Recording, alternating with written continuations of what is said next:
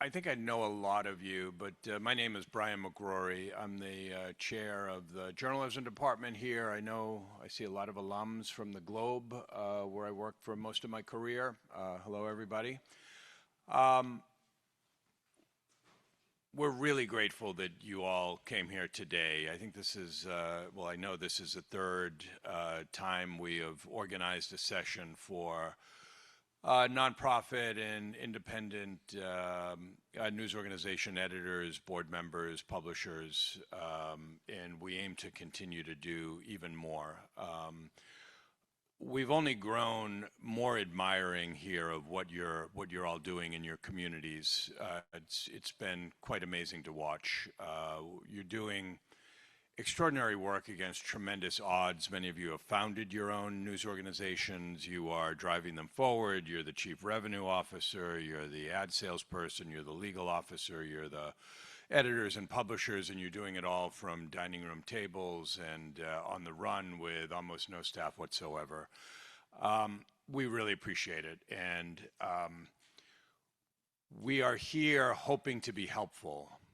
Whenever I say that, I think of Ronald Reagan saying the worst words ever, the federal government is here to help. But we are here to be helpful in a few ways, and I'm looking to outline them now. First, I just want to thank a few people for organizing this event. Lena Sheehan, who is the journalism department administrator at BU, worked long and hard on this event. Lena's right back there.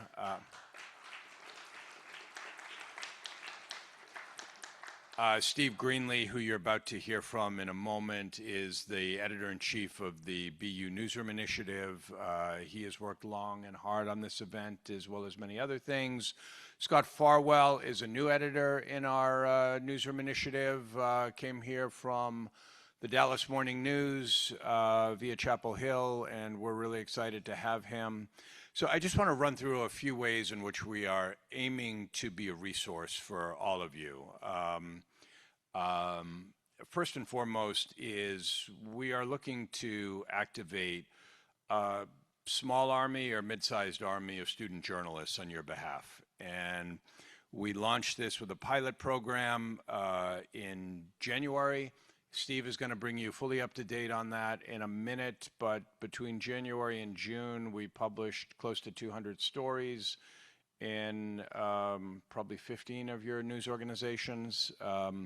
It worked better than we had ever imagined it would, but that was just a pilot program. We have hundreds of kids at BU who are looking to do journalism, and we have hundreds more across the city and other universities that we could partner with and collaborate with and work on your behalf. What our students get out of it is the real life experience of working for news organizations and the training necessary, the clips that will get them jobs, the contacts that they need, and we hope what you get out of it is journalism that's edited here at BU that is often your idea in terms of the stories. We will edit it professionally. We will send it to you.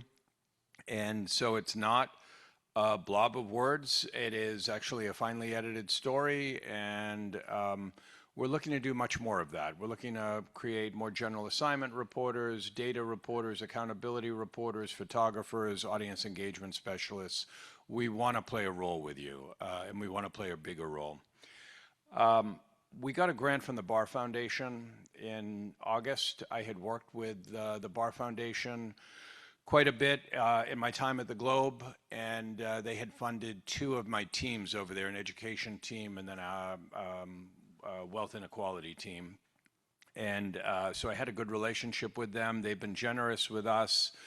They've given us a few $100,000 to create. My pitch was, we believe we can build and create the best cohort of nonprofit and independent news organizations in the country right here in New England. And so they've given us money to take a run at that. You're actually applauding yourselves, which is good, so thank you. We think we can take a run at that. We're using part of the money, a good chunk of the money, to hire what we're calling a part-time executive director. This person would be in a contractor role. We're looking to bring this person on sooner rather than later. And the responsibility of this person would be to work with all of you and create a more cohesive cohort. This is lonely stuff that you're doing, and it feels like you're all alone out there when you're doing it, but you're not. If you look around the room, there are people, counterparts, that are doing it all over this region and all over New England. In our first meeting here, Ginny Buckingham, who I think is in Marblehead and former executive director of Massport, stood up and said that there's power in the collective, and we really, really believe that. We want you to know you're not alone, and we think that we can harness the power in the collective here. So what we want is to hire an executive director. We have the funding for about a half-time executive director. This person would be in charge of pushing collaborations with you, pushing more training sessions. They don't all have to be in here. We can go where you are. We can hold regional trainings. We can go out to Route 128 or wherever else in New England and bring you guys together more conveniently. We want to help you with fundraising. Fundraising is really, really hard. I mean, there's a scenario in which all of you raise money as a collective rather than one-off fundraisers in your communities, and you share that money. We think there is a lot to do, lobbying the State House, more awareness of what you're doing, helping to drive, far bigger readership in your different news organizations. So we're looking to bring this person on very soon. We're interviewing some really, really good people that we're excited about. We also have funding to hire an audience engagement specialist who would work with the part-time executive director and with Steve and with me.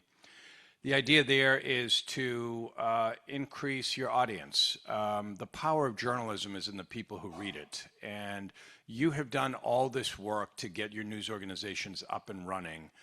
But it's really hard to build audience around your communities, to build awareness.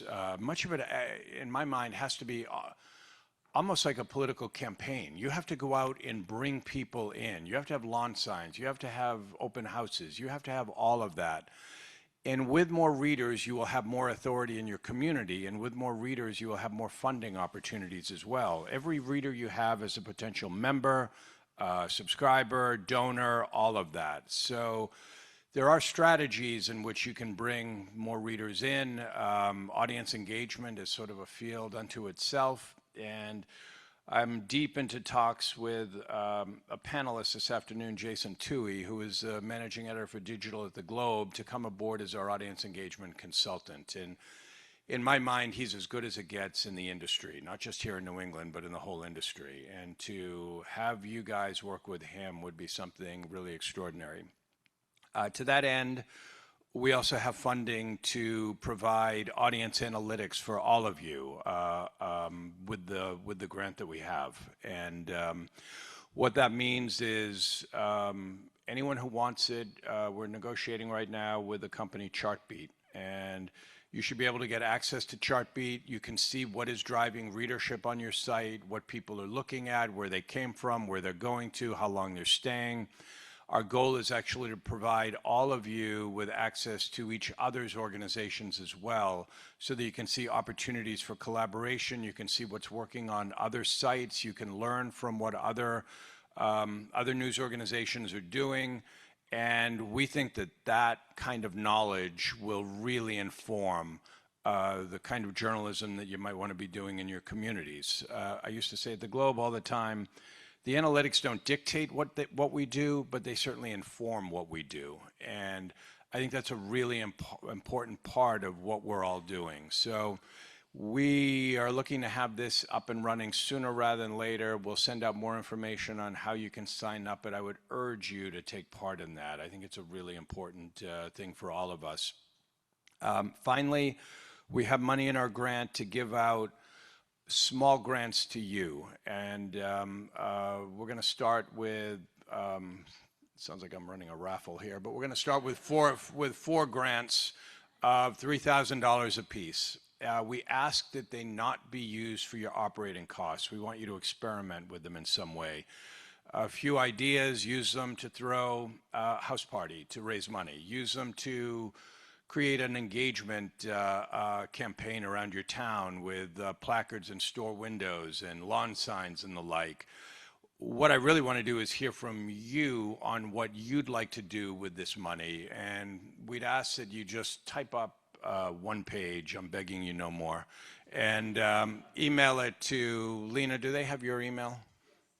Email it to Lena, who you've been communicating with coming here.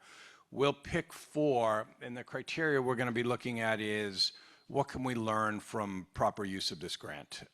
What can others learn from proper use of this grant? If somebody uses $3,000 and does a downtown campaign where you have standouts and signs and all of that, and you drive readership to your site and awareness, that's something we think other places can learn, and we'd be looking to fund more of that going forward.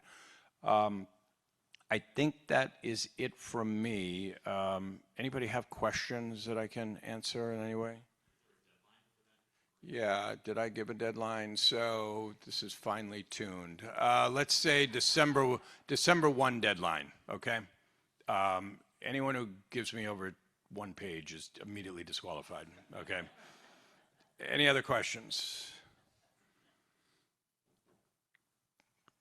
Room full of purported journalists, and we have 1 question, and that's what's the deadline. If you were in my class, you would all get docked here. Yes?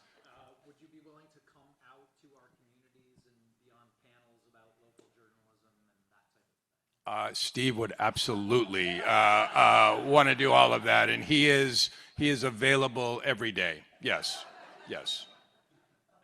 Thank you for that.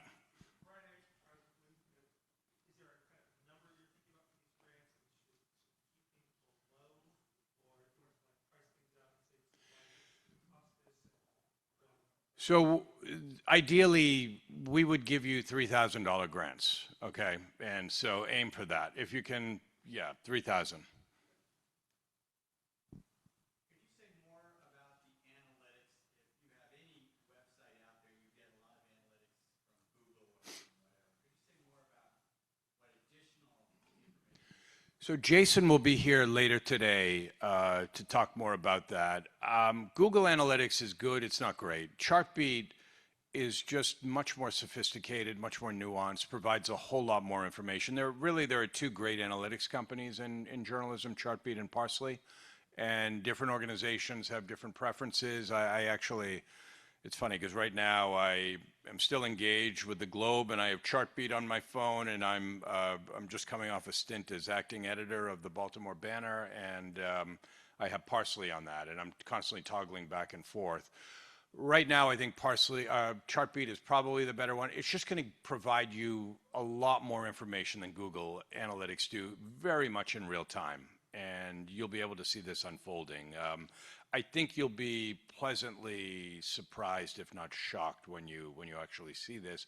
But part of the power of this is going to be seeing what's working in other locations. Right now, you don't have access to Google Analytics in neighboring towns or other places, and we're not doing this to create competition, although competition is certainly good. We're looking to do it to create collaboration, so you can see what is, does a good restaurant story in Waltham, would a similar kind of story play in another community?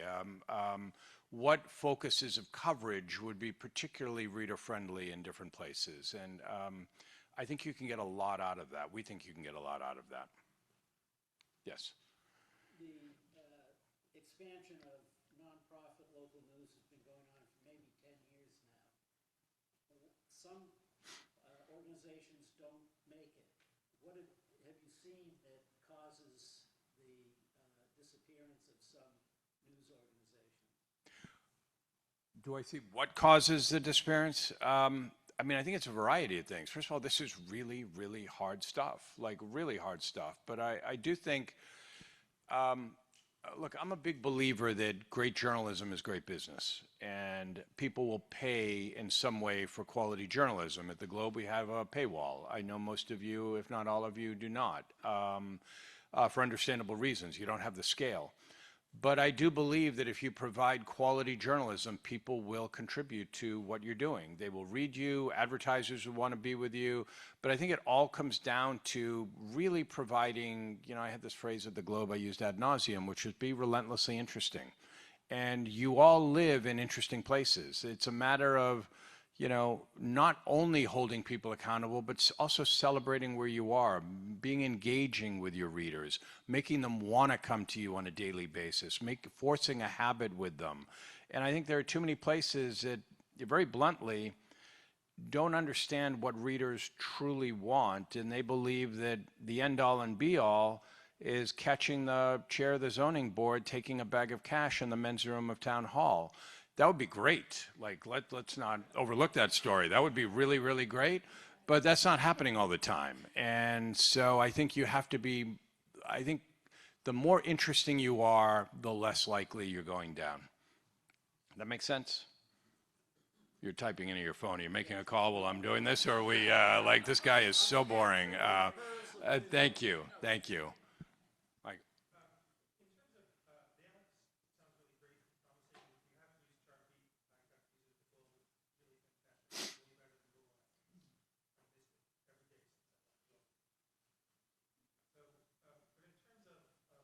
Metrics, do you have, will you also be providing some advice or counsel on things we should be paying attention to in terms of, like, Chartbeat is huge, there's all kinds of things you can look at, but are there some core things that you think publications like ours should be following very closely? So that's a big question, Michael. I do, but I actually want to see the analytics first. I want to see what people are reading on a local level. The analytics would be hugely helpful to Steve and Scott and me and all of you. I am convinced we're going to come out of this with some real revelations. I don't want to be blithely making those right now. I asked for questions. Now I'm getting too many, and Steve's getting restless here. But how about one more question? Yes.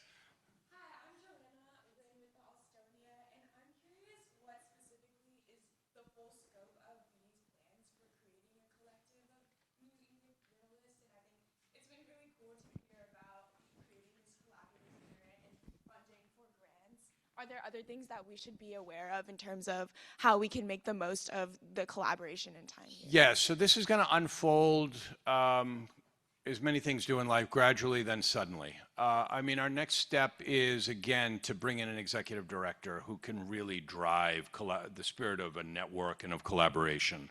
We need a person who is responsible for this, and we're talking to excellent people right now. So we are hoping to have this done sooner rather than later. Once we have that, once we have an audience engagement specialist in place, ideally Jason, we think the network is going to organically, naturally form. We also think, we've changed the programming around today from prior programming in the belief, and we listen to you, we think you can learn a lot from each other. And watching what each other is doing, we've got panels that are designed to include more of you guys today than specialists talking at you. But I have a concept more than hardened plans right now for the network, but I am convinced that within a matter of months, this network concept will actually form into a plan. How's that for evasion? But it's not bad. I'm going to hand over to Steve Greenlee, who has done outstanding work as a Newsroom Initiative editor, and he's going to walk you through what we're doing and our significant ambitions to expand. Thank you.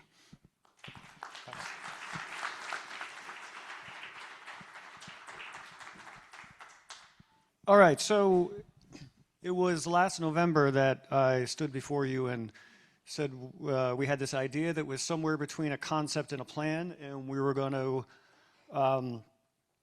try this thing of providing journalism from BU students to all of your publications while professionally editing them so that you didn't, as Brian said, just have a blob of words to deal with. So there's some new people in the room, so let me quickly explain what this is. and who I am. I joined the faculty at BU a little over a year ago. I've spent 35 years in newsrooms, mostly as an editor running newsrooms. I was the executive editor of the Portland Press Herald in Maine, and I spent a long time as an editor at the Boston Globe. So this program is very simply a program to provide professionally edited journalism from BU students to local news publishers. That's what it is. Why we started it, the financial model for local journalism has been disrupted, as you all are well aware. Chains were hollowing out newspapers and publishing ghost newspapers and also shutting them down. And then all these nonprofits started to emerge. Not just nonprofits, though. We have a lot of strong locally owned, family-owned news organizations in Boston that also could use our help. There are 3 primary goals for this program. We're sharpening students' skills through intensive work. We're providing journalism to your outlets, and we're getting students the bylines that they need in order to pursue jobs and internships. And we do hope and believe that our students will have a leg up on the competition when it comes time to look for work, because anybody who goes through this program now has professional experience, and not all journalism graduates do. And I should point out that a couple of our students from the pilot program we ran in the spring landed really good jobs on the strength of the clips they amassed in this program. So how does this work? We're doing it in a way that's very different from any other J school in the country. We are closely coordinating our coverage with the editors in the communities, and all of you who are have been part of the program so far are aware of that.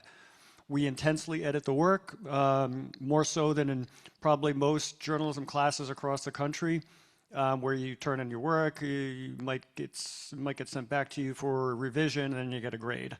In this class, we work on it until it's ready to be published, and we're holding these stories to the same standards that Brian or I would have, and now Scott, would have held stories to before they get published in places like the Boston Globe and the Dallas Morning News. So we launched on January 27th earlier this year through one class, and Brian and I really didn't know what to expect. We thought there would be a lot of bumps in the road and unexpected obstacles, and the program really succeeded beyond our expectations. We were frankly surprised by how smooth things went for the most part. So we launched with 18 students in one class, and we partnered with 15 local news outlets. Our goal, which one of us thought was ridiculous at the time, was to publish 80 to 100 stories over the course of the semester. No journalism class in the country has seen anything like that. So we set this crazy goal for ourselves. We published 161 stories in that first semester. Thanks. Just as importantly, we had 0 stories rejected. Not one of our stories was cast aside because we get them ready to be published to very high standards. And we're also communicating with you guys. So most journalism schools and classes around the country, the way it works when they partner with news organizations, they kind of create a wire service where they'll send out stories and say, hey, this class has all these stories available for publication, and most of them go unpublished because nobody wants them, or the news organizations stories, or they've done a version of those stories, or maybe they're not well edited. We continued in the summer for a small summer session. We ran a 6-week course with only 7 students. We published another 31 stories with no stories rejected. We expanded this semester. We're going to expand more, but so far we have expanded to 3 more reporting classes and a photojournalism class. So we're now in 3 reporting classes. One of them is a senior level class, plus the State House program, which Jerry Berger runs. He's been running it for quite a while now. And I should point out that Jerry's State House program has long partnered with organizations in the community. Really what we did was changed up some of the partners so that we're focusing more on locally owned and nonprofits to try to up the publication rate of the stories we send out. And then we have a photojournalism class involved, and some of you have had some of our photojournalism work published along with the stories. I want to point out that Lena also is a photojournalist and taught a photojournalism course this summer that partnered with the class that I taught, and we sent a lot of strong photography to some of your organizations this summer. So far this semester, as of last night, we have 61 students involved across those 5 classes, and we're partnering with 31 news outlets. We've published 84 stories so far this semester. So to date, we've published 279 stories in about 9 months. We've had no stories rejected. I want to focus on that number for a second. 279 stories is kind of ridiculous for any journalism school anywhere. More impressively, that not one story has been rejected. This 100% take rate is unheard of. We did some research over the past year as we were launching this thing, and a successful journalism program publishes about 20% of their stories in local news organizations. So this is really exciting, and we're going to keep going. We're going to try to expand to more classes. I'll touch on that in a second. Just to run through a sampling, this is a very small sampling of some of the work we published this past year. Most of this is from the spring. We covered a lot of local news. We did a story about how a town was considering banning fishing from a local pond. We had a story about how the workforce in Newton can't afford to live there, according to a report, and we tied it to a new affordable housing project, an apartment complex that was being converted to affordable housing. By the way, we did this story in February. The Globe did it yesterday.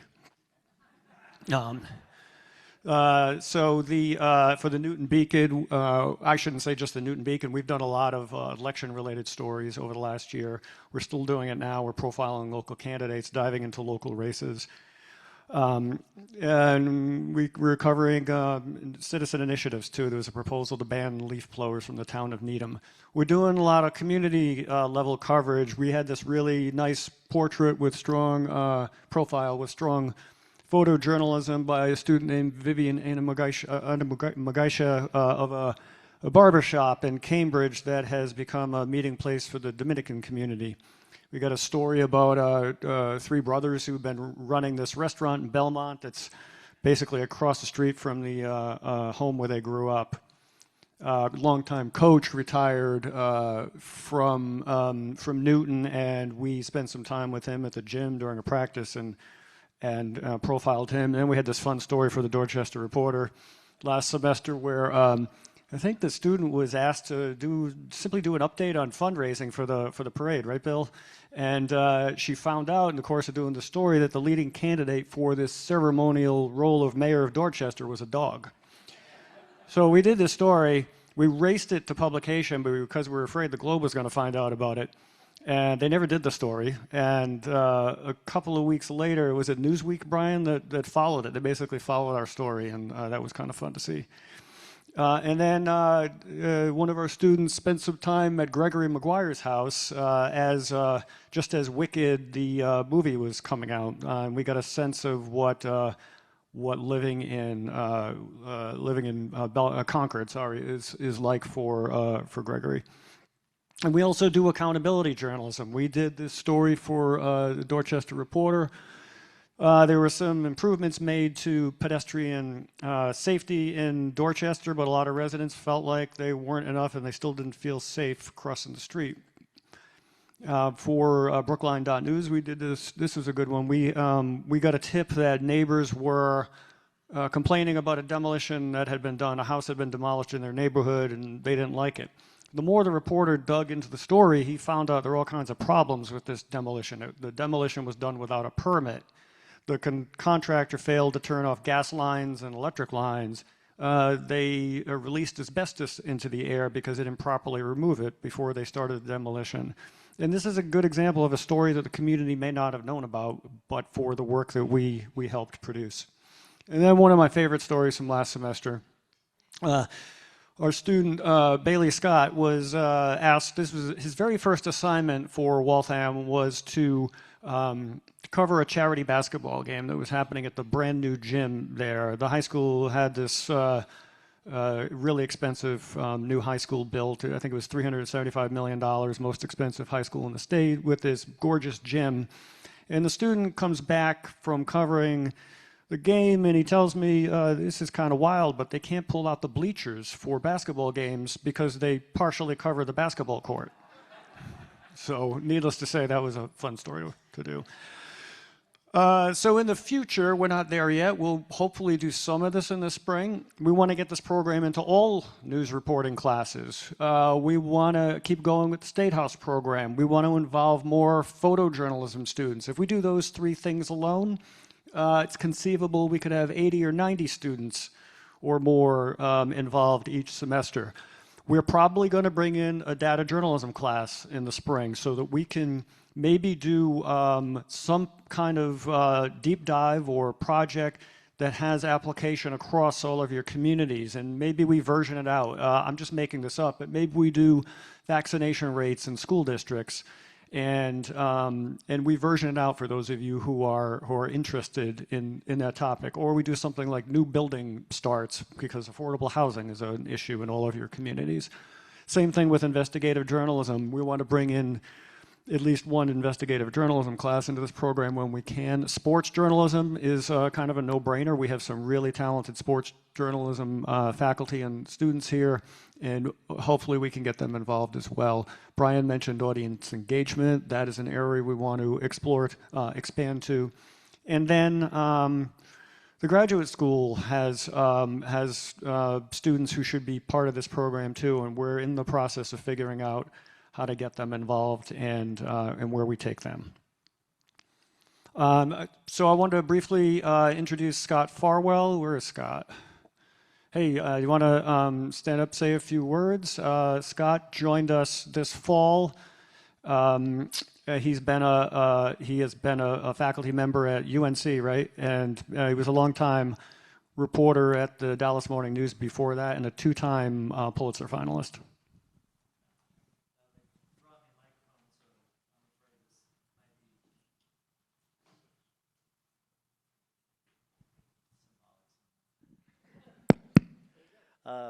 I was going to say this might be wildly anticlimactic here. Brought me a microphone, but you know, this is both I guess, a somewhat terrifying time for journalism and also an exhilarating moment in sort of the journalism landscape. Terrifying as the legacy media, or retrenching, I guess is the nice word to use for that. But exhilarating because of the kind of things that are going on here at BU. I can just tell you that I'm familiar with some of the work and have worked for some of these leading, I guess they call themselves leading journalism programs around the country, University of Missouri, Mizzou, UNC Chapel Hill, Carolina, Columbia. And I can tell you that the work that's being produced here at BU compares very favorably to anything else being done in the collegiate world. So it's, I'm thrilled to be here, and I'm excited about the future. It's nice to meet you all.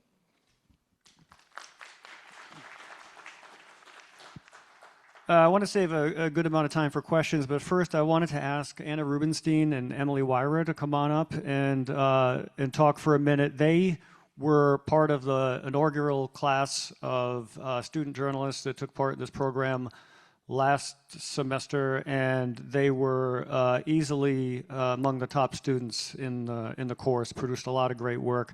Anna for WBUR, Emily for the Newton Beacon, right?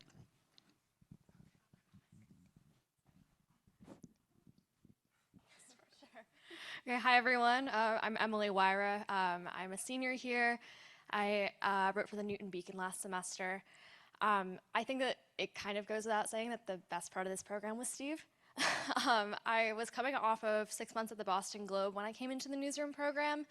Part of the reason I registered was because Brian was harking it so much to me throughout my prior years here, and I was really excited to be a part of sort of local news. The other part of it was I was honestly really nervous about coming back to class after working for 6 months.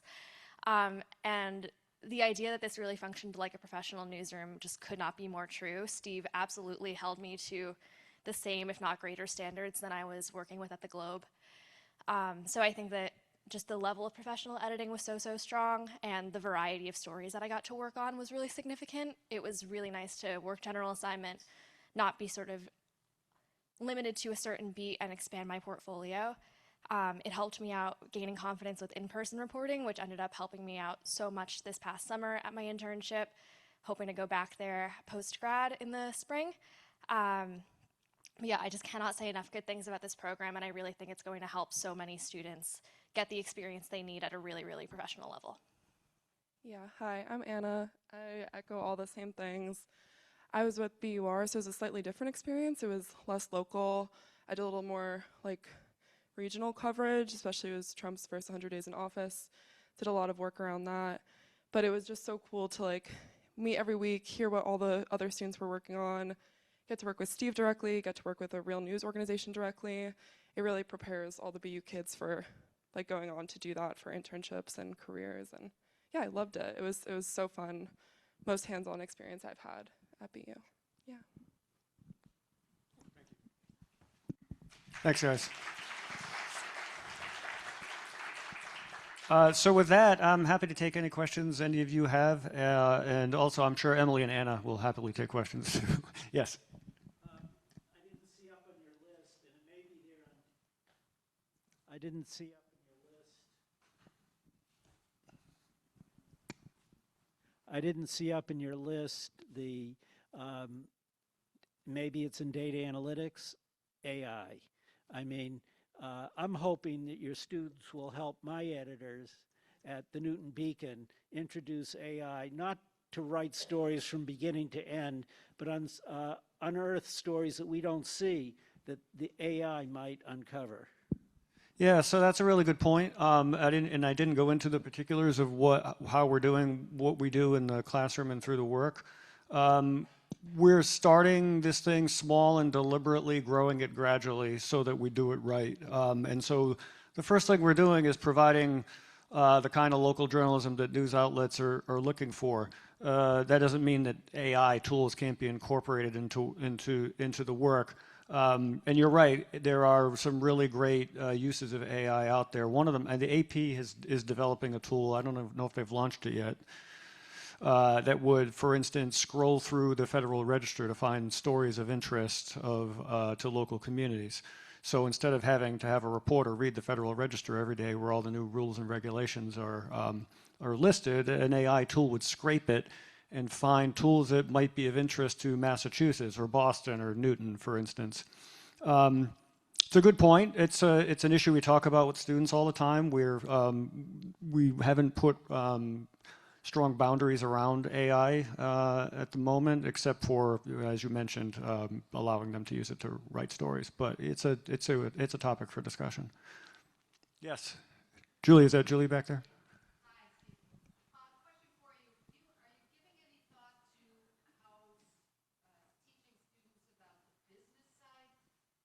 Journalism, particularly as it's changing in small local news outlets, specifically around areas around fundraising, et cetera, because it seems like a lot of these students are going to go out and probably start their own newsrooms and find themselves as editors at small outlets where they're going to have to be knowing about those skills as well. Yeah, that's not a focus of this program. The students in this program are really focused on producing stories, but there may be other parts of the journalism program where they learn that kind of thing. Maybe I should turn that one over to Brian, or not. He doesn't want it turned over to him.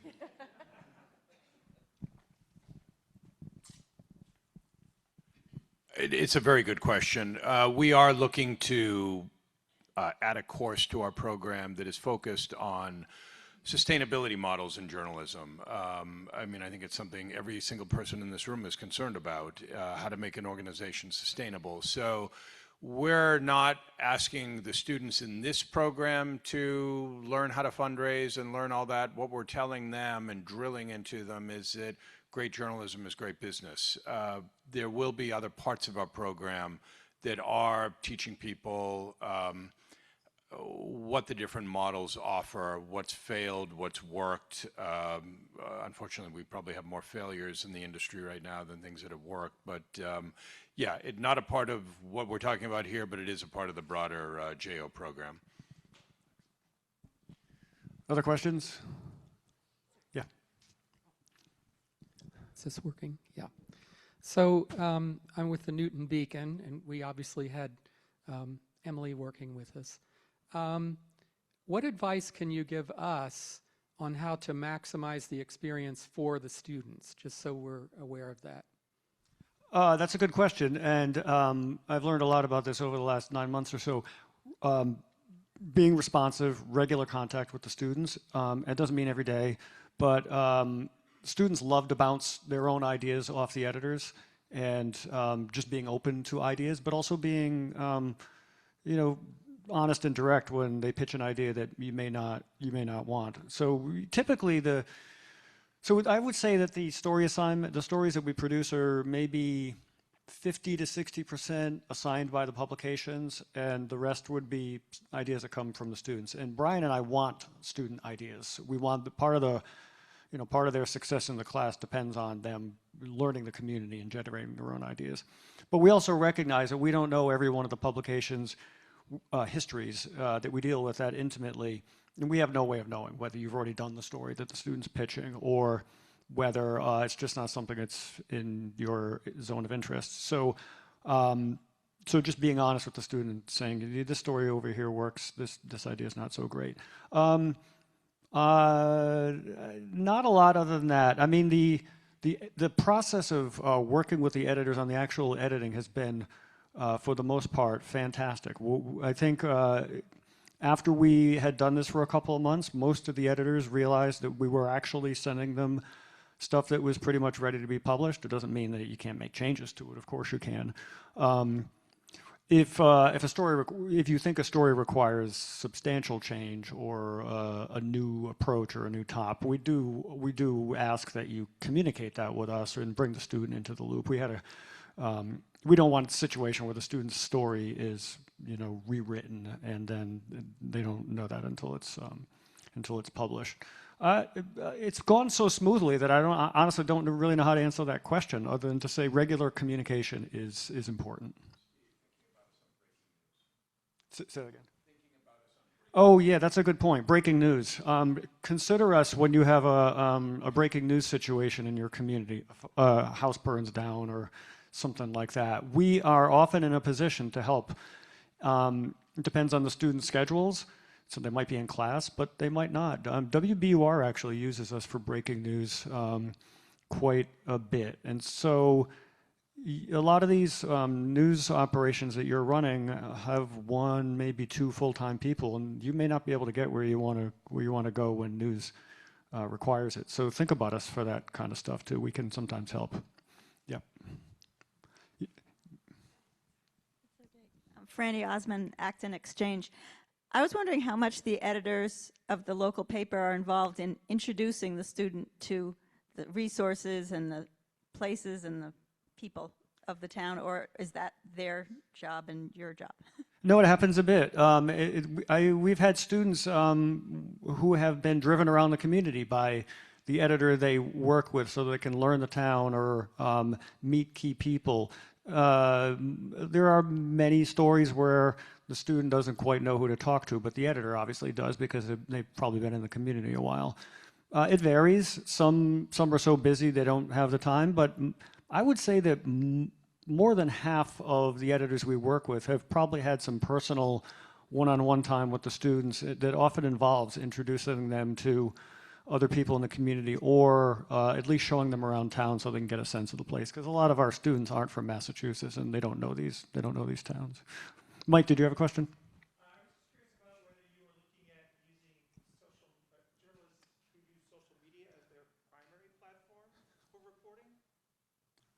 Journalists who you were talking about whether a student uses social media for their primary. So students, they are pretty savvy, and we've talked about this in class. We brought in guest speakers as well.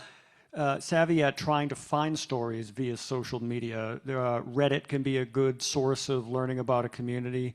Sometimes there are Facebook groups.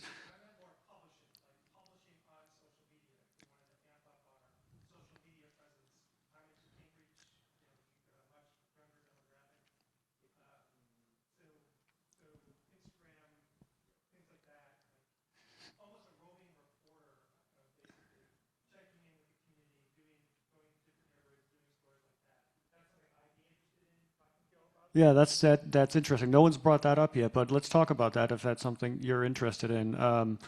The exception would be Twitter. Stay off of Twitter. Twitter's a dump.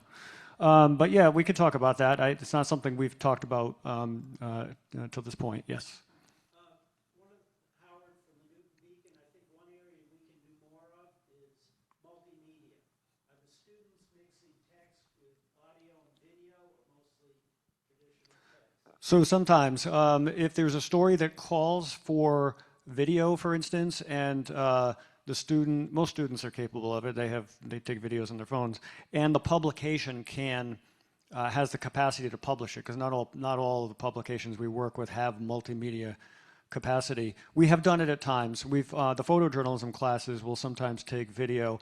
We have done audio as well, and we're starting to do a little bit of interactives too. So yes, we can do that stuff. It hasn't been a primary area of focus because, like I said, we're taking baby steps here. We eventually will probably bring in courses that focus more narrowly on other publishing forms. But when a story calls for it, if we're covering a skateboarding competition, that's the kind of story that would call for some video, and we would ask the student to do it. Yep. Ann Driscoll from the Swampscott Tides.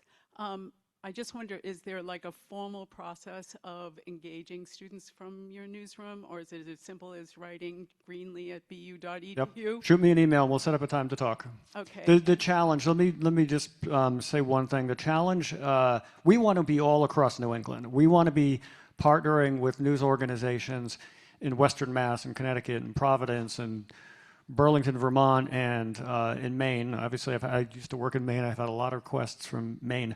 We simply we haven't figured out a way to get the students to those places reasonably. My second part of the question was, being 13 miles north of Boston, is it an impediment to engaging students? Yeah, so we've started closer to Boston. We will be expanding out. We just got to figure out how to do it. One way we've expanded out is through the State House program, which really doesn't require the students to be physically in the community. So Jerry has partnered with, for instance, New Bedford and Worcester, the Worcester Guardian, and some other places a little farther out. It's something we could definitely talk about. 13 miles is not, that's not a prohibitively... We do have a commuter rail. Yeah, and we do have a little bit of funding to send students to where they need to go. The problem is the farther out we go, the more time it takes for the students too, and they have other classes to juggle. We're working on it. We want to be in those places that want to partner with us. We just haven't really figured out how to get to all those locations yet. Thank you. Yep. Anybody else? Lena, there's a question behind you. Oh, okay, two. Hi, Teresa Martin, CapeCodNews.org. I just want to second the importance, and I hope BU is going to keep engaging in this in other media forms. We're video and text, all digital. So the hard part is I think being a journalist, learning the skills of that. You can apply that to video. I would love to see BU embrace that more. When I was here a million years ago, you all remember there was the sainted print people and then those money-grubbing broadcast people. That's what SBC was like long, long ago. And I hear from all students now, it's all one big world. So I would love to see this program incorporate video and thinking of video storytelling and video reporting in different ways, not just some pictures that happen to move. So I want to really emphasize that. And my other thing is I want to second what you say. I feel like there's a need far beyond Metro Boston, and Cape Cod's not that far, right? There's ways to get people there, and I would love to figure out how this can engage in a broader way, and I think that echoes what other people are saying. So thank you. Thanks. Yeah, we're working on both those things. Lita, there's one question behind you, and then I think we have to switch to the next panel. Hi, this is Jason Daniels with The Frame, Framingham News. I just look around and it's maybe not the most diverse group here. And I was wondering if that's a reflection of the kind of places that the students are being placed, or if there's any thought about, that consideration when assigning students to newsrooms.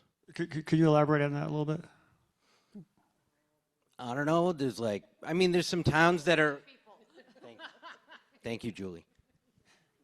Are you asking if we could take diversity into account when we partner students with publications? Yes.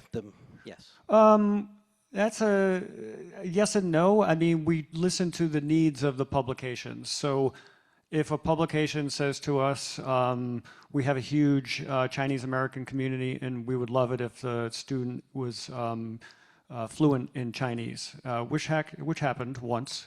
We tried to make that happen. The thing is, we don't always know those skill sets at the beginning of the semester. It hasn't emerged as a big issue, but as we expand, it probably will be something that's more on our radar. The students are more diverse than the people in this room, let me add that.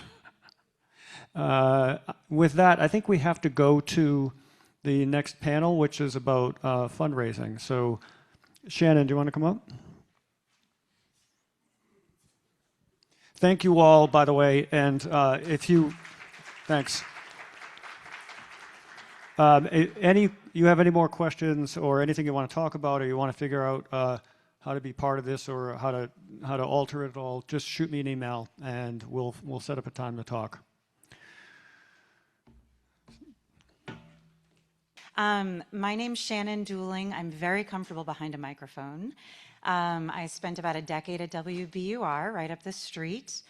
Comfortable behind a microphone, not in front of a camera. So, but here we are. I'm very pleased to be here with you all this morning. The panel that we're gonna dive right into is probably I would gather, one of the utmost importance for everyone in the room when it comes to sustainability, right?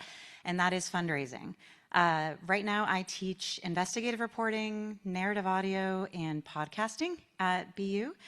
But I did, like I said, grew up as a journalist right up the street at WBUR, and I'm familiar with the fundraising push, right? So I'm happy to be a part of this conversation. I'm going to invite our panelists to come join me. First, we have Torrey Androski. Would you please come on up? Hi, Torrey. Nice to meet you and have you with us. Torrey's on the board of directors at Brookline.News. Next, Jim Concannon, board chair of Your Arlington. Thanks, Jim. Good morning. And also Anne Galloway, founder and editor-at-large of VT Digger. Hi, Anne. Good morning. May I sit now? Do I have to be at the podium still? Okay. Well, then I'm at the podium. Yeah, that's why. Here we go. Here's a microphone. Anne, take a seat. Hi. You're welcome. I'm not sure whether that's on. You might want to double check and make sure your microphones are on. Okay. Are you on? Looks like it. Okay. All right.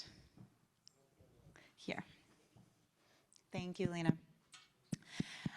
Okay, so as we were saying, sustainability, right? That's one of the reasons why we're all here today, to talk about how we make this model work, how you make your individual models work. We're going to talk about raising money locally from readers and sponsorships, what works, what's been problematic, right? And from my own experience, what I'm most interested in kind of diving into is that firewall, right?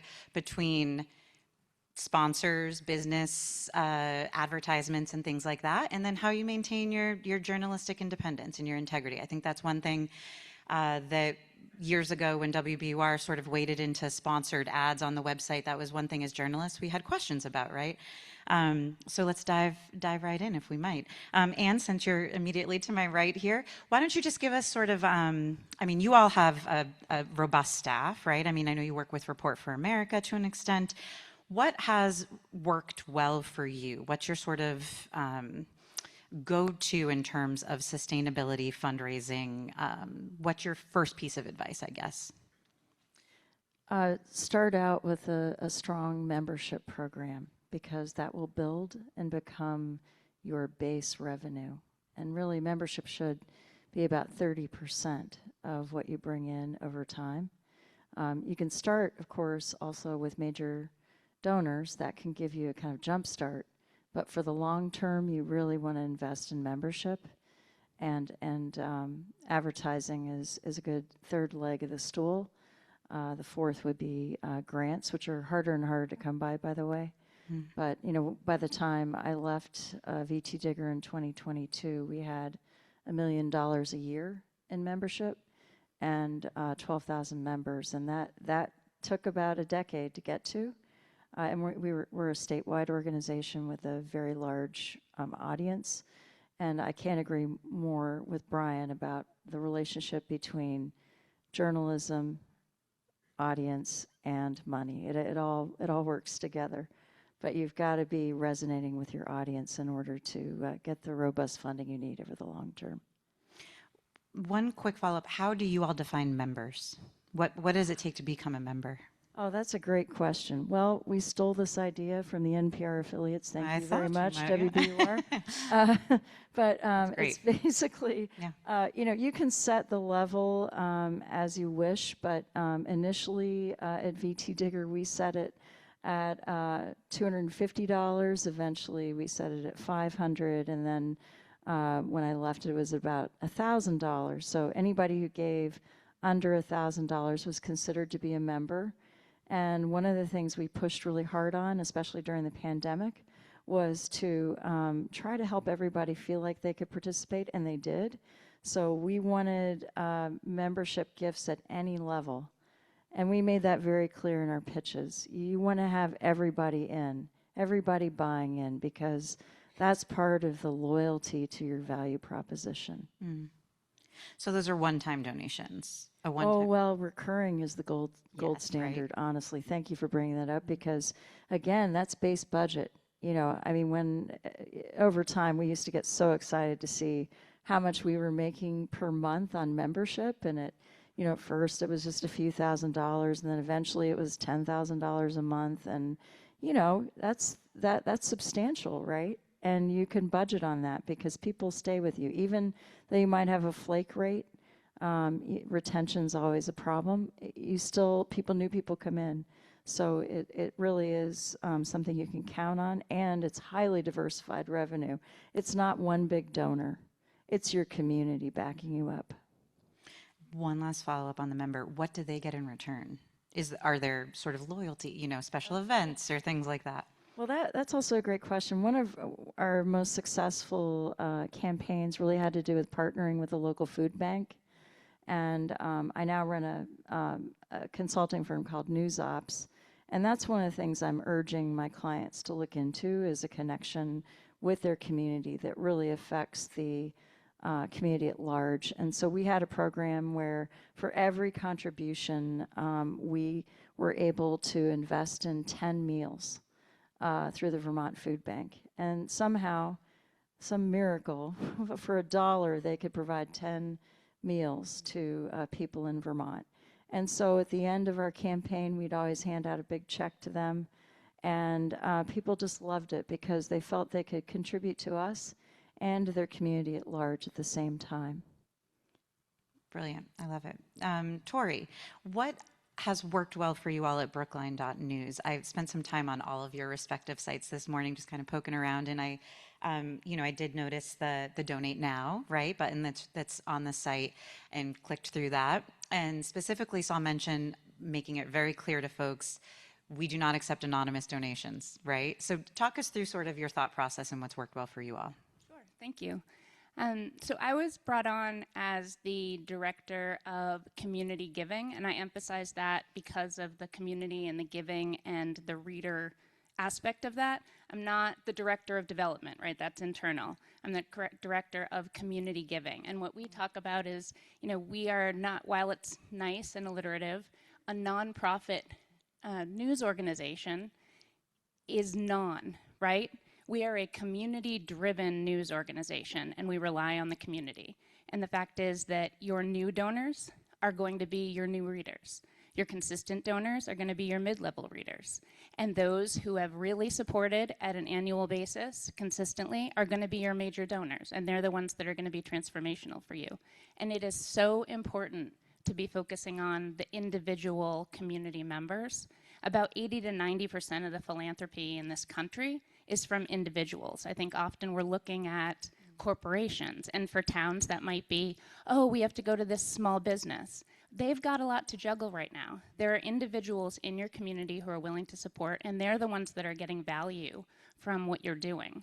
So I would recommend focusing on the individual, making sure that they feel gratitude. It doesn't take as much time as you would think to just pick up the phone really quickly and know that you're going to get a voicemail, but just have a little spiel that says, thank you so much for supporting what we do. We couldn't do it without you. Click, next call. And that makes such a difference. You will get another gift from that person. Because when people feel connected to your newsroom, they're going to continue to feel connected and continue to give more. I love that. How do you find those individuals? It's the new readers, right? We have a newsletter, so people sign up for the newsletter. They get it twice a week, and those are the individuals that become the new donors. The people who've been getting the newsletter for the past 2 years that we've been around are the ones that are going to be bumping up. And so don't go out, looking for new donors. Just because the Crafts live in your town, they are unlikely to prioritize Brookline.News as their top philanthropic priority. So the people that already care are the people that are going to give. I love that.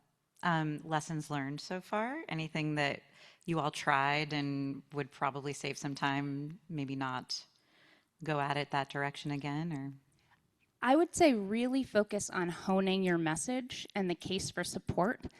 It's really important for you to be able to have that elevator pitch about why you're important to the community. We had a reception last night for donors, and one of my takeaways was, in order for us to be sustainable, we can't have Ellen Clegg as our volunteer part-time editor, right? She is amazing, but we can't rely on volunteers. We need the philanthropic support so that we can have an additional part-time editor so that we continue having the type of product that people expect. So know your ask, right? Know your ask, yeah. Yes. Yeah, it's smart. Jim, hi. So first of all, I have to ask, I've heard about a donut shop in your fundraising efforts, a talk at an annual gathering at...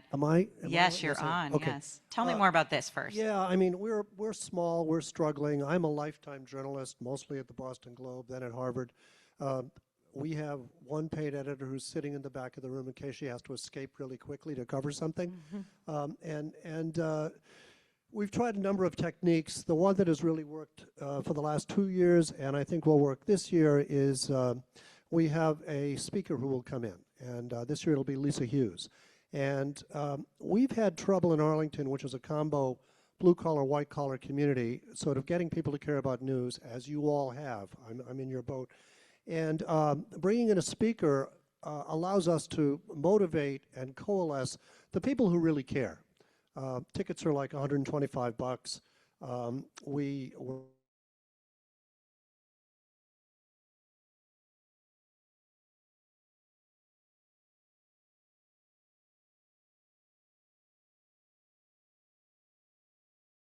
Journalists will drink that in about an hour, and people will love journalism in about 2 hours. So it's a low-cost thing, and we bring in a speaker, we rally the troops, and frankly, I think we rally ourselves. And that brought in enough money for us to redo our website, which just launched about a month ago. State of the art. Everything doesn't have to be put in by hand anymore, saving us time. When we save time, we save money, and our embattled small staff can focus on what it's really there to do, cover the Arlington news. Brilliant. So this is for all of you, I think. It may be applicable to some more than others, but for folks who might be sort of hesitant to wade into the sponsored ads, the sponsorships, right? What sort of, for a variety of reasons, right? Whether it's, what does this mean? What kind of expectation is there should one of our sponsors become news, right? How do you navigate those relationships, those conversations? I'm the journalist. I spent a career avoiding money, and now all I do is money. And I think it's true for a lot of the journalists in this room. I'm here to say, if you can get sponsorships, get them. Give them a little box somewhere on your page. They'll pay something for it. It's a trade, and that's as far as it goes. We've got a professional editor, Carol Beggy, who's, again, hiding in the back of the room. We are not going to be influenced by what a sponsor wants, by what an advertiser wants. It just ain't going to happen. And I can see from the amount of gray hair in this room, classically trained journalists, it's not going to happen for you either. So you draw a bright line. And if people want to cross it, they can back up. If they don't want to cross it, well, it was nice having your $2,000. We lived before, we'll live again. Great. And do you set that expectation clearly with folks, or you assume that they understand that? If it comes up, we will set it. If it doesn't, we'll set it as the situation arrives. I actually think most people in our community and most of your communities understand the church-state nature that, by the way, is being broken down by a lot of national websites in this country. But you're not going to do it, and I'm not going to do it. I think people understand that, and if not, a 5-minute explanation that sets it straight for them and reminds you of your own values is not a bad thing. Torrey or Anne, any comment on that? We very clearly have on our website that clear distinction that we appreciate support, but it does not influence the journalism. And I think that's key. When you're talking with potential supporters who are private sector, I think just reminding them of that is important. And it can be as simple as that as long as you stay true to it. Yeah, sure. And what's your pitch to those sponsors? You know, like, do you talk about clicks or viewers, or what? How do you entice them to give you money? Well, we're actually just, again, we're crawling, learning to walk, and then we're going to run with the new website. We have some dedicated sponsors that Bob Sprague, who ran the site for 18 years before we got here, brought in. But we are now putting together a plan to sort of court people to come in. Because as I think both of you said earlier, sustaining funds is the way this is going to go. Having a month where you send out an appeal and $4,000 comes in and you pat yourself on the back, that's great. 3 months from now, you got to pay the light bill, right? So, so we're going to be courting them with those rules in place and hoping that they can provide part of the sustainable income that we frankly still don't have. Torrey or Ann, any follow-up on? Well, I think the click-through rate is a dangerous place to go with a conversation with people in your community about sponsorship, just because they're going to compare you to Google or to Meta, and you really don't want to go there. It's really about a commitment to making an investment locally to local people. And I think that, you know, they'd be fools not to invest in your enterprises because you're reaching people in a way that Google and Meta can't.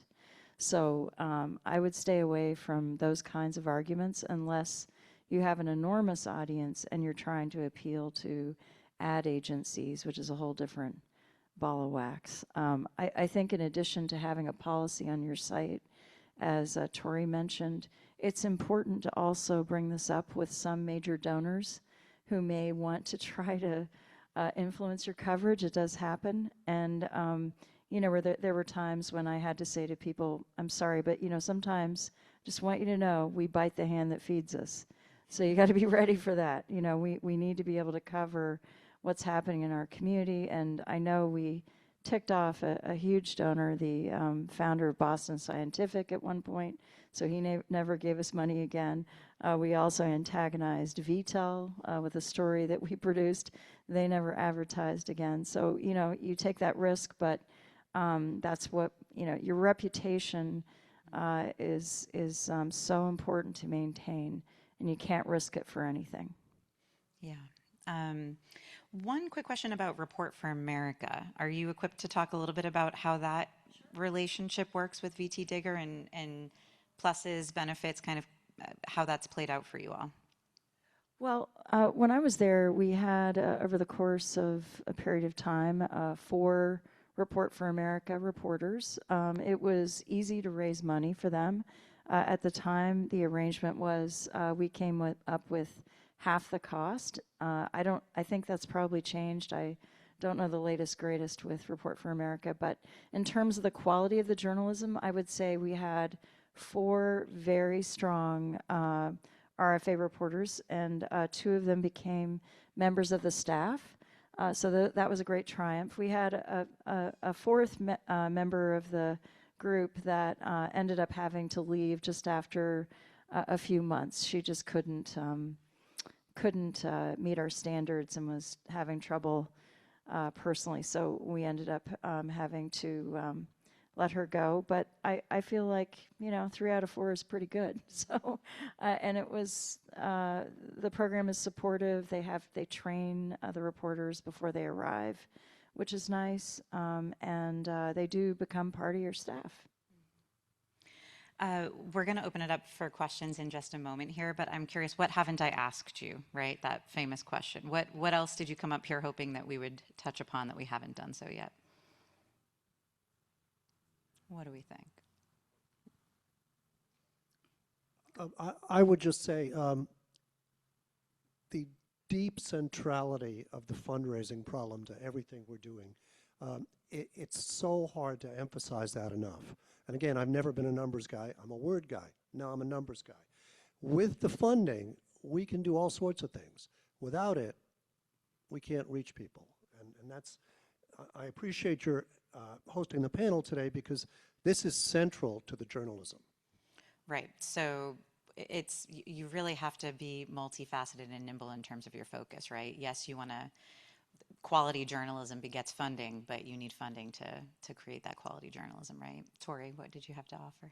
I would say prioritize a staff member rather than a volunteer to be really focused on these things, and try and get someone who is pretty skilled, even if it's fewer days a week. What we're trying is, me working with Brookline.News 2 days a week, right? Investing part of my time and then working with other organizations the rest of the time. So 2 days a week I can commit myself to solely focusing on fundraising for Brookline.News. And that's all I'm doing during that time, and that's my commitment. And it's worth the investment to do something like that, even if it isn't a full-time staff member. Perfect. Anne? I couldn't agree more with Torrey. You need to make that investment.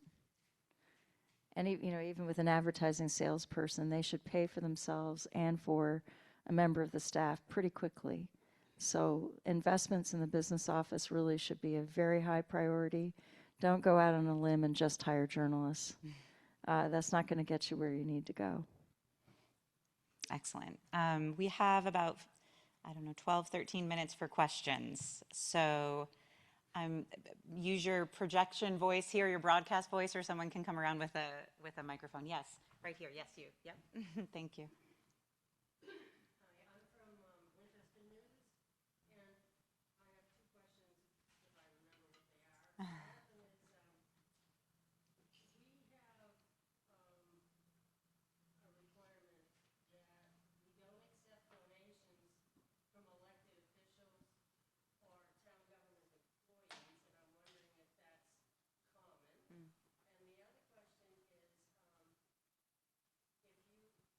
if you're going to hire a professional fundraiser, isn't that pretty prohibitive in terms of cost? Does anybody pay them a commission, or how does that work? There's part of sort of the moral ethics of our profession actually is not to accept commissions. We wouldn't be serving the organization well. To your point, I think a fundraiser can pay for themselves relatively quickly. No promises, Brookline.News. But I think that is very important. And in terms of, folks in office and their ability to give, I think if you look at peer organizations, we can open up philanthropy to anybody in the community. The importance is being transparent about it, and we list every single donor on our website. Well, to tackle that first question about gifts from, members of your town government, we at Digger, we accepted small gifts from legislators and even the governor, and it was the equivalent of essentially a newspaper subscription. And so I think as long as you're not taking, large donations from members of the municipality, that's okay. But I would just say, that you welcome up to $250 a year from those folks, because it's just like buying a subscription to the Boston Globe, although maybe the Globe is more expensive than that now. I don't know. Jim? I have a question for my fellow panelists. What's the top priority, a fundraiser or an ad salesperson?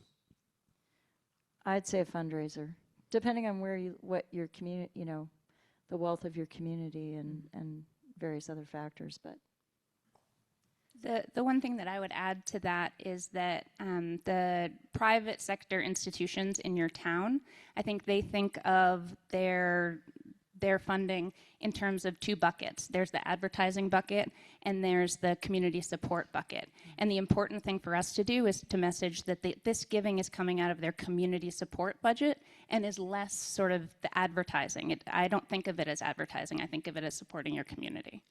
I will add that, we had donors at Digger who would give, they would advertise, they would give from their community foundation, and they would give personally.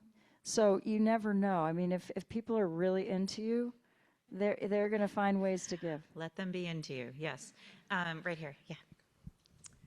I'm Kim Castens from the Acton Exchange, and we're fairly new to this fundraising business. We're fairly new to newspapers. But I was taken by your comment that you published the name of every donor on your website.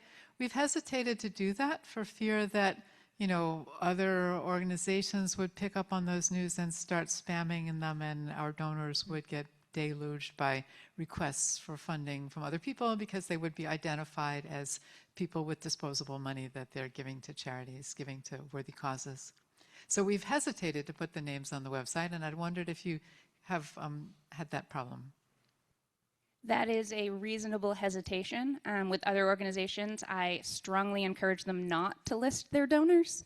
But I think that a newsroom is different, that transparency is really important, and you don't want to even have the slightest hint or thought of being influenced. And so the best way to do that is transparency. And any of our donors, we explicitly say, we are sharing your name. We don't share levels or anything like that.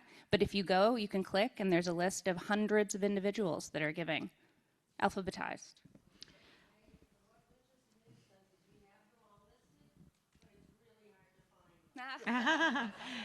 Fair enough. Another thing you can do is create a PDF on your website, so that's not just so it's not great point there on your CMS. And then the other thing you could do is have it in print form and make it available to people if they ask for it. Those are some options. I know we have a question right here, but first we're going to go in the back with the microphone, yes. Hi, Morgan Baum, Report for America. Thank you for mentioning the work we do with you. My question is, I love that you all focused on individual giving and major donors. It's the #1 thing I tell all of the newsrooms that we help fundraise. But I wanted to ask you about institutional funding as well, and if you have any examples that you've used, large gifts from institutions or one-time gifts as jumping off points or growth, like springboard moments. We started out with nothing, like all of you, around the kitchen table. Eventually, after a few years, we got a matching grant through the Vermont Community Foundation and a program at night called the Night Community Information Challenge Grant, which doesn't exist anymore, but we were able to raise through this program $60,000 a year for our first reporter at VT Digger, and that was of a huge benefit to us. And then we also received a grant at about the same time from Ben & Jerry's for essentially operations support, which was hugely valuable. So I would say those were our two big springboard moments. But I think grant funding is, it seems to be constricting a little bit from what I'm hearing in the industry. So, I know the Barr Foundation has just given some money out to publications in New England, so that's wonderful. But there's less grant funding available from the national groups like Emerson Collective and Arnold Ventures and places like that. That's what I'm hearing. So don't take that to the bank, but that's what industry leaders are saying. So I would be more inclined to focus on local family foundations and whatever community foundations you have here in the Boston area. Either of you want to add to that? What she said. Okay. Yeah, the only thing I would add, and this is just a feeling, journalists have feelings, they're often wrong, but sometimes they're right. And we get some grant funding, and it is enormously important to us. It's maybe a third of our budget. I don't believe that kind of money is going to be there in 2 to 5 to 7 to 10 years, whenever it is.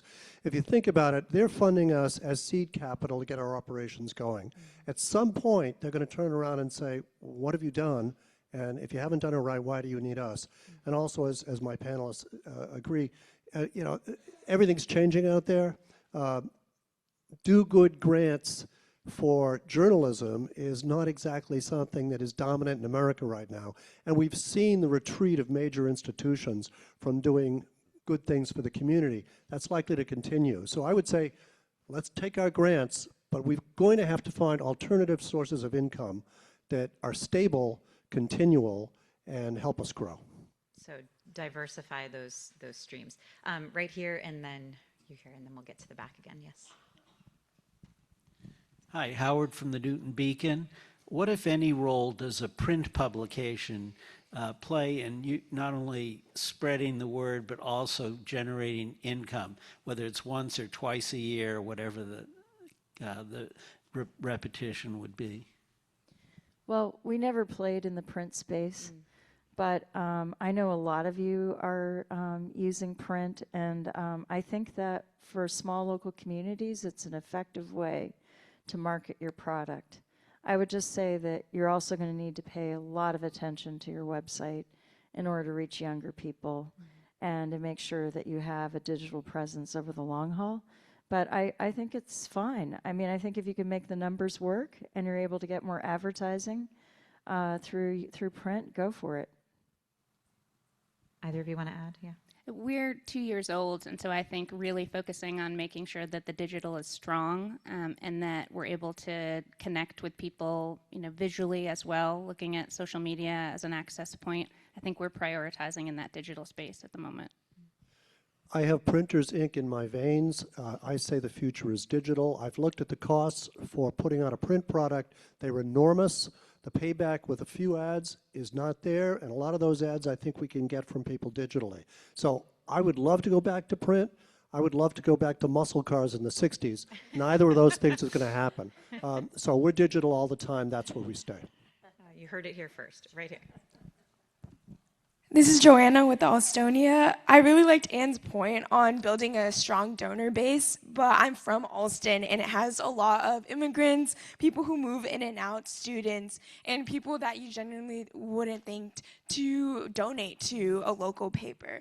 And I also really like Jim's point on Arlington is like blue collar, working white collar, and I feel the same with Alston and for neighborhoods that are more urban. And I'm curious, for those kinds of neighborhoods, how do you build a donor base or how do you build a dedicated funding base? Because I do think it's very important to have community funding. With a potentially more transient, you know, population that comes to school and then leaves, right, Anne? Well, I mean, to get back to something that Brian said, you know, I think if you're relentlessly interesting and you can grab those readers, you can ask them to make micropayments. You can ask them to, you've got to build a membership program right out of the gate. And then if you can, I would see if you can get a grant or get some major philanthropic funding from maybe outside your community, from someone who cares about that community but may not reside there now. You know, it's transient, so there may be people who are expatriates, you know, who would be willing to help you out. There could be people in the community who have connections to major corporations or to, you know, to universities. But it's tough. I'm not going to pretend it's not. I think it is. But again, you know, with advertising, you know, that's an opportunity too. You may, advertisers want to reach young people. And if you're a vehicle for that, that's important. So I think it's worth trying these strategies.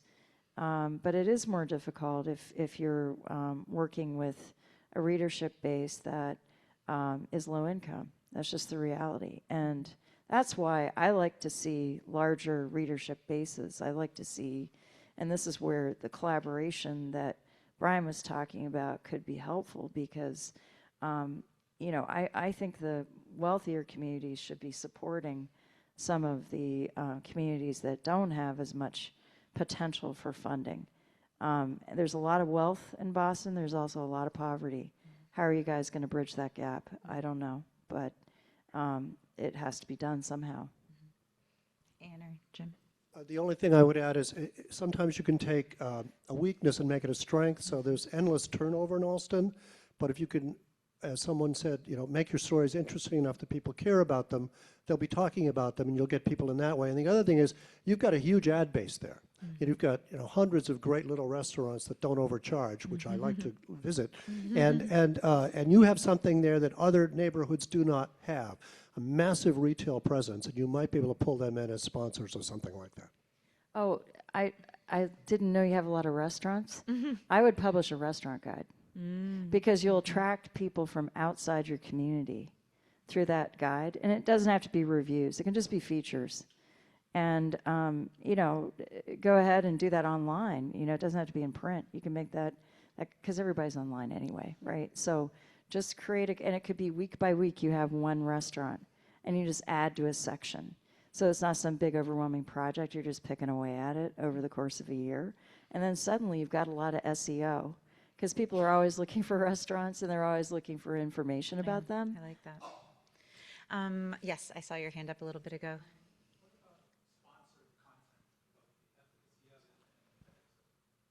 Oh, some people are doing really well with it. I think an example I would point out is Sioux Falls Simplified, the young woman who runs that news site in South Dakota runs these amazing sponsored content posts. And they're all labeled sponsored content. So as long as you're telling readers that it's advertising, it's okay. But you can charge a bit more for it because it is essentially a little story, for the company. So I would just treat it like in all other advertising, although I would price it a little higher. It needs to be marked. It needs to be well marked. We have about 4 minutes left. So I would do it, but the phrase sponsored content is going to be really big and really bold. Right, no mistake to be made. Maybe one more question. Just the gentleman back here hadn't asked a question yet, so. Joel Angelillo, Western Observer. This question is for Arlington and Brookline. Do you have a membership model? Have you considered it like VT Digger? We haven't reached that point yet. We would love to have one. Front and center for us right now is putting together that kind of business plan that we've been talking about off and on, where we can show people, particularly large donors, why you should invest in us. But next is what you're talking about. We have what we call the publisher circle, and so that's a $1,000 gift and above. I think we're trying to increase the base, and we can do that in a number of different ways that are, social media focused, making sure that there's QR codes, things like that, so that we secure the base that can then move up to that $1,000 level. Got it. Yes, right here.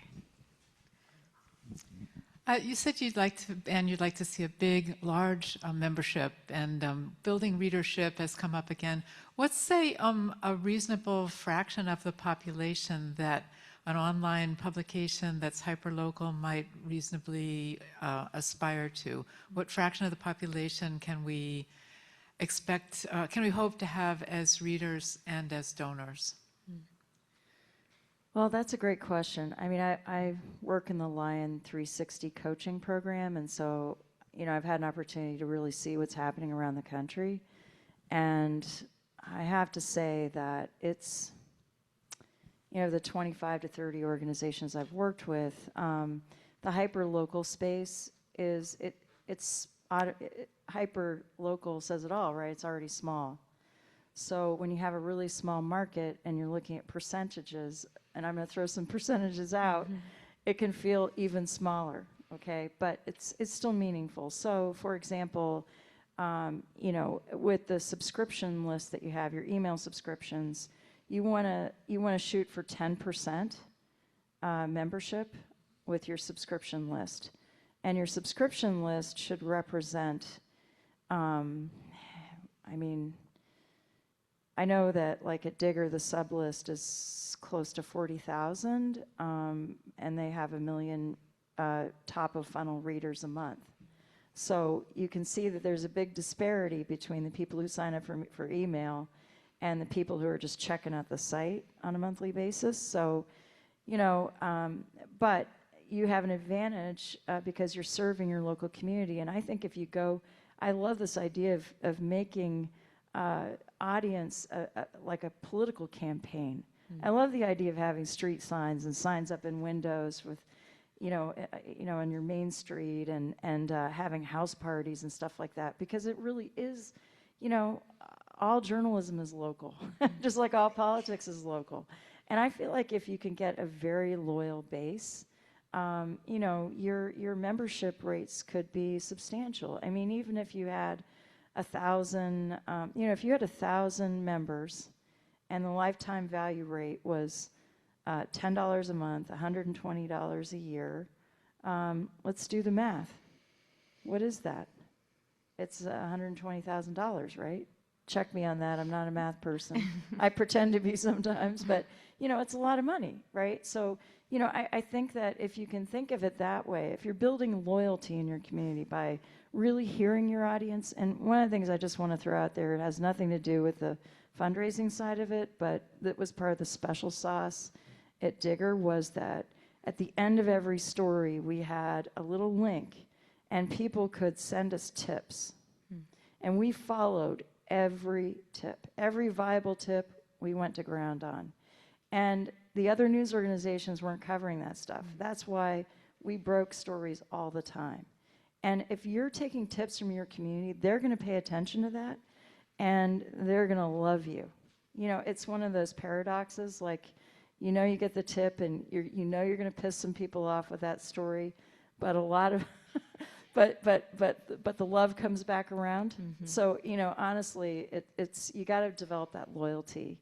And the loyalty is based in the journalism. So, you know, money can be made on membership for you guys. I just don't have good, you know, I have all this experience in the field, but I can't point to a group that's doing this really, really well. I mean, maybe you have that here with New Bedford Light, I don't know, or some of the other organizations that have been around a little longer, but you know, in my view, the audience numbers aren't strong enough in our industry, period.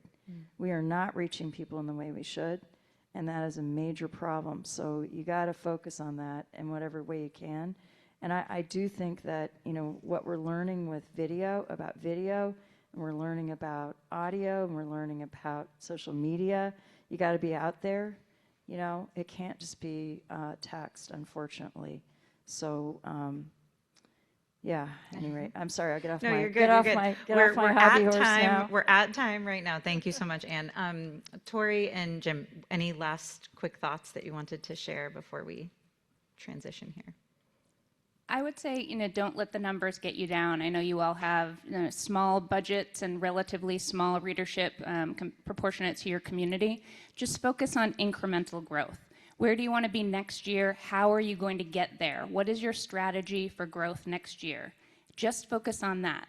You know, what can we do with a readership of 8,000 to get to 10,000? And if you focus on that incremental growth, you're going to grow. Money, as we're all talking about, is very important, but to those of you who are trying to grow your base, the other thing we do is when we ask for money, right after that we say, send the link to 3 of your friends who like news, okay? Because if we grow the base, we grow the money, we grow the readership. I mean, it's a chicken, egg, and a duck. It's all related. So ask people to check you out. Wonderful. Thank you so much. Thank you for your time.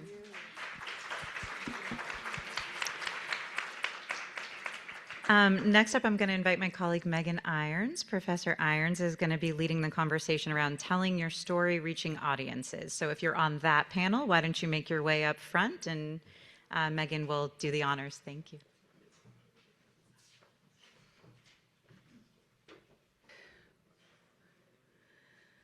Hello, everybody.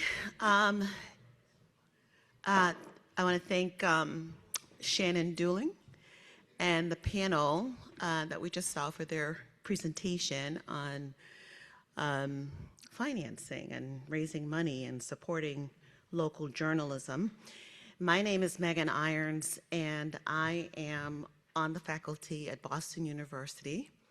Prior to coming to Boston University about 3 years ago, I was a reporter for the Boston Globe for 2 decades, covering a range of stuff. But the one thing I loved the most was covering local news and social justice issues. And I'm getting to do a lot of those work vicariously through my students who have reported for some of you in this audience, the Brookline.News, Dorchester Reporter, the Jamaica Plain Gazette. Our students have been helping to fill the gap in local news reporting. And so I am very privileged to be here with you today to have a conversation about telling our stories. We all know how complicated it is to raise money. We also know how complicated it is to get started, but it's also equally complicated and challenging to let people know that you're here, that you exist. Tune in, read, right? So who else can I have to help jumpstart this conversation? We have 3 amazing journalists here who are going to help us sort of sort through what it's like to tell your story, what it is like to broaden your reach, and how do you get the public, the reading public, to tune into you. So, help me welcome Allie Dorman Fernandez, co-founder and board member of the Weston Observer. Allie, it's great to see you. Thank you for being here. June Kinoshita, who's the co-founder of the Waltham Times, and Janice Thompson, founder and director of development and operations of the Harpswell Anchor in Maine. Welcome.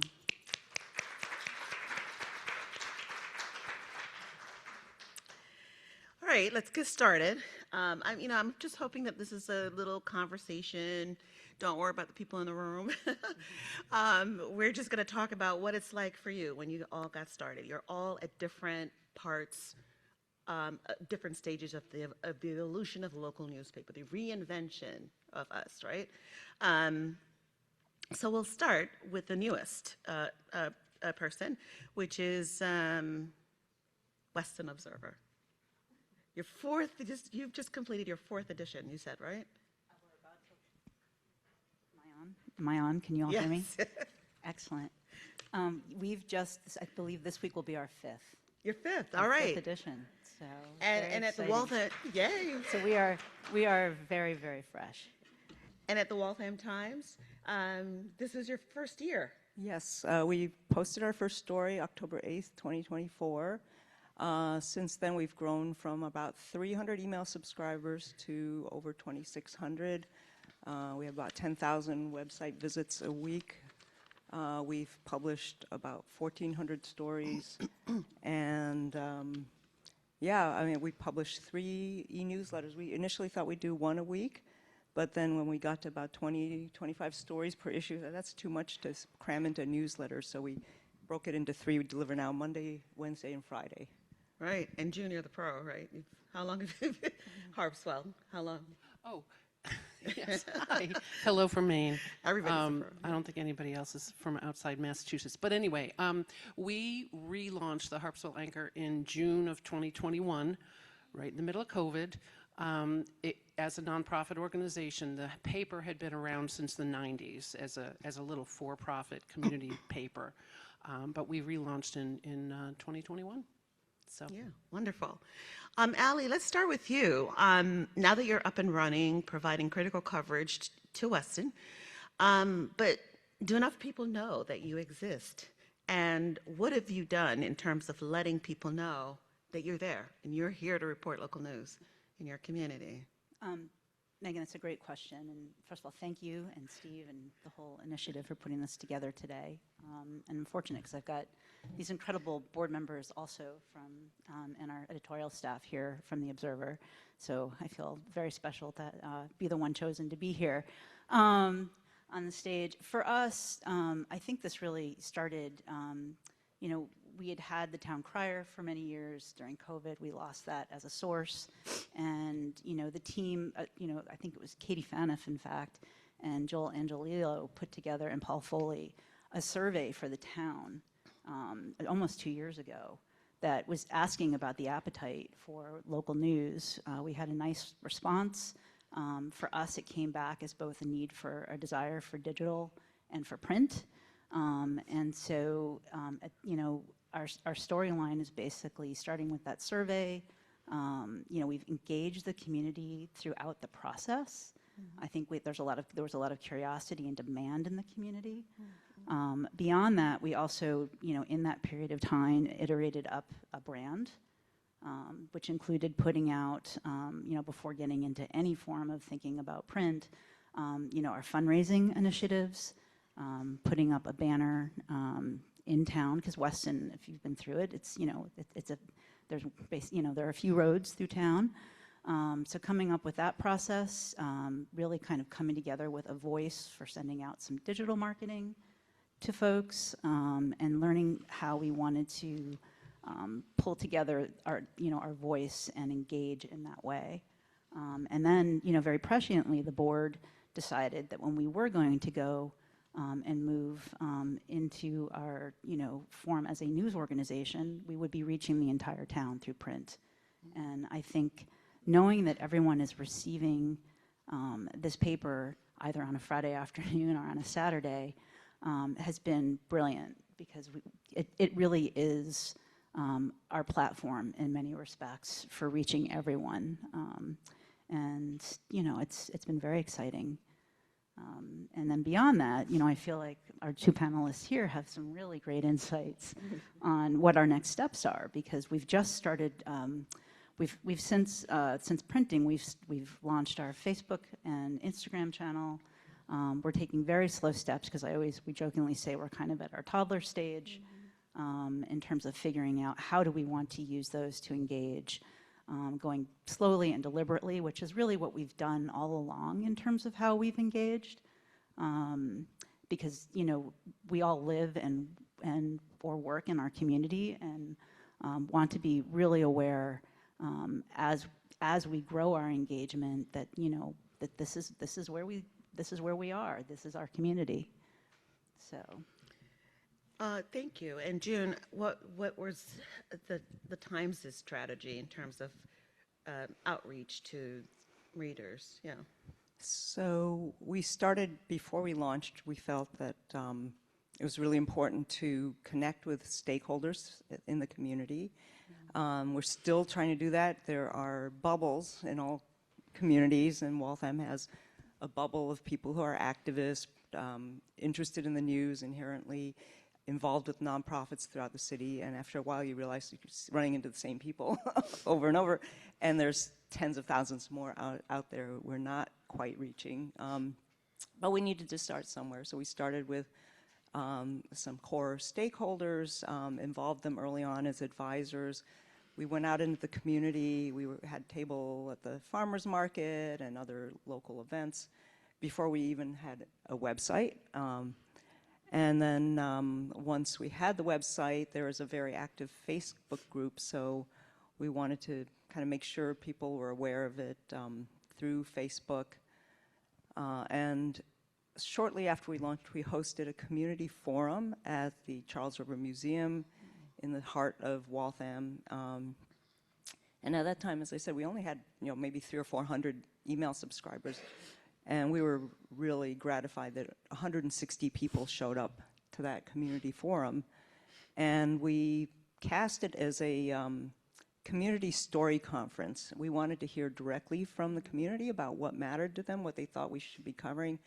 We just asked people, nobody get up on a soapbox. We just needed, you know, real concise ideas. And believe it or not, dozens and dozens of people lined up, and we covered a whiteboard with ideas, and we've been following up on those ideas. We have a tip line as well. So we hear back from the community. They are grateful when they see us responding. We're listening to what they are looking for, what they need. So we started, we got things going, and then at some point, we realized, talking to people, there's still lots of people out there who haven't heard about us. And when we're marketing, I mean, it's important with all of these endeavors to have some kind of goal. So our goal is really simple: to restore the Waltham Times to the place of the daily city paper that the previous paper had. Everybody in town knew what that paper was before it went under, 10 years ago. We want to restore that and have that position in the city. So what we then thought about is, how do we, with zero or very slim marketing budget, how do we reach all those people? So we put together a marketing campaign that started first with a postcard, which we could send out to every household and business in Waltham at a nonprofit rate. And we got a local bank to sponsor that postcard. So that went out in May, and we saw a big jump in our subscribership. We quickly followed that with and someone mentioned, political campaign style. We realized that we're not just out there pushing a product, we're kind of pushing a cause, which is the cause of community, of transparency, accountability, connection, and how important a newspaper is that for the community. So taking the playbook right out of political campaigns, we came up with the idea of lawn signs, and we had volunteers sign up. They got their lawn signs, so we wanted to just have the effect of people seeing the postcard, then randomly seeing lawn signs around town. We got those A-frames there are 10 big intersections in Waltham that we can put up A-frames to publicize things. So we have 2 every week, and we rotate. We have volunteers go out and move them around to the different locations. And we started getting in subscribers saying, I learned about you through either a lawn sign or these A-frames. I guess my operating principle is that people need to see something 5 or 6 times before it actually sinks in that there is this thing. And that you want to do it in diverse ways. It's like they saw the postcard, maybe it kind of went through, and they tossed it. A week later, they see a lawn sign, then sometime over the summer, they see the A-frame, then they hear about it on Facebook. You have to have multiple touches in different formats for people to just get it. And I think that's just going to have to go on. We're going to have to sustain this and get creative. We did also have merch. I'll show you some other ways that we. And part of this is, we're trying to build this up from zero. Nothing existed a year and a half ago. I would strongly recommend, we are lucky to have a volunteer who's a very good graphic designer and background in marketing and branding. So we kind of amazingly quickly came up with our name, came up with a brand, had a story around our logo about how we have an old font and a new font, bringing, old and new together. Waltham is famous for the Waltham Watch Factory, so we had like this clock motif and so on. And then she designed, and then we said, well, how do we make people see us all over the place? So we have these beautiful T-shirts. And so our volunteers wear them. We only give them to people who are going to wear them. And the idea is these are walking billboards, and it makes it real. It's like a real person wearing them, somebody that people know in the community. 2 weekends ago, we had a 5K race, and we fielded a small team of 6 runners in this, and we're giving back to another nonprofit in the community. But meanwhile, people watching the race would see like this group of 5 or 6 Waltham Times racers go by, and then they see them out in the common at our table and so on. So walking billboards, these are super popular. We might actually start selling them because people want to buy them, but we have this baseball cap. Somebody was wearing this in England and ran into 2 other people from Waltham there, like started a conversation. We have, oh, this is our postcard, oversized. You don't want to get lost in the mail. And all of our, we have about 50 or 60 volunteers and about 15, 16 freelance writers. We issued them badges, again, so that they have a presence, a visible presence in the community. And one of our reporters actually needed this because they were surrounded by ICE agents who were saying, "Who are you?" And they said, "You have to have press credentials of some sort." So, and yeah, so it goes on and on. Flyers that people post in local businesses. That's what you got to do. It's real. And the thing is, as I said, we start from nothing. Like fake it till you make it is really. You want to go out there with the branding is really important. You want to look credible. You want to look, knowledgeable, sophisticated. So don't shortchange. I mean, we got it for free because we have a volunteer who's brilliant. If you find somebody like that, it can go a long way. Wow. I love the idea of a walking billboard, but I see that you have a table full of merch. Janice, talk to us about, just the origins of your outreach and how these different strategies have helped to get the Harpswell Anchor in front of people. Sure. Thank you. We're lucky in that the paper had existed before. And so when it died in COVID, people really wanted it back. And we wanted to leverage that from the very beginning. And so we sort of started without too much money in the bank, because we wanted to leverage this summer community. I will echo what other people have been talking about. We did do a community questionnaire because the old Anchor had been written and edited by a man who everybody really liked. He was a fisherman. We're a huge fishing community. We all came from away, the group that I had put together. And so the adage is, if you want money, you ask for advice. So we had pooled our own money to do this all community questionnaire. And our community also said print, print, print, print. The resident age of Harpswell is the oldest in Maine, and Maine's resident age, median age, is the oldest in America. So we are old central. I was telling somebody, I'm just turning 62 and I haven't hit the median age yet. So I'm really excited. I'm the youngster. But they told us that, but it started our database for fundraising. And by the way, I am not a journalist. I'm a career fundraiser. And I wanted to reiterate what the other panel was saying, get yourself a fundraiser.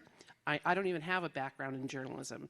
We at the Harpswell Anchor look at free access to nonpartisan and accurate news is a public good, like a library or a school or a museum. And so we look at this as from a nonprofit point of view.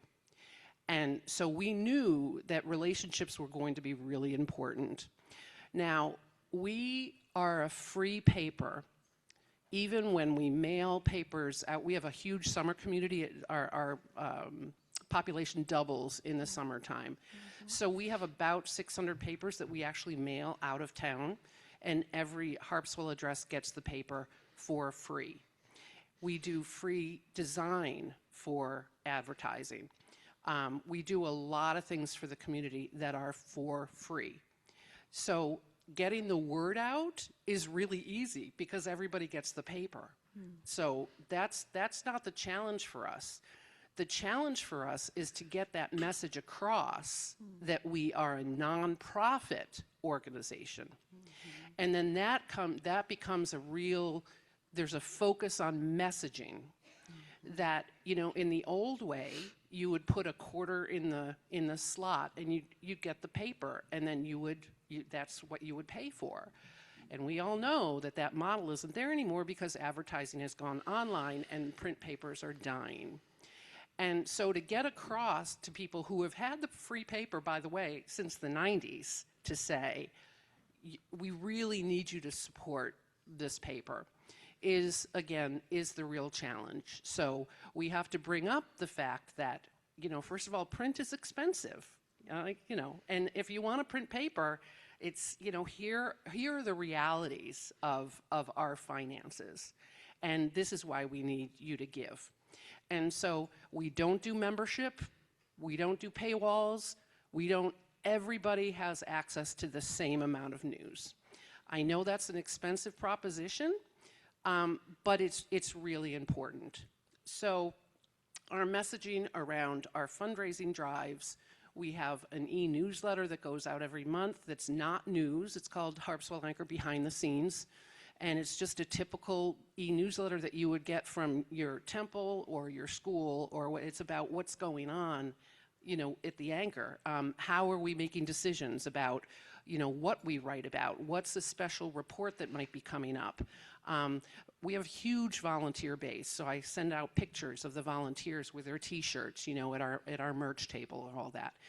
So we really try to also get out into the community to express to people that, again, we're not just a newspaper, because if we were just a newspaper, we would be publishing the paper and charging for it. We wouldn't really need to necessarily be out in the community like we are. We do things like we do panel discussions. We have a strong summer concert series in our bandstand that Steve knows about because he played at one of them. I don't know if you know, but he's in a band in Harpswell. So anyway, congratulations. So we sponsor the bandstand for the whole summer for $1,000, and for that I bring my table with our merchandise, and we sell it. But the thing is that it's not a moneymaker. We hardly even break even on our merchandise. What that allows us to do, we have incredible conversations with people who are coming up and saying they love the Anchor. Oh, here's a story idea. Oh, who's this? Wonderful conversations. I have board members there. I'm always there. I have volunteers there. And so that's how we sort of let people know that we're there to serve them. A little tip about the merchandise, we have a very wonderful web designer. And when we were thinking about merchandise a couple of years ago, he said, for us, because Harpswell's tiny, there's only 5,000 people. And so how do you design merchandise so that it would appeal to people even if they don't know anything about the Harpswell Anchor? So it's not just the logo, but let's do a design. So it just so happened that a man who's in Harpswell had just won the T-shirt design contest for the biggest radio station in Portland. And I thought, well, that's pretty cool. So I reached out to him, and he made these designs for us. And so I think they're pretty cool. Yes, let's see 'em. Yeah, so could you hold this? My favorite one. This is our signature one. I'm going to stand up. Yeah, please stand. It says types of anchors. It says the Admiralty, the Porter Trotman, the Danforth, and Harpswell. So it's all different anchors, and then it's our paper, and then it's the logo behind. And then we have another one that he designed that just has Harpswell Anchor, but it has a nice design to it. And then this is sort of cute too. It says, "Home is where the anchor drops." So, and we do, I sold one of these, the types of anchors to someone who was visiting from Cincinnati and is never going to come back, but she loves anchors. So she wanted to buy that. We also have hoodies that has a little badge of Harpswell there. So yeah, but again, we look at this as marketing. We don't look at this as a revenue builder. So yeah, I think that's my story. Wow, that was pretty impressive. You guys are so grown up. We're and I don't 4 mean years about the old. I mean, I don't mean about the age, median age in Maine either, but. Well, we have, we often have people come to us and ask us about our secret sauce. We had some really good press when we first started. Bill Nemitz, who is a very well-known columnist for the Portland Press Herald, he came up and met with us and wrote about us in Portland Press Herald. We have a writer in Brunswick who wrote about us in the Down East magazine. It's a national magazine. And so people do come to us and they ask us about, what's the secret sauce? It's the team. Yeah. It's totally the team. I mean, when I put this group together, I thought, ugh, no one's going to have time. But a good thing about being in a retirement community is that they have a lot of time. And they're newcomers, and they want to really support the community. And so we have a wonderful board. We have a wonderful staff. Our editor is an award-winning editor. And so in tiny little Harpswell, we're sort of putting together a nice model. So. When we spoke prior to this, to us coming together, you also talked about other things like being community-minded, things like special touches to the obits and all these different little things that are very, they're subtle, but they are really critical in connecting with your readers. Can you talk about some of those things that you've been doing since you've started to sort of make this very local, but also very community-minded, in a lot of ways very personal to the people who are reading? Well, I can answer that because we are old enough now at 4 years old to get to that level, because sometimes I overwhelm people because of all of the stuff that we're doing, but I want to reiterate, start small and just do it incrementally. Good. So remember that we've been, anyway, 4 years seems pretty young, but I guess in this industry we're sort of old. Anyway, I have a great group of volunteers. They call themselves the Kedgers. A Kedger is a small anchor that helps the larger anchor. And they are able to do things that we wouldn't be able to do as a staff because it takes time. So for example, I have a Kedger who looks through every paper, and if we have an obituary, she sends a condolence card and a couple of copies of that paper to the family. Again, nice little touch. Yeah. It shows that we really care about people. And a volunteer does it, so it doesn't cost me any money, and they love to do it. With my acknowledgement notes, for example, every time I process a gift, I write down a little note on the database, not in my hand, but on the database about, oh, this person sent in a nice card, when he sent the gift, or oh, this person is a new donor or an increased donor. So I write that down. When my administrator prints out the letters, she prints out that list as well. So I might have like 50 letters to sign. I don't remember any of these things. I don't have a very good memory, but I can write, oh, thank you so much for your kind words, or, oh, thank you so much for joining the anchor. Different things like that, just little touches that you can do. So that's sort of our brand. And again, we can do it because we're small. And I worked for 18 years across the street at MIT, and I know that we couldn't do anything like that over at MIT. So it's you can't do everything. But those are volunteers are the key for me. June and Allie, you want to jump in? Is this on? Okay. I agree. Volunteers are absolutely vital to us. And early on, I identified, we would get a fair number of inquiries, and I was starting to feel overwhelmed. Like, how do I meet each one and vet them and figure out where they could fit in and contribute?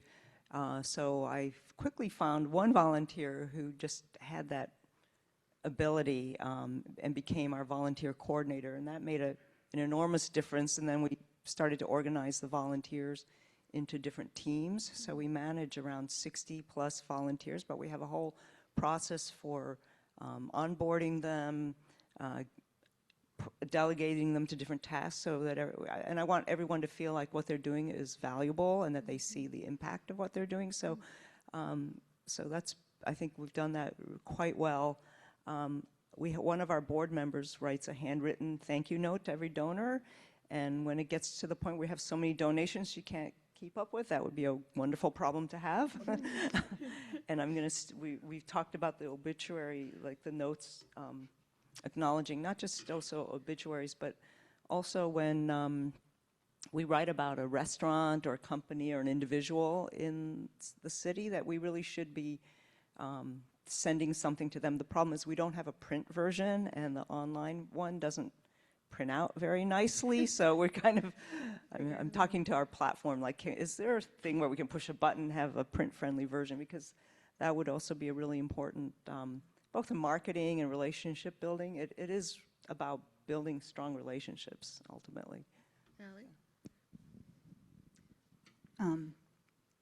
Thanks, Judith and June. And first of all, I want to clarify, I am also not a journalist. I have great admiration for everyone in the room that is. My background is in brand and community engagement. And again, I'm lucky enough as a volunteer, you know, our board is very much driven by community leaders. And similarly, we've got a great group that's working on our fundraising, which is, you know, hearing Judith speak to you know, the driver of being a nonprofit and the mission behind that and the community building there.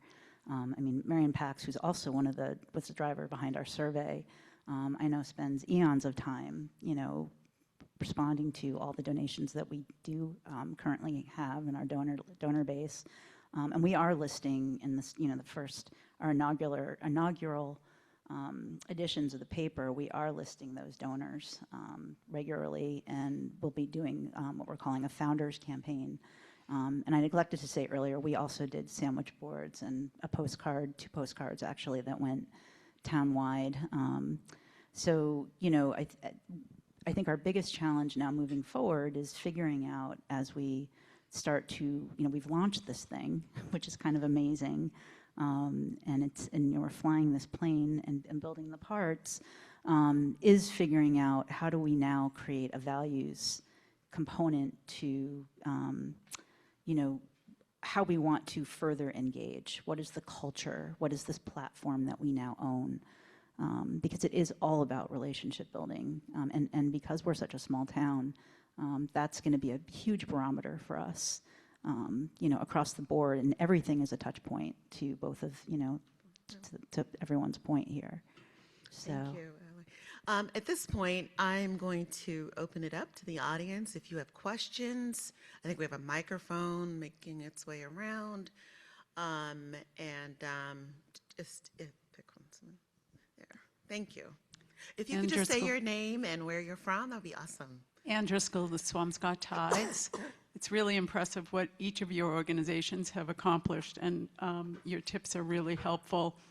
I was just curious, the smallest among you, you have a community of 5,000. Can you give us some idea of what your budget is and what your staffing looks like, what you've done with the budget? Sure. Our budget this year was $475,000. We have 6 employees, 3 on the business side and 3 on the journalism side, the editorial side. We have a full-time editor, we have a full-time reporter, and we have a part-time sort of web designer who works with them. I'm full-time. We are co-led by me and by the editor, which is a little bit of a different structure. We both report to the board. Because we've been talking about that division of church and state. JW, our editor, it's not in his wheelhouse to do fundraising, and it shouldn't be, because he creates a paper that's award-winning, and I need that to go out and fundraise. So I'm full-time, I have a part-time ad person, and we have a part-time admin. And I'm sorry, what did you say your budget is? $475,000. It's going to go way over $500,000 because we do provide health care subsidies, and we all know what's going to happen with health care subsidies next year. We have another question. Hi, I'm with the Needham Observer, and we've been thinking about doing a postcard, and since 2 of you have done that, I'm just wondering if you have, did you have any way to quantify how well it did? Did it really bring in more readers, subscribers? Absolutely, because we saw a big spike within the 1 or 2 weeks after the postcard landed. So I think within 2 weeks we had 600 new readers, whereas our average growth rate is about 100 new readers a month. So, and then yeah. This is going to add, I'm with June. It also gave us a news tip because half our town did not get the postcards. So we found out like mail isn't being delivered to a good chunk of our neighborhoods. We're working on that story. Yes, there's a story about all the undelivered mail in the city. Yes, Allie, did you want to? Jim Concannon, Your Arlington. Can you go into a little more detail on how you're unleashing your volunteers, what they're achieving for you, and how they are most effective? We're wrestling with that now. Thank you. Great question. So I think the largest team is the community outreach team, just because they have to be on the ground all over the city. For example, this month and last month, we decided we needed to reach younger families. They're often like, young parents are so busy, they're not paying attention to the news. And, we grew up, the newspaper was a vital part of all, schools. Like, that's where you heard about what the sports teams were doing and who was on honor roll and that cute school play and all that. So we want to restore that place of the newspaper in that demographic. And so, there are, I forget, 12 or 13, altogether 15 or 16 public schools in the Waltham School District. And they have their back to school nights. So that's 17 events on weekday evenings in a space of 4 or 5 weeks. So often some of them are nights. So to have, at least 2 volunteers per school to go and set up the table and, talk to parents and so on. So we are at the farmers market 3 weekends through the season. So, we're at the community, various festivals in the Common and so on. So, and then we had the people running in the race. So that's, the community outreach team is big. And when we do the community forum, we have a dozen people kind of work together to solicit food donations, set up, day of, marketing, setting up posters around town and so on. We have some people who all they do is move the A-frames around town. We have other volunteers that are delivering the lawn signs to people who want them. So there's, each of those is, it's an hour here, 2 hours there, but they add up if one person has to do it all. And it keeps the, stress level manageable, and everybody, has like this tangible result. I helped do this and do that. So. I wanted to add that if you're asking about recruiting, we started very small. So I have this e-newsletter that goes out to a couple of thousand people. And in the beginning, we were mailing those subscriptions out of town in a first-class mailing because we didn't have that many. And I would just stuff them, but then they got to 100, they got to 150, they got to 200. So I just sent out in the e-newsletter, can you help me stuff envelopes? And so I got a few people, and then we got a few more people, and it turned out to be a lot of fun. In fact, they were really upset when we went to bulk because it was prohibitive, the cost, so they can't get together every month anymore. I've had them at the merch tables. I've had them pick lobster for an event for us. I mean, it's fun, but you just start it's easier to have a specific task rather than just to say, oh, do you want to volunteer? So we started small. Allie, did you want to chime in? Or no? No, okay. Do we have another question? Oh, this table here. Oh, wait a second. We're bringing a microphone to you. Joanna Alstonia. This question is specifically for June. When did you specifically start building a system for volunteering and onboarding? And I'm curious if there was a certain rationale on screening volunteers, volunteer writers, for example. Did you have interviews with them?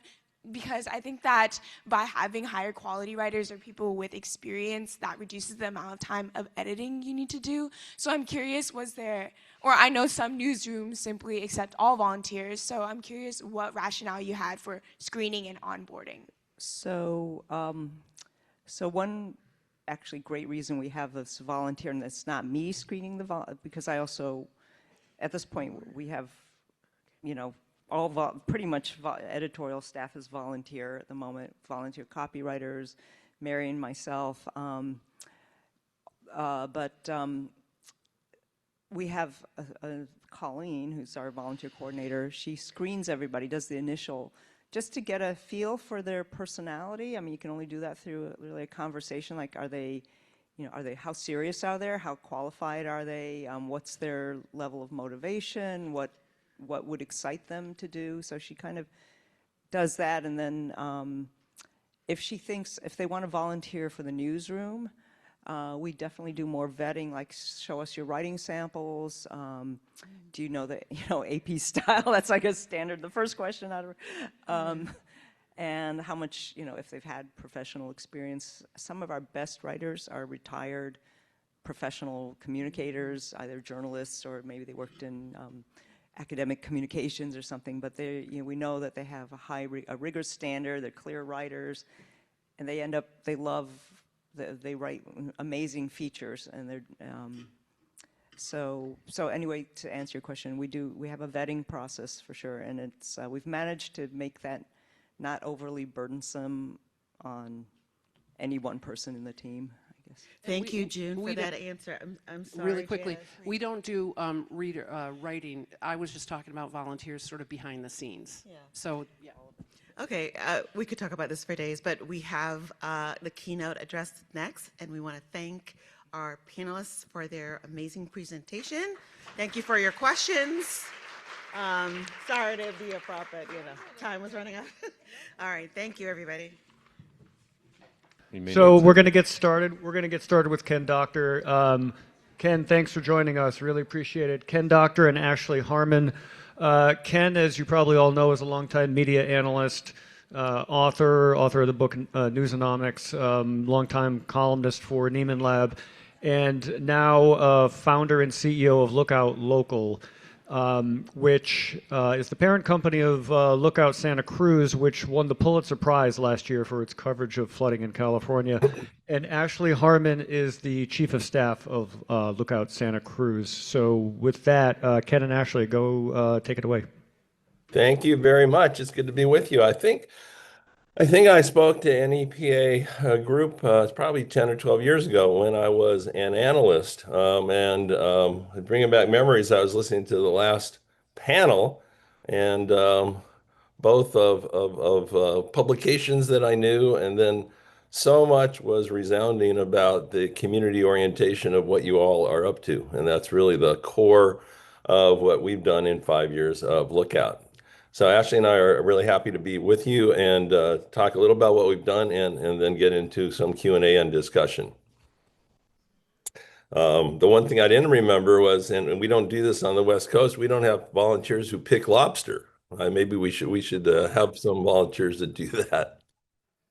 So my odyssey, as mentioned, is 21-year career with Night Rider Newspapers, long career there at the heyday of newspapers.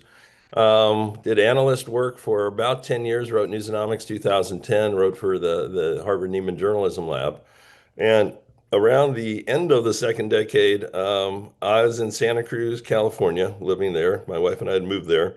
And I realized that everything I was writing about the great changes in media, including massive changes in New England, as I recall, were happening all around me and all of my neighbors and constraining what we were actually getting for news. So I traded in my analyst consultant work for being an entrepreneur. That's my 7th career in journalism. And today we have these 2 newsrooms we are very proud of. Ashley and I are actually both in Eugene today. We've been here this week. We just celebrated 6 months of this new operation. We want to make about 10 points to try to step back from this and extract meaning from it. The major intention here is to replace flagging newspapers. We're not a supplement. We are aiming to be a primary news source for the communities that we're in. That means being big enough, raising enough money to hire professional staff, and to do the business side on a high level. So it has been an incredible learning experience. We've gotten it more right than wrong, and the second time especially, and we'll share that. First, number one principle here is that it's not a franchise operation. As you know, every community is different. There is such a cookie cutter approach to our business by the money that has come into it, and thinking that it's basically the same in different places, and all the cuts that we have seen, and the disorganization. Really important to have models. We have business models, journalism models, community models, but to understand that you got to deeply understand that community you're going into first. We have expanded to Eugene 6 months ago, Eugene Springfield area, second largest in Oregon, and we are planning more lookouts over the next several years. Here's our homepage this morning. Interesting, you look at this and you look at Santa Cruz, they are going to look similar. We did not adopt University of Oregon duck green. Our colors are teal and tangerine. The branding work we did 5 years ago and we invested in has really held well. The presentation quality, in addition to the reporting quality and the editing quality, has been really important for us to say we are a replacement for a daily newspaper. And in fact, now we've struggled with what to call ourselves. We are a daily newspaper, and a daily newspaper that happens to be digital. And people across all age ranges get that. And so that's been really important. And you can see on these pages as you look at them, it is the breadth of news you used to get in a good daily newspaper. Government and government coverage is really important. Profiles, there's an accountability story this morning, which is a really good one. Development, food, arts, sports, all of that is in there. Very interesting for us, and for all of you who know the kind of ravages that vulture capitalism has wrought on daily press. The atmosphere that we entered in Eugene. The Eugene Register Guard was considered one of the best independent papers in the country, right up there with the Oregonian in the state of Oregon, and a civic institution here. These are just some numbers you can see, and they're familiar to anybody that's been around daily newspapers. This was at beginning, this was a loss of habit, and then it has just spiraled into these companies are now very small and have very little impact. This played a big part in us being successful here, and we think for our ramp, because we had a population who still understood, and as you do in many parts of New England, the value of newspapers as a civic institution. And as we stepped back from it, we understood that we're not just providing a new news, we are providing hope. And at a time of such despair in so many ways in our society, the idea that things can get better, in this case, that local news, which had gotten down to the nubs, could be revived, has really given people a small sense of hope. So just some numbers here, and we're happy to talk more about these. So it is 6 months old as of last Thursday. We are reaching, by our numbers with the Parsley services and Google Analytics, about a third of market adults across Lane County. Lane County is the size geographically of Connecticut. It has 400,000 people. More than 2 million page views so far. We've seen really good increases, 5 to 10% a month. Still really good awareness growing, up to 10,000 newsletter readers already. And that's, of course, an important metric for us. Here we have a local team of 19 full-time people, 16 in the newsroom, 3 on the business side, and we'll show you a little about our national team as well. That's a big team. It's a big commitment. It took a big investment.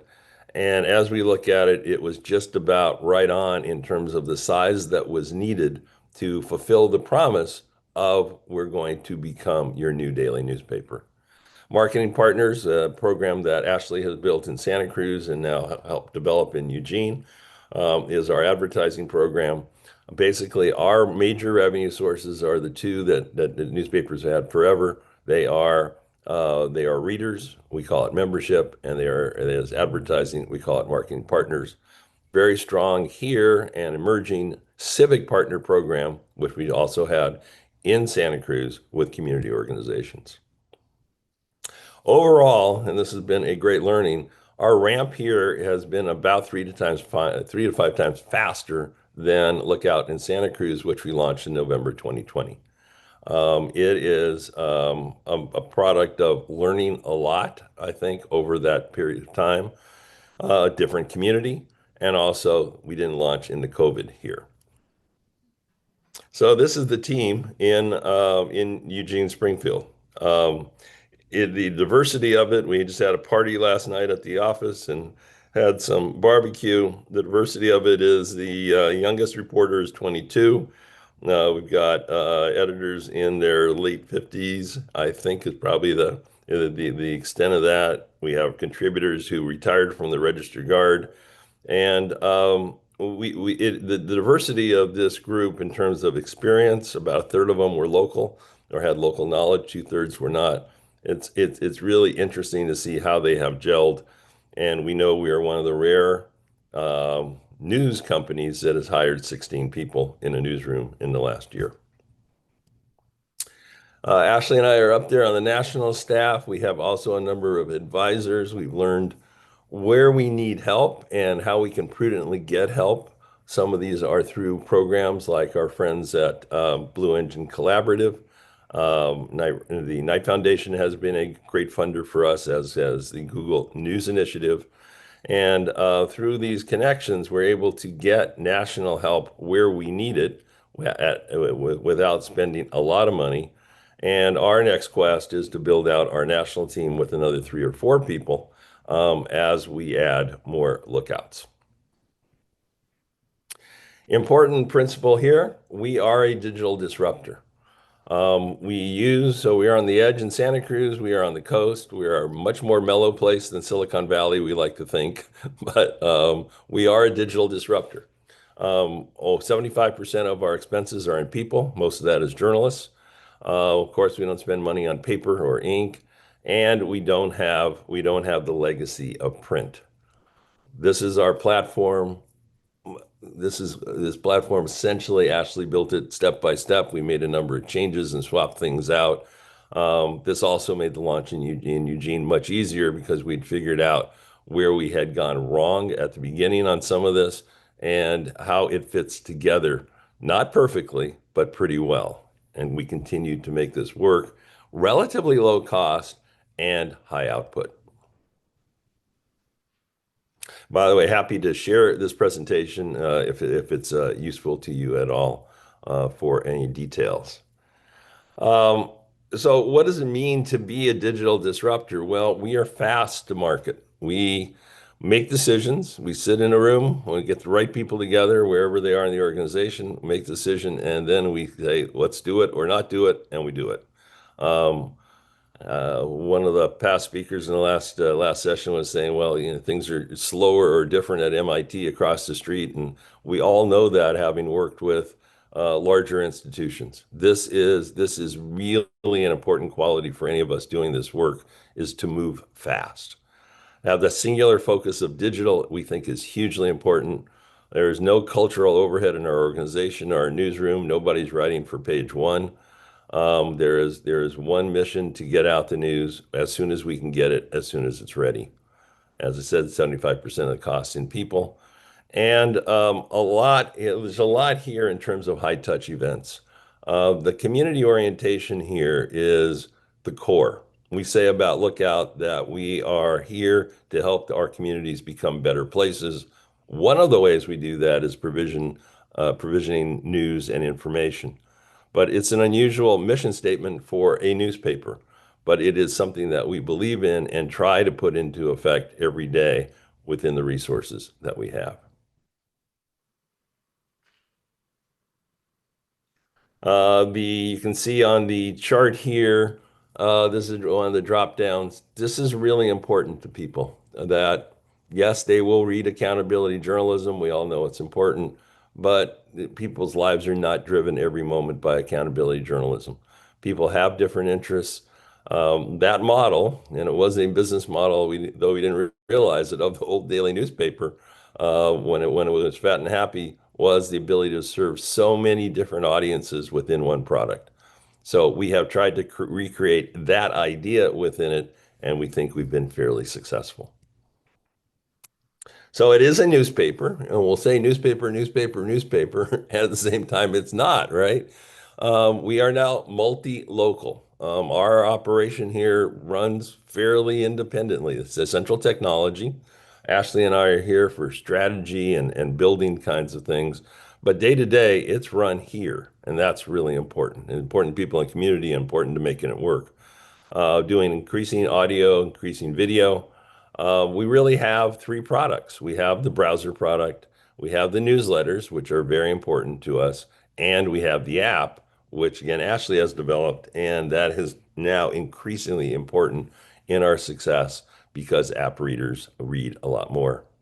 Multi-channel, we're getting out there in every way we can in terms of distribution. And we are doing partial Spanish translation, especially important in California, and are planning on becoming a bilingual site sometime in 2026. So yes, a newspaper, not a newspaper. Let's use these digital gifts that are out there in the right way. This is the app. The interesting number here, we launched this in Santa Cruz about a year ago. We launched in Eugene with it, and already a quarter of our traffic is driven by apps. So the app, we work with PugPig through our Newspack relationship. Newspack is our content management system, and that's been a great partnership. We were the first Newspack customer to go and make a new partnership with PugPig. And what that's allowed us to do is say to people, download the app. Ashley can tell you her secret of getting people to download the app. And then we'll see that they will use 6 to 10 times more pages, or they'll read 6 to 10 times more in an average month if they have the app rather than the browser. We think this is a really important strategy for us. And to the extent that it is possible within costs to make it work for other news publishers, we think it's really important. Newsletters, we have a whole bunch of them. We've got our morning and afternoon, of course, but we have food and politics and weekend in Santa Cruz. And we're starting the same route in Eugene, Springfield. We have here morning and afternoon and sports around the Oregon Ducks. And an innovation has been neighborhood newsletters, where we are actually using some AI to grab information and to give people information on a local neighborhood level. And we think there's a lot of growth possible there. But newsletters provide that one-to-one relationship. And that is defensible, we think, in this world, at least in 2025, and we're hoping for the next several years. So in Santa Cruz, we are reaching a growing majority of the community. We do restrict access. We're a membership site. We will change and we'll experiment with how much access we give for free on a routine basis.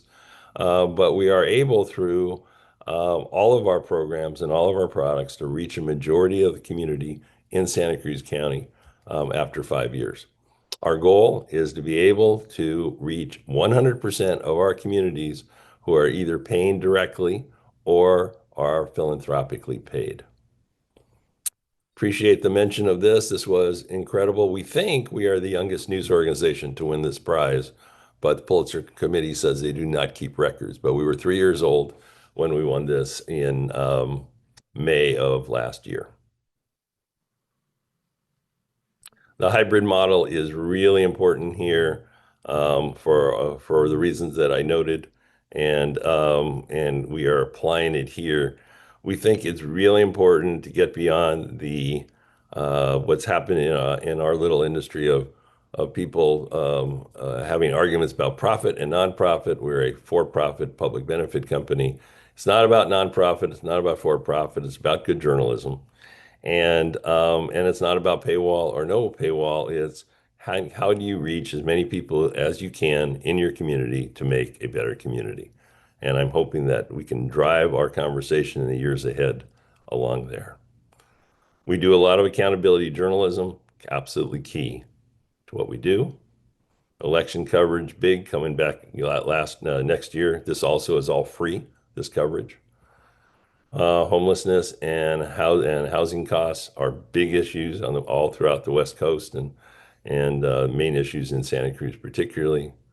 We try in our coverage every day to think about covering all the diverse communities in Santa Cruz County, and we do a fairly good job of it, and we are focused on improving it wherever we can. Series to really step back from what's happening in our community. A lot of housing changes, a lot of demographic and generational changes as well. And a strong opinion section is really important. Here in Eugene, it is one of almost demands people made when they heard we were launching. We think this is really important going forward.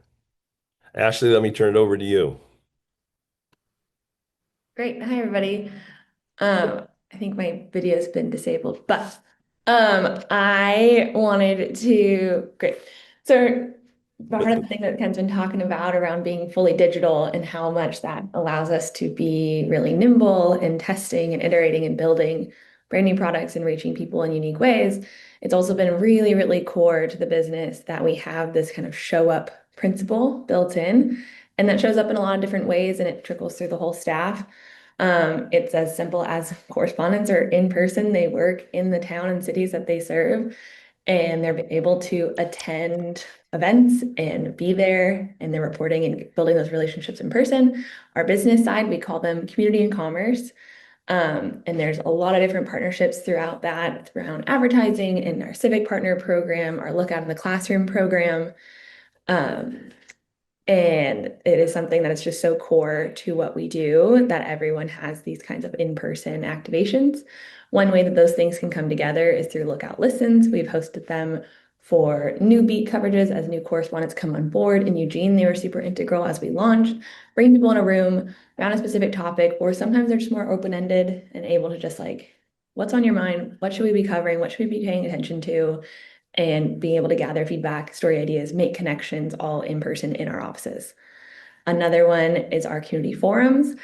We've done them a lot around election seasons, and it's been huge feedback from elected officials around like there's usually rarely a chance for us to talk to each other around these issues that we're looking to serve the community with. And so being able to moderate those with the correspondent and our opinion editors and have those conversations, have them available via live stream and in person has been a huge perk for us. Hoping to do more and more and bring that to Eugene here shortly. Media partners, we work really hard with marketing partners and civic partners, and just the whole breadth of like more news and information is the better for our communities. So where can we like share resources and split marketing and kind of trade and build that awareness with trusted partners? And then that all really leads into building that fast ramping awareness, right? We don't come in with just like 1 to 2 people. We launched with almost like on day 1 of Eugene, the second largest newsroom of Oregon. And then as we hired the like remaining few staffers, it was officially the second largest in all of Eugene, or in Oregon. And so being able to have people that are just as fiercely mission driven and business driven to push these things forward in person and in their work online is so important. This is a photo of one of our community forums. We did some around just like housing in Santa Cruz County and just like really wonderful story ideas and connections, and just like giving community members a chance to talk to elected officials or just developers and people of interest that have a hand in this issue around all kinds of things. Another one is that we are not remote. And so we do have offices in downtown areas of both Santa Cruz and Eugene, and everyone works from the office, but it's still that show up mentality where it's like, you're expected to be in the office, but you're supposed to be also out talking with everybody, but this is home base and this is where we have all our things together. Our Look Out in the Classroom program is something we launched with in Santa Cruz. We were able to launch with in Eugene. We offer free student memberships to university students and otherwise. And then we have in-person conversations. We're showing up. We have a journalism scholarship that we give $500 to the 3 top winners, and we publish the top 10. And it's just a great way to build those connections with the next generation. And it's another revenue stream for us as we go for funding to support this program. And then all around that community engagement, we have in both markets a local person that's in charge of community engagement and partnerships. And in Eugene, we've launched with this like a dozen plus civic partners who are actively sharing Lookout content. We are promoting them on our site as trusted partners and able to like build those connections right out the gate and show a lot of value and align with people that have the same missions as us. Oh, and we love a good party. We love a good party. I think we have like 3 launch parties for Eugene. And it's just such a great time to be able to like actually be in person, right? Like being online, it's not just Ben delivering your news, like, or just Look Out delivering your news. It's Ben, and you get to like talk with him and like pick his brain and like get to know him as a person that lives in your community, just like you. And so parties are a fun way to do that. And we love some good swag giveaways and merch, and we have some of those. And a big part is we're mostly community funded. So at launch for Eugene, this is a beautiful wall that was painted on of all these top funders who gave $5,000 or more towards our launch. And having that community stake is just so important to just like how we can present ourselves and show up for the community with them. It's been an incredible opportunity to be able to share this launch with this many people and people that feel that they have that big stake in the game and like they built this just like we did. And that's a really powerful feeling, and we're excited to see that grow and grow. And then one of the successes that we found for Eugene, that was a test, right? Didn't know how it was going to land, but we launched founding memberships before we actually began publishing, or before the site was really even finished and all the things that needed to come with a live website. But it was these 3 levels, 250, 500, and 1,000. There's no content to read or engage with at this point. You just are trusting like what we're putting out is like as we prepare for launch, we're announcing our hires, we're announcing like the mission and what we're after and what we're trying to do. And we had hundreds of people support us pre-launch. And with that success, we kind of continued that through where we still have the $250 founding membership. No added benefit besides that they get the stake of they are called a founding member. And I add their name to the website on a list of hundreds of founding members. And they feel like they have this connection to us. And they could pay less if they wanted to. There's an option that's $180 for the same amount of access to our content. You get all of it. But it's been a huge success to see people still wanting 6 months later to feel like they are a part of building this with us as a founding member. And as Ken's been talking about, we really aim for that 100% reach, and we're close in Santa Cruz, close in Eugene. We serve these counties as best we can, and there's all these different products that we've talked about to reach them. And so we know people are going to read news in different ways. How can we build that one-to-one direct relationship? App has been a huge thing to build that relationship and have that direct access to folks. And then providing as much free access through those platforms as we can in those new products. We really are, and Ken's talked about all these things already, but I did. And I think you duplicated some of these. Like being able to provide free access, like it is digital. We have that flexibility to on a snap decision decide this is really important. This is breaking news coverage. It should not be gated. It should be accessible. And we've seen huge spikes on membership when we communicate that clearly of like, we know you need this. This is still worth paying someone to report this news and information. And people will understand that that comes with a cost, and they're willing to support that if they can. And the people that can't are still able to engage with it. So it's been great success in that. And we can tag team our AI, because there's a lot to talk about probably in our AI force. But the big thing is that we're not using AI to replace jobs. It's just to build and expand that reach. And what can we do more of? And how much more quickly you can use it. The biggest example that we started with is our neighborhood newsletters. And so it's taking massive amounts of like county public data, things you can find on our events calendar, permit applications, restaurant inspections, all the weather and a million other things that come with like just county public data. But are you going to go seek it out and find it for your area? Probably not. So we can aggregate it and normalize it, and we're put it in latitude, longitude marks to then serve 9 for Santa Cruz. No, 9 for Eugene, 10, 11 for Santa Cruz. Direct neighborhood newsletters that go out every weekday. And it's pulling the most recent data and information, and it's helping you know more about your neighborhood. And it's been a huge success and something that we're going to do more and more of and expand as we build our data warehouse. And then we can build more off of that of like, for example, people are really curious about the business name filings. So we do a weekly article that just takes all the business name filings that came through these neighborhood newsletters this week, and you can read all of them on a week by week basis, and it runs in our business column.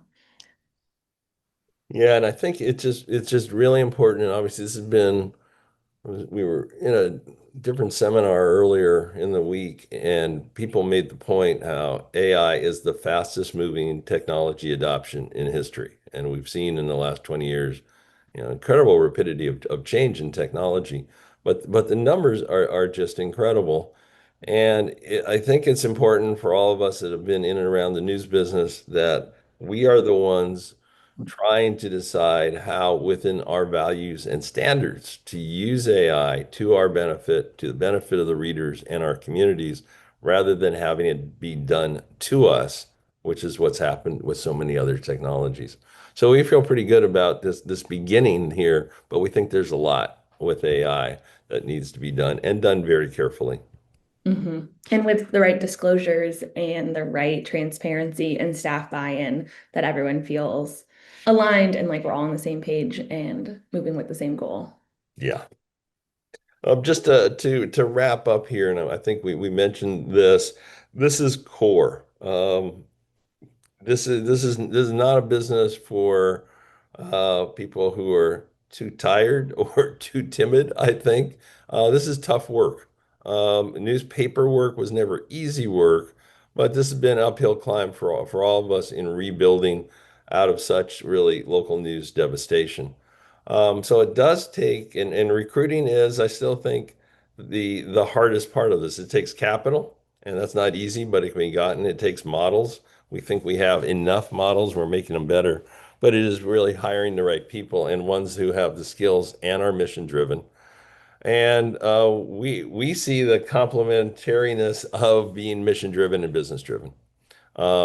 We go and we try to figure out every way we can make dollars that are going to support this enterprise and the growth of this enterprise, and we're mission driven. A lot of people, I think, over time have said, like, pick a lane, and we think you absolutely have to do both. And then even before the renewal of Trump times here, we believed that the core values of journalism in terms of trustworthy, nonpartisan content was really important. It's even more important now. Oh, here's just briefly on our growth, and we can talk more about this. We've just had this continual growth. These numbers are our Santa Cruz numbers, but great, as I said, fast ramp in Eugene.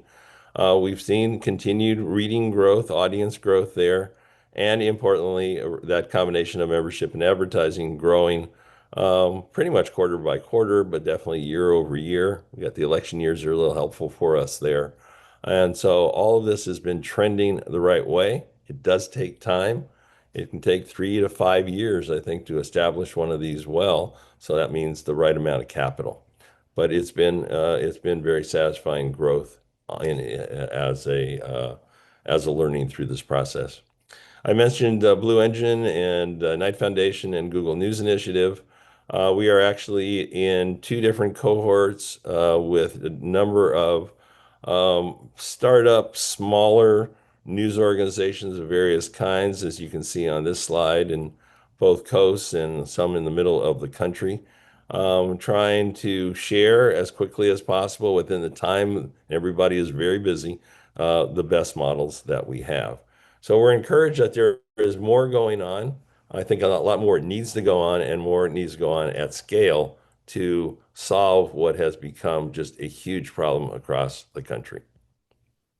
We are after growth, not just sustainability. That's, I think, really important with any organization. So we introduced the idea of Lookout Growth last year. We are looking at what our next 3 sites are going to be after digesting what we've done here in Eugene. And we're starting to do, as we get into 2026, some Lookout advisory consulting work as well. We really want to be part of a movement to replenish local news in cities across the country. It's got to be at least half the cities in the country have substandard local news, maybe more at this point. So the model, and I think I mentioned this briefly, models and playbooks are really important. Ours are advanced. They're not complete yet. We learn every day. The investment is huge. It is a small business. And whether you run as a nonprofit or a for-profit, it's got to be run in a business-like way. It takes investment to give you ramp and to hire the right people. And then hiring the right people is what either makes it work or is going to have it fail. Lastly here, I think these are our major learnings as we go into Q&A. We've learned that you can rebuild trust. I didn't have any doubt from my experience that we could create really good product and really good news. But would a community come around with a new brand, a new medium, digital only?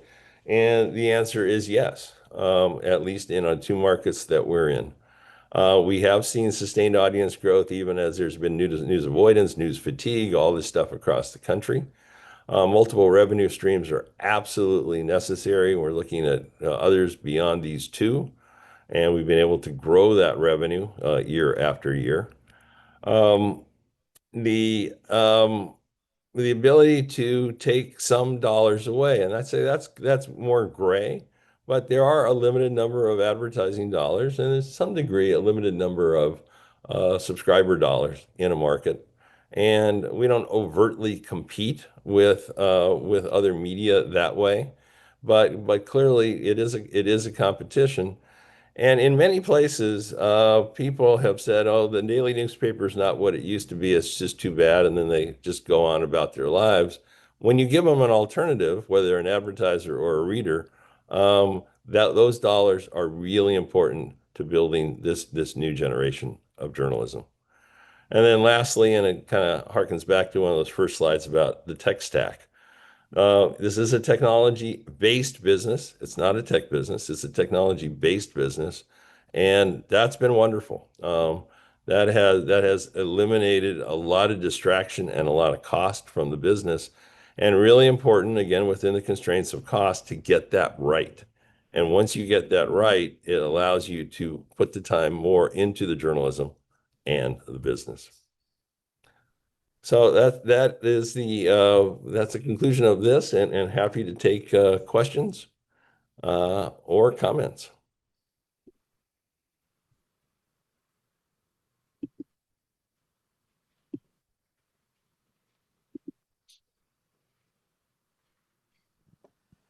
Are you able to provide salary and benefits comparable to what has been in the traditional media business? Yeah, I mean, compared to daily, the answer is yes. Like in Eugene, those 19 people, they're all full-time, all professional. In general, compared to daily newspapers, we are about 25% above them in terms of salary and comp. We offer full benefits, health, dental, optical, 2% match on a 401k. And because we are for-profit public benefit, we also are offering stock options to our full-time employees. So we are really trying to build a company at the same time that we're building a set of products for those readers.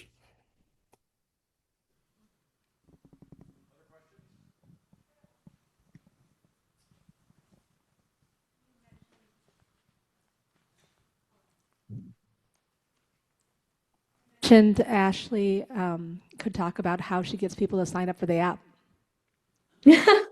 yeah. It's not too big of a secret, but we have a great relationship with a local cookie company, and I trade them ads in exchange for cookies. And we set up our tables, and any tabling event is download our app and you get a cookie, and people love those cookies. And so it's really not a tough sell, and you're able to have a conversation with folks because just lured in with free cookie, and it works every time. And other than the cost of the labor, it's a zero cost of acquisition if you trade for the cookies. Exactly. So it's been really effective. We're going to see if we can do it on a larger scale.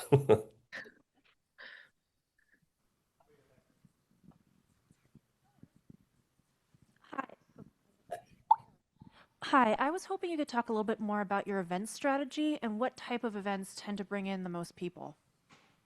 Yeah, so I think of our events as there's like the moderated forums are going to be the largest ones that we host.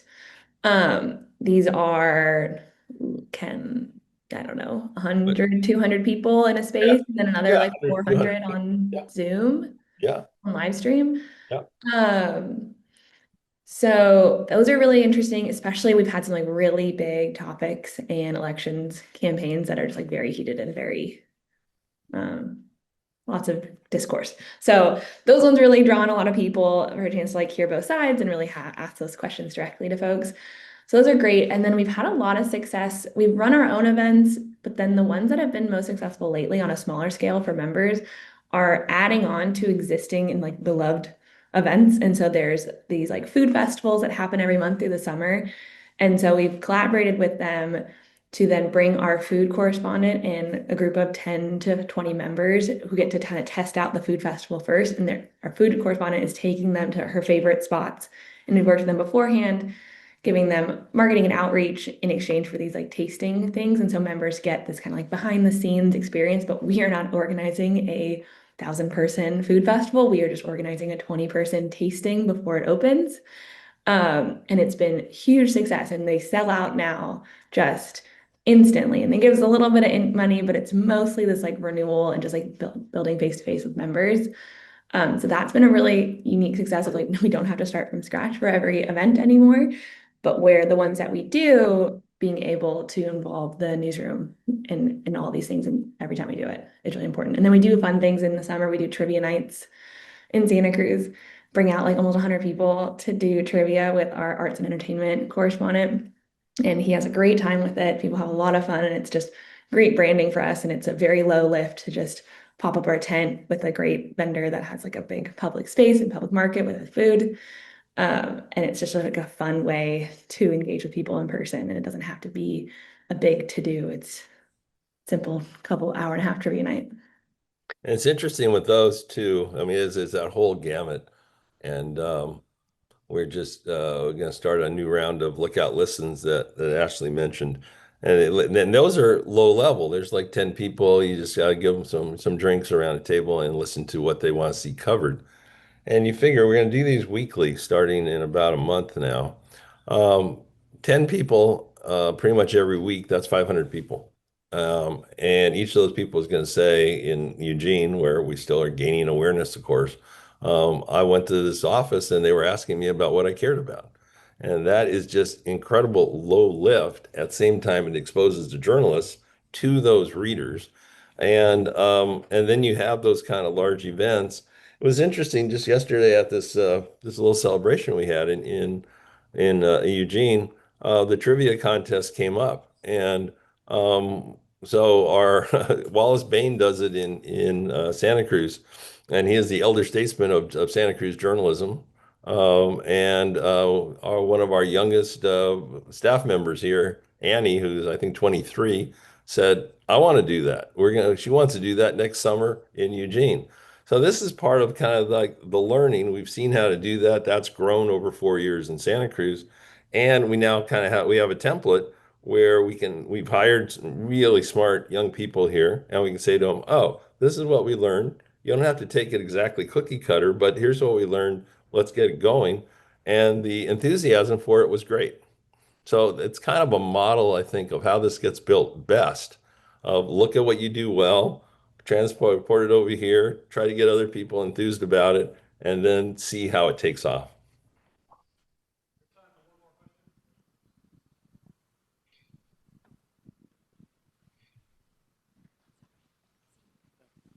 Thank you very much. Chris Frone here from the Boston Institute for Nonprofit Journalism. Thank you, Ashley. Ken, I think similar to you, my background is alt weeklies.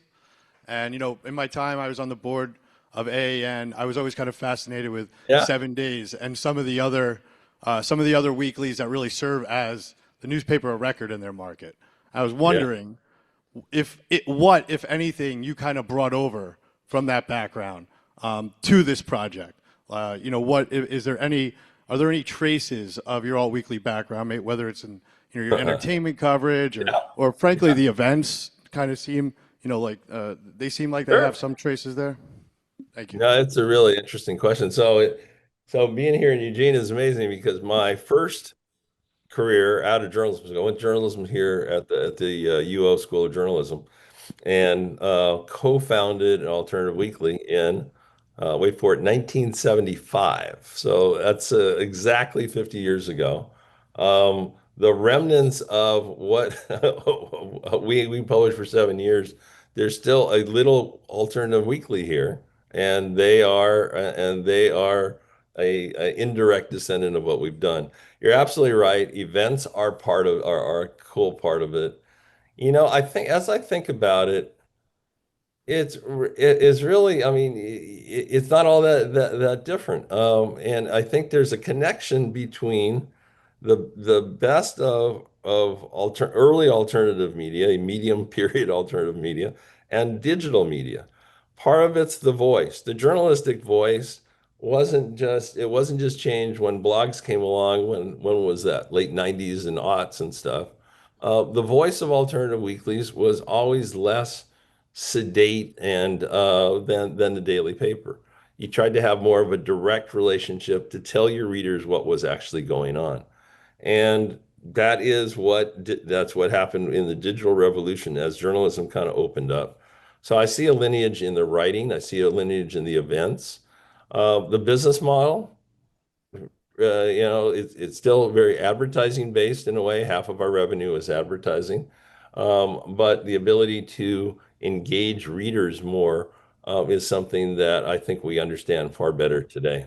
But there's probably other parallels as well. Really interesting. That was great. Great. Ken, Ashley, thank you very much. That was not just deeply informative, it was also inspirational. So thanks very much for joining us today. All right, welcome. Thank you. So we're going to break for lunch, and we will resume at 1:30. Good afternoon. Good afternoon. We're going to get started fairly quick. First off, having these things right after lunch, I'm not sure I got the best time slot to do this. I'm going to have to talk to Steve Greenlee about next year and getting a little bit better time slot to this for sure. Again, as Steve mentioned earlier, we're going to talk about running a small newsroom, something that all of us in some way, shape, or capacity are familiar with, or at least being part of the machine from which a small newsroom is run. And today we've got an awesome group of panelists. As you can see, there is one empty chair, and that's because one of our panelists, Nell Coakley, who is the editor of the Wilmington News and co-founder / editor-in-chief of the Gotta Know Medford, is feeling a little bit under the weather and unfortunately is not able to join us. However, picking up the mantle, keeping us going are a couple of folks who are, you know, amazingly awesome in their roles and will do an awesome job. To my far right, we have Mr. Oh boy, these glasses are a little bit dirty. There we go. Much better. Michael Fitzgerald, editor-in-chief of the Cambridge Day. And next to him, we've got Sam Mintz, the founding editor of the Brookline.News over there to my far right. So we're just going to kind of jump right into it. And again, the main thing I'm looking to do here is just kind of keep the train moving essentially and just get some of their thoughts on a couple of questions. But really, this is about you and getting your opportunity to ask questions that you're interested in, getting some answers to from two folks who are very esteemed and understand what it's like to run a small newsroom. So first off, I'm going to start to my immediate right. What's your general rule of thumb when it comes to deciding what to cover and what not to cover to the extent that you would ideally want to? It's on? Yes, it's can everybody hear me okay? So general rule of thumb that I try to do is you have to, there's always trade-offs, especially in a community like Cambridge, but in other environments where I've been in, you typically don't have enough resources to go after every story you might like to. So I try to do a couple things. One is I try to be aware of what the data is in terms of what sorts of stories have people been reading who are coming to our site, particularly the people who are our most loyal readers. And then if I have a choice, like do I deploy one of my limited resources, reporting resources, to a certain kind of story, I'm going to try to pick the thing that seems to have the most resonance with the community, or the thing that seems like just the best table slapper kind of story. And then, you know, you just have to have trade-offs. You have to sort of understand that you've got to let certain things go, pick the best thing you can, and put all your resources into that. Yeah, I think we start with trying to understand what our readers in Brookline want to read, and we do that through gathering metrics. Like Michael said, you know, who's reading what, who's spending how long on a page. We've done a couple reader surveys to try to understand that. We follow, you know, what are people saying on social media about our work. We talk to people in the community, and that's part of it. But if you just, you know, as you all probably know, if you just wrote what people, you know, click on and what they want to read, you'd be writing restaurant openings and crime for your entire life. And there's a lot more that we want to cover. So I think there's also sort of an inherent like news judgment involved. And, you know, I hate to say, you know, you know it when you see it, but there is a sense of that. It's, you know, the journalists in your newsroom, you know what people want to read. They also know what people might not know that they want to read, but you need to convince them that they want to read because it's important and because it affects their lives. So that's sort of the other piece of it that I spend a lot of time thinking about and juggling in Brookline. Yeah, and I would just also add, you have to, like, we're an all freelance newsroom basically. So you have to think about who are the people that you really, who are writing for you, which is a shifting cast of reporters. Like, people move, people get better jobs, they have day jobs. So sometimes you kind of have to pick and choose and say, I would love to have someone do this story, but I don't have somebody I can deploy in that story and do it well. So that's the other kind of resource constraint. Totally. I think that the best work comes from reporters who are passionate and knowledgeable about the subject they're working on, and that's a luxury sometimes. You don't always have that, you know, those two factors, but that absolutely contributes to, you know, how we decide that too. One of the things that I find throughout newsrooms that we're all trying to do is we're trying to engage with our readers. And there are lots of different metrics, lots of different ways in which we can achieve that. But when you have a small newsroom, you're fighting this battle essentially with one hand tied behind your back, if maybe one hand and a couple of fingers are at it. Exactly. So I guess I'm curious, when you're looking to bring in folks that can help you amplify what your news organization is about, what are you looking for in freelancers or in part-timers and people who can contribute to the greater good of what you guys are trying to do? Start. Yeah, I mean, in a way, it's like any other hiring situation. You know, I care a lot about people who have hustle, especially for a freelancer who, you know, are committed to the work and want to put some energy and time into it, although recognizing that they're a freelancer, so we can't legally decide how they spend their time. It's up to them. And also people who, you know, show a commitment to local news, who show passion for local news. Subject matter expertise is great if you can get it, although you often can't with a freelancer.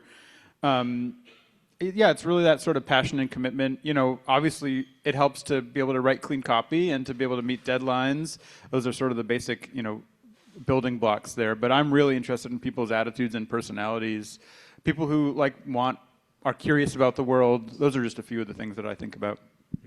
I mean, those are all great reporting traits that you do need to be driven by in our environment. Like I've been at Cambridge Day for 6 weeks, so I'm not going to claim to be an authority on everyone there.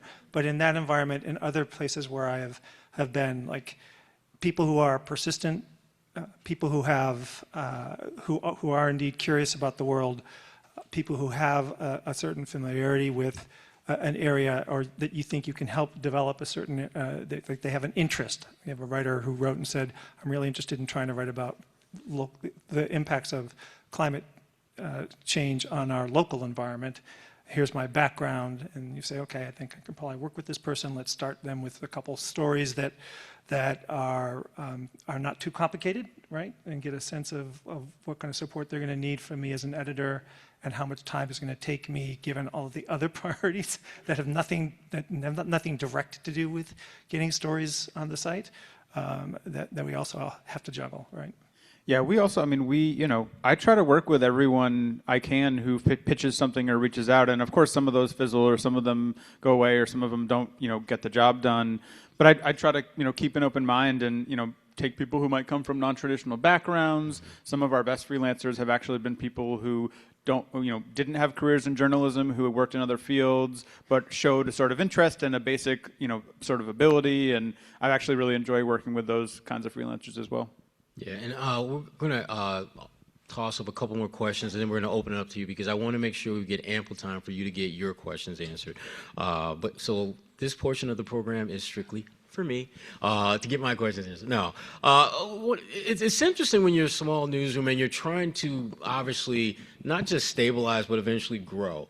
How do you measure success? Are we talking page views? Are we talking subscriptions? How do you go about measuring success, and knowing that it is this fluid type of thing? But how do you go about that early on? Well, I think the starting point, at least for me, has been page views, and then time spent on a story. And it gets a little complicated because I think in most environments I've been in, you wanted to see stories that at least went a little viral, right? But in a local environment, I don't think that those one-off visitors who find you in a search engine and are never going to come back are really your audience. So I try to also pay attention as best I can to our most loyal visitors, the people who come, some people come every day in some of the conversations I have, but the people who are coming, every week, let's say, what is it that I think is going to capture their attention? What are the story topics we can start to think about and say, let's plan ahead. Let's start to try to anticipate what's going to happen, or what we think is the right kind of story for our audience. And then to some extent, I don't know how much you've done with this, we're trying to work on ways that we can get more engagement with people in the community, and like neighborhood associations. I reached out recently to the high school newspaper to sort of see if there's a way that we can collaborate on some things that could be beneficial for their student writers, but also for our audience. So those are some of the things that I'm thinking about and trying to do. We definitely do look at metrics. I look every day. Partially for strategy, partially for ego, and partially because, we work really hard on this stuff and we want to make sure it's getting to enough people and the right people to be worth it. So that's definitely a piece of it. We also think a lot about impact, which is this, as you know, a very, every journalism conference I've been to, there was a panel on impact. I'm not sure I ever figured it out quite. It's sort of a nebulous concept. Obviously the big impact points are like, we wrote a story that caused some action to be taken in the town government, or that, et cetera. But we track smaller impact points too. We've got a monthly document that's sort of keeping track of who said that they learned something from one of our stories, who took a much smaller action, like went to a community event because of something we wrote, who, feedback, that kind of thing. So I think that helps too, in terms of like, why do we do it? Do you count your hate mail for certain stories? We don't put that in the impact document, but I definitely count it. Yeah, so you do in local journalism, I think, more so maybe than in other formats I've been in. Like, people are more inclined to write to you about what they think about a story, or something they wish that you would write about, and so I think that can be also a metric that I don't like tabulate in a spreadsheet, but it's important. Yeah, I mean, I'm lucky that Brookline is a very engaged town. We could do more to build our readership, of course, but we hear from a lot of people every day, and it definitely helps inform what we cover. I mean, you have to be careful not to let loud voices shape stories, shape your coverage more than majority voices or quieter voices, but it's very helpful to hear that feedback for sure. Yeah, and just looking out in the room and looking up on the panel, most of us are relatively new in the positions that we're in. And because of that, there's some things that we do well, and there's some things that don't quite hit the way we want them to. So I'm curious for our panelists, when you look at where you are, and I know you're really, really new in this room. I already have things I wish I was doing better. Exactly. Well, are there some best practices or some things that jump out to you that have been better than you anticipated? And if the answer is no, then what are some of the things that have been more problematic early on than you thought they'd be? Pick one of those sides. We got the positive and not so positive side. Pick one. Yeah, I mean, I think we've done a lot of things really well. I think we've, built up a team in a newsroom. I think we publish a great volume and variety of stories. That's something I'm proud of. It's not perfect every week. Sometimes we've got a couple of wonkier municipal policy stories going on the site at once. Sometimes we've got a couple of arts and events and culture stories on the site at once. But those are two things I'd say I'm proud of, especially, the point of this panel is running a small newsroom and working with limited resources. So try not to be too tough on us about, getting where we want to go. But those are some things I'm proud of. Yeah, and for me, I came in thinking that there was a good core kind of area of coverage that Cambridge Day had been doing for quite a while, and in particularly around arts and culture and food in Cambridge. And so there's a kind of core group of writers who've been doing that for now, usually I think all of them have been there in one way or another for several years, just writing freelance.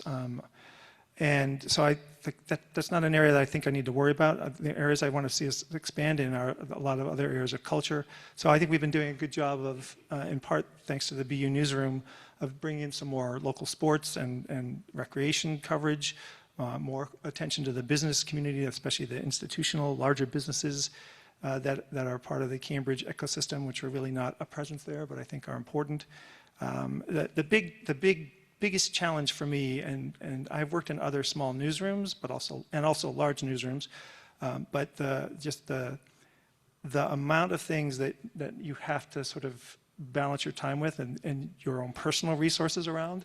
Like sometimes it's a question of, do I find a writer who can do this story that I think would be good to do, or do I spend some time resizing images for social media or what have you? Like, where do you spend your time? And it's not, what I find is, at least right now, my own personal resources sometimes I have to turn away from the news to do something else that I think is essential, right, for building our audience, connecting more effectively with the audience, being someplace. So that's probably the hardest. The thing that I feel like I'm struggling the most with is dividing and conquering within my own Yeah, time. I mean, I'm part of some informal support groups for local nonprofit editors that you'll come to the next meeting, Michael, because it's an impossible job. I mean, fundamentally, it's impossible, and there's always going to be people who are mad at you or who think you're not doing enough of something. Maybe that's the same in other public-facing jobs. So, I think there's some self-grace required. Just to not let Michael sit up here alone with his weaknesses that he named, I think we could do a much better job of reaching a diverse audience in Brookline, racially, demographically, but also age-wise. Our readers skew, much older than the general population of Brookline. I'm sure it's the same for many of you. I see some nodding heads.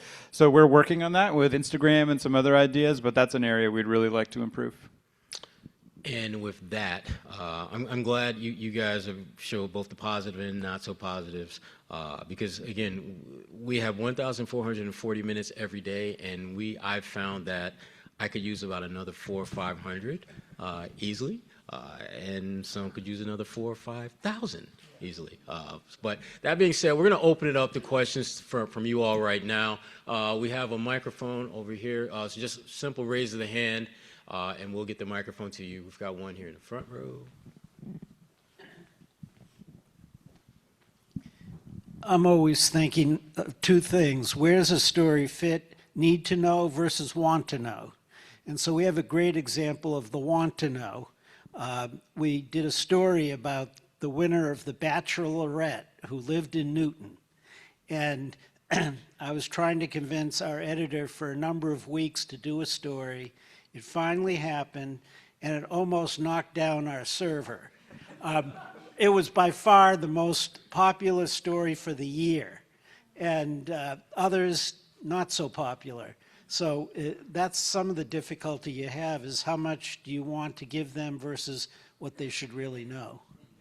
I mean, story mix is really important, and I will say one of the complications at Cambridge Day that some of you probably also have is we're not digital only. We have a print weekly that needs to be filled, and so when you're thinking about story mix, there's a certain mix that we have in place there. Like there's some things I would have changed about our story mix immediately, except for I don't know how to replace them consistently in print yet. So until I figure out how can I consistently do this thing so that readers don't find it to be random, that does dictate some of the things we're going to put energy and time into. I also think, I was talking before about how part of it is just news judgment, and in a way I think that's personal. I think everyone comes into it with their own idea about what's important, and you can do your best to absorb as much of what the community says, but there's always going to be a sort of bias to those decision making. I don't mean like bias as in you're like, supporting one side of a story over another. I mean bias about what you as an editor think is important. I think that's human. I think that's part of being a human. And so, I think, so for example, I lean towards doing stories that are sort of accountability, that are the sort of municipal policy stuff I talked about before, what's happening in town government, what's happening in schools, what's happening in elections. Not everyone, who reads us or even who's affiliated with us would prefer that be the sort of first focus, and you just have to make choices, and we do our best to find variety. Yeah, and I do want to just note, like you mentioned earlier, thinking about the demographics of Brookline and what communities or parts of the community you're missing. I think it's really important for us because it is subjective, being like the things that the founding editor at Cambridge Day is interested in, like there are things that he's not interested in that I think are really important, and probably vice versa. But so being aware of the demographics of the community and trying to pay attention to, okay, how do we engage with a broader spectrum of our cross-section rather of our citizenry, our residents. And adding, the more staff you can add, the less prominent that problem becomes, right? Because you can assign both the Bachelorette story and the City Hall story. Hi, I'm Kim Castens from the Acton Exchange, and our writing staff is entirely volunteer, and the typical profile of them would be, we have a highly educated community, so we have people who have deep knowledge of the community and a rich Rolodex with contacts and history of the background of the story, and they're often pretty decent writers coming out of academia or some other place, but they don't have any journalism background.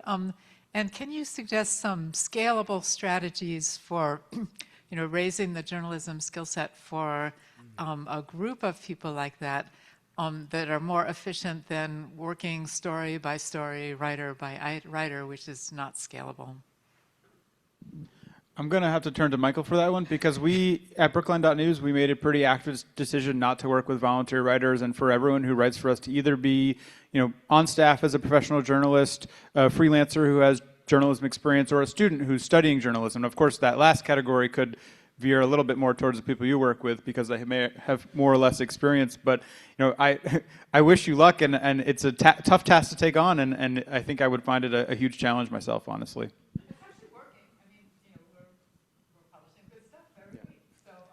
I guess. Unlike students, they bring deep knowledge of what they're writing. Right.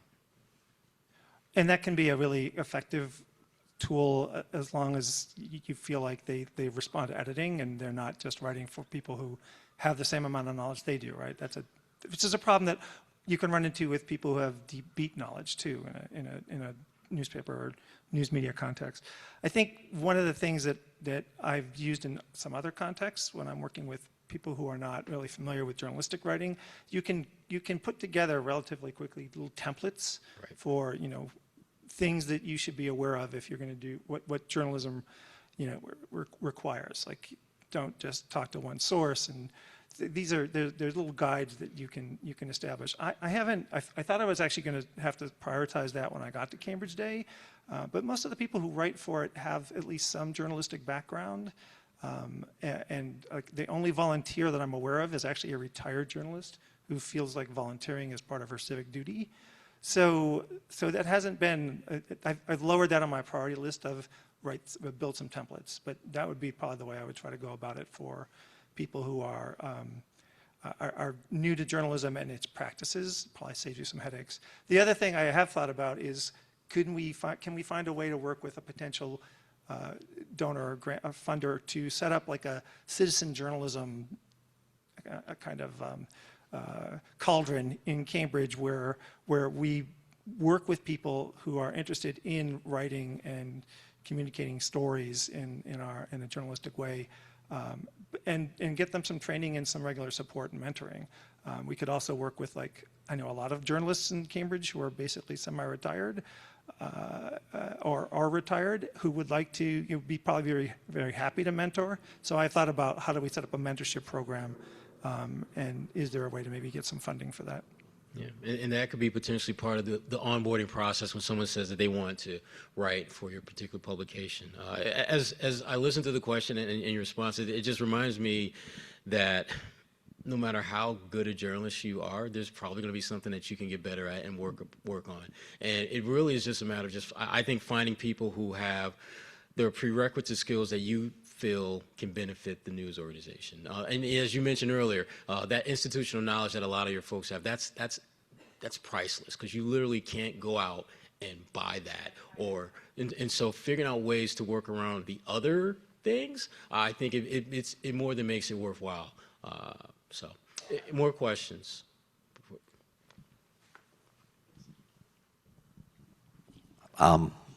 Have you found anything close to a best practices for social media, specifically where to focus your time and your stories? I love that question. I think the best practice is as many places as you can, and it really just the limiting factor is staff time for us. We focus on Facebook, Blue Sky, which we switched to from Twitter. Instagram is relatively recent. Reddit, we get a lot of traction because there are community-specific Reddit forums. Those are the big ones. We haven't really done TikTok yet, but we're playing around with some video. Yeah, I think volume helps a lot. Understanding the algorithms, which is a little tricky, but yeah, I don't think there's any magic tricks, and I wish we had someone who could spend more time on it, because it's just me. And like Michael said, it's one of those things where you're like, what do I do today? Do I edit photos? Do I post on social? Do I edit an article? Do I report? Do I cover this meeting? And honestly, right now the social media stuff we do is pretty rote because we just don't have the time to do it better, and we would really like to. That's a note for Steve. If you've got like social media minded or audience engagement minded folks, like, that's a different sort of thing. But yeah, I mean, I think there's also, for me, one of the things that we're very rote as well with social media, in part because of the amount of time it takes, and in part because you could be like, we were talking about whether we should be on Nextdoor, like with a social media presence, and it's just, there's so many places where you've got to spend time, and it's not insignificant time, and you do have to like resize images and figure out different tones for you really should be customizing your posts. In other contexts that I've been in, there were teams that did that. Right? We are now the team. And the other thing I think with social media that, for me at least, is a reason why I kind of downplay it and don't put a lot of energy into it. I don't think it really drives a lot of traffic, like repeat traffic. So I'm not sure how useful it is in terms of engaging with the audience, building an audience. But I mean. If I can do a follow-up, then how do you find you're driving younger people? This is something that actually we're looking at and trying to figure out with, especially because Cambridge's demographic, actually, like the median age is 30 and a half, right? So one of the reasons why I reached out to the local high school paper is thinking they're going to have stories, ideas that are from a different demographic than the one that that I'm in, and there may be some approaches that they have to telling those stories that are going to be there. So it's a work in progress for us. It's not been a priority for me right now, like, to figure out who those folks are, but it is something that I'm well aware of, having done some meet and greets with people in our audience. It's been exciting to see people in their 30s who are in those meet and greets, right? But the majority of them are are significantly older, and there's a balance there that we have to like maintain for the audience that we have, that we know we have, but also grow this new audience.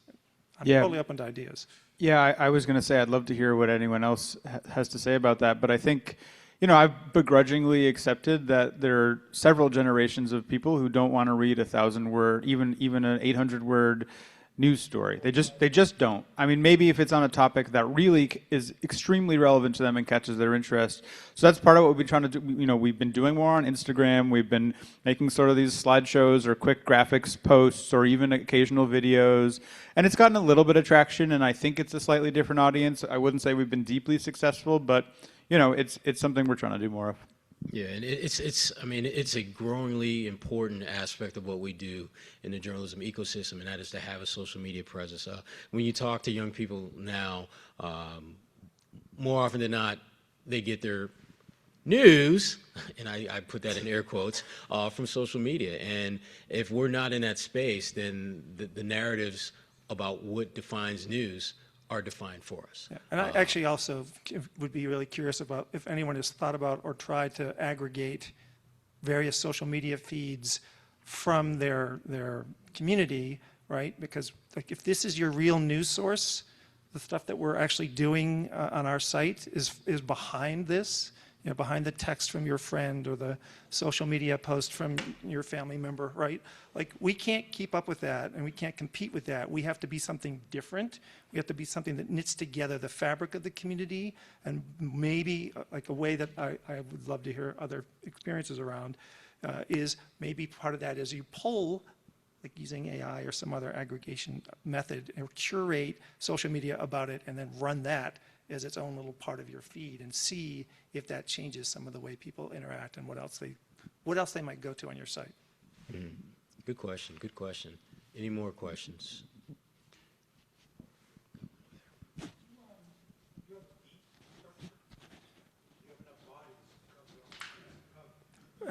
Yes and no. So we have people, particularly in the arts and culture area, who do basically work beats. We have some, like the BU Newsroom folks that we work with, we have specific beats that they are following as well. And then we'll have to figure out how to replace that at the end of the semester. But, you know, so there are areas we know are important and that where I'm trying to develop some new folks and then build on the areas where we do have people with some authority and consistent experience reporting on.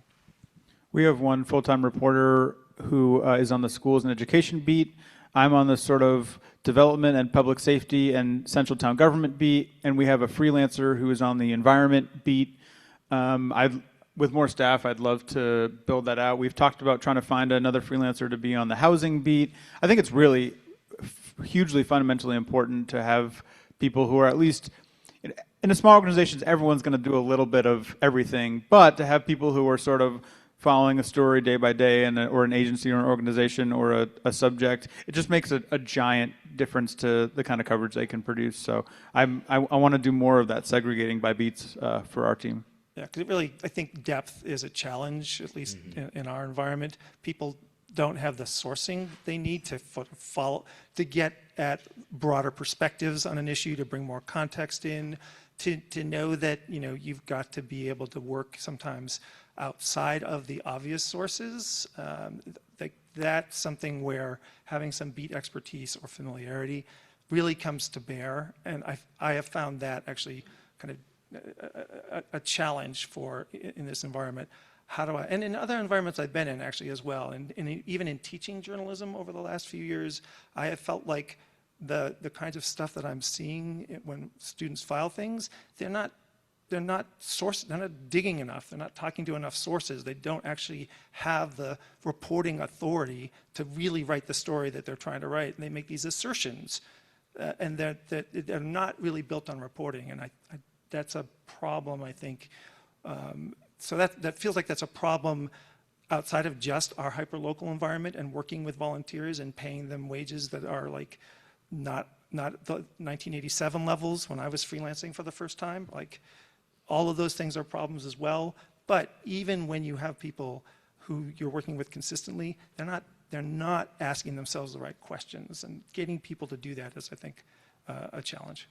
Yeah, I mean, it's a huge challenge and a huge loss from the newsrooms that used to exist in all of our towns, was that they had a reporter who had covered X beat for 10 years. And going back to the institutional knowledge of the volunteers that you were talking about in Acton, I think it makes a lot of sense, because it's just something that it's really hard to rebuild. I mean, I came into Brookline, you know, I knew of the town, I spent a lot of time in it, but I wasn't equipped right away to cover the town of Brookline. Absolutely not. I mean, I'm 2 years in, and I don't know if I would say I'm 100% there yet now. So you're doing some nice work, Sam. But I just think, like, it's interesting to think about in the context of this, you know, this wave of new newsrooms. We're sort of having to start over a lot of times in building that knowledge. It's tough. We've got hands are popping up left and right. Right here and then. This maybe is more a question for Steve, but listening to you and talking about beats and people having the kind of knowledge that you get from having a beat, is there any thought to having any of the students stay for more than one semester and having them have beats and be able to put more time into this? So I'm not taking any questions right now? No, I'm kidding.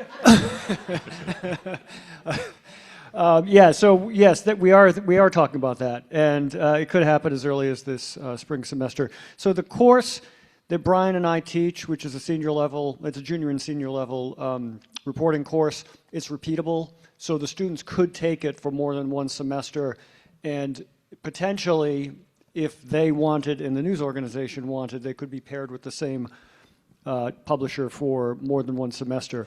We also are running this course through, running the program through a course that sophomores and juniors take, mostly juniors. It's the course they take before they get to the one that Brian and I teach.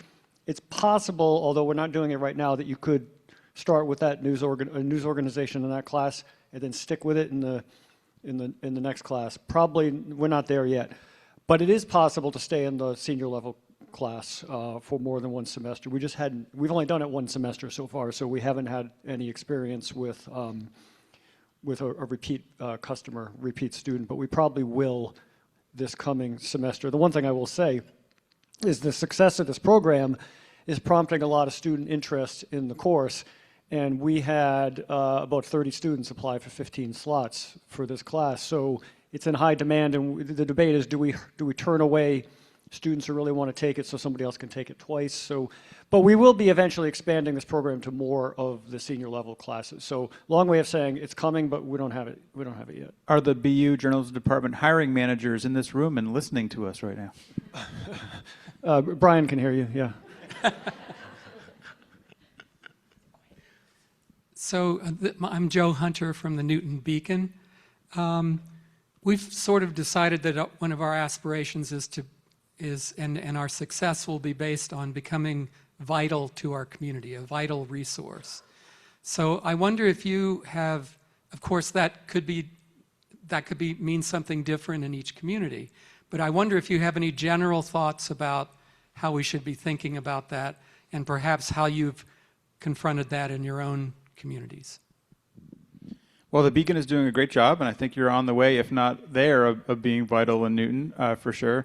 Yeah, I think, I mean, you know, the journalism is one piece of it, absolutely, and something that we've been thinking about in addition is, like, how do you connect and build community, because that's something that people want from any organization, including a news outlet.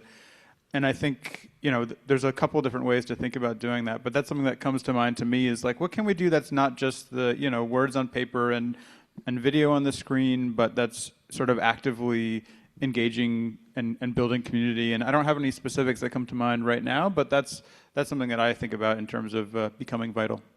So I think, yeah, the definition of what is vitality is probably also subjective and variable, but so we do an annual election guide around, or not annual, but every time there's an election we do a guide. I think that's an important resource that can help you be a vital resource for your community. Some of the ideas that people talked about today maybe are kind of obvious, but if we could do a restaurant guide, we could do like a museum guide. We have a lot of stories that we've done that we could assemble in some fashion online.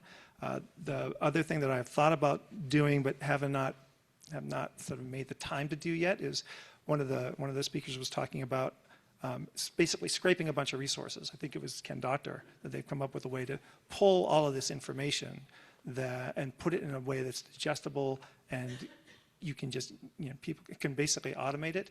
Like, those seem to me like important ways to turn yourself into a resource. So some of it's automated, some of it's maybe a little more subjective, but like a restaurant guide or what have you. Like, those all feel like ways to be more vital. And I think if you are, one of the things we're trying to figure out how to do is how can we write something about every neighborhood in Cambridge at least once a month. Those things too, I think, can create more interactivity, make you someplace that's a source for your community, for the breadth of your community, right? And feel more vital. Yeah, I mean, I guess I would also say my opinion would be that the basic fact of having a news outlet that's well-staffed, that's trying to engage with the community, that's approaching its work ethically, that's, keeping people informed is vital already, just in those. And then, the rest of it is sort of town to town, what works and what do people want, and within a town people want different things. But I would say that certainly the work you're doing in Newton is already vital, absolutely. Do you show up try to show up at different community events, Brookline.News guys? Yeah, absolutely. We go to, Brookline Day, which is the town day. We're going to a resource fair at the high school next week. Yeah, we try to be as many places as we can. It helps to have a growing staff to do that and a great group of volunteers as well. I mean, I think that's huge. And it's not with any agenda. It's not to say, oh, we do try to sign people up for her email newsletter when we're there, but it's about, like, what do you want to hear from us? What do we want to hear from you? Let's talk. And I think it's honestly really fun. We get a lot of feedback at those events. I really look forward to doing that. We've got time for a couple more questions, and then we're going to have to pivot to the next session. So on that question of feedback and what people want and are interested in, and I know you've mentioned doing surveys, and I'm curious how you decide what you include in them and what you ask, how open-ended, if you ask people's ages so you have a sense of how people are responding and what they want. And also the kinds of things that a community paper might do if you were able to do them all besides the core reporting, standard things like, the events calendar and the sports and obituaries and those kinds of things. Our most recent survey was pretty in-depth. It, of course, has its own bias about who will respond to a survey, let alone who's reading our stuff regularly. But we asked all sorts of things. We asked about age and demographics and home ownership and income and race. And we asked about their reading habits. How do you find us? How do you read us? What do you like to read? We asked about, my favorite question was we asked them to name a story that they really liked or appreciated in the last year. And I combed through those for hours because it was great for my ego and very fun to read what people cared about, and some of it was stuff that we put a lot of work into. So it's a great practice. Our general manager, Mike Manning, is in the back. If anyone wants to learn more about how we did that, they should ask him because it was mostly his project. We haven't done a survey since in my brief period at Cambridge Day, and I'll defer to the board whether they've done other surveys. I will say that I'd be curious about your open rates or response rates on your surveys. I've found in other environments that it's really difficult to get people to respond to surveys, and there's always a sort of friction point of, like, if you're asking people to answer certain questions when they're signing up for your newsletter, how many of them just abandon the process because you've asked them more than 2 questions, right? Yeah, I mean, it was a small proportion for sure. I think it was a few hundred, maybe 300 to 400 responses we got, which, is a tiny sample size of our readership, but in terms of getting some feedback, I think it was great, and it was helpful to us. And sorry, what was the second part of your question?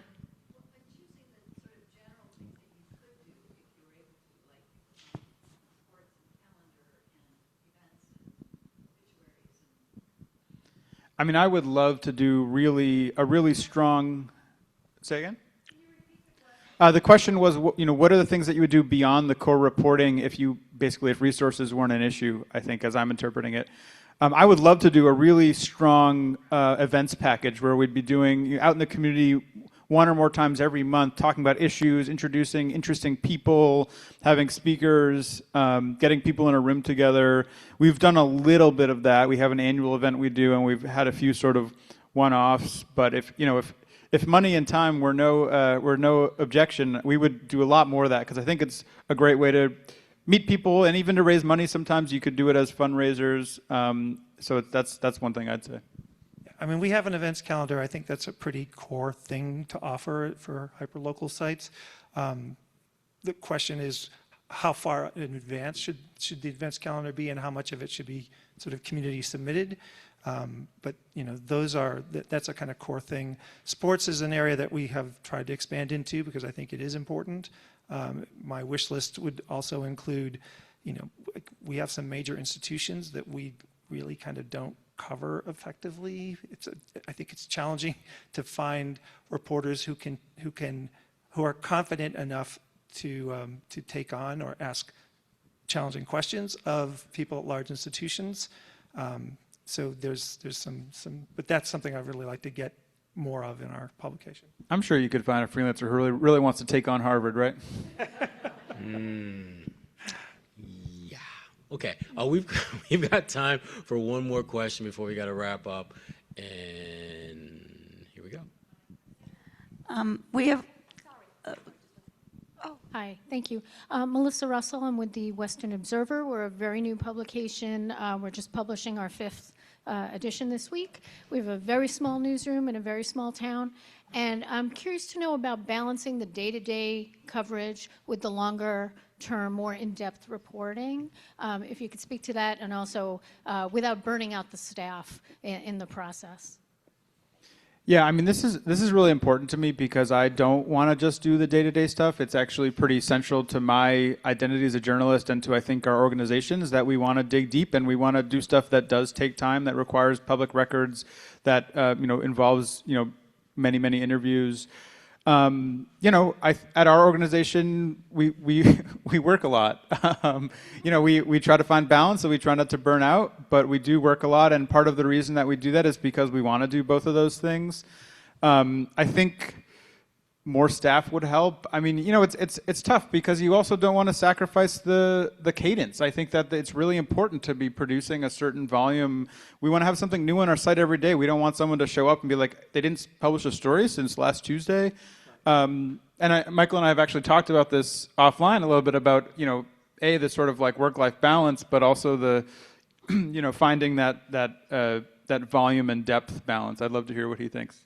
So this is a problem across all of journalism, at least in my experience, no matter how large the organization is. Maybe if you're the New York Times and you're really being funded by your games and recipes, right? Like they have some resources, or Bloomberg's got some resources that makes that easier. I have not worked in an environment that did not have, where these challenges of the long and the short term and how to balance them was not like a major issue. There was just never enough time to get to the stuff I wanted to get to. When I was at the Globe, there was never enough time in other publications to get at some of, like, I have a box from 1997 of a story I wish that I had written, but it never got written. I just keep it as an albatross now. Like, so that's not, I don't mean to be discouraging. Like, you have to pick and choose your battles. I'm not looking at trying to do investigative reporting because it's such a hit or miss thing and it takes so much time. If we're going to do that, I want to find, like, the New England Center for Investigative Reporting or Binge, or work on something on education with Hechinger. Like, find collaborating organizations that we can do things with, or find a journalist and apply for some of the reporting grants that are out there to support them in doing those sorts of stories. So that's one way to do it. But like the time trade-off is, this is not a business, and there's never been a business in my 40 plus years in it where you didn't have to struggle with the work-life balance. Yeah, and I think we're on slightly different ends of the spectrum, because I think I would say that, my personal opinion would be that local newsrooms should sometimes skip a couple of the restaurant openings or a couple of the whatever committee meetings and take a day or two to work on the big story that might take 6 months. I mean, I think we've produced a couple of those that I'm really proud of, and it absolutely is at the sacrifice of other stuff we could have been doing. And it is absolutely hit or miss. And when you miss, it's really discouraging. But for me, like, I can't imagine not taking those swings. And I'm not saying that you guys aren't or won't, but that's how I feel about it. All right, that being said, we are going to wrap up. Again, a round of applause for our speakers.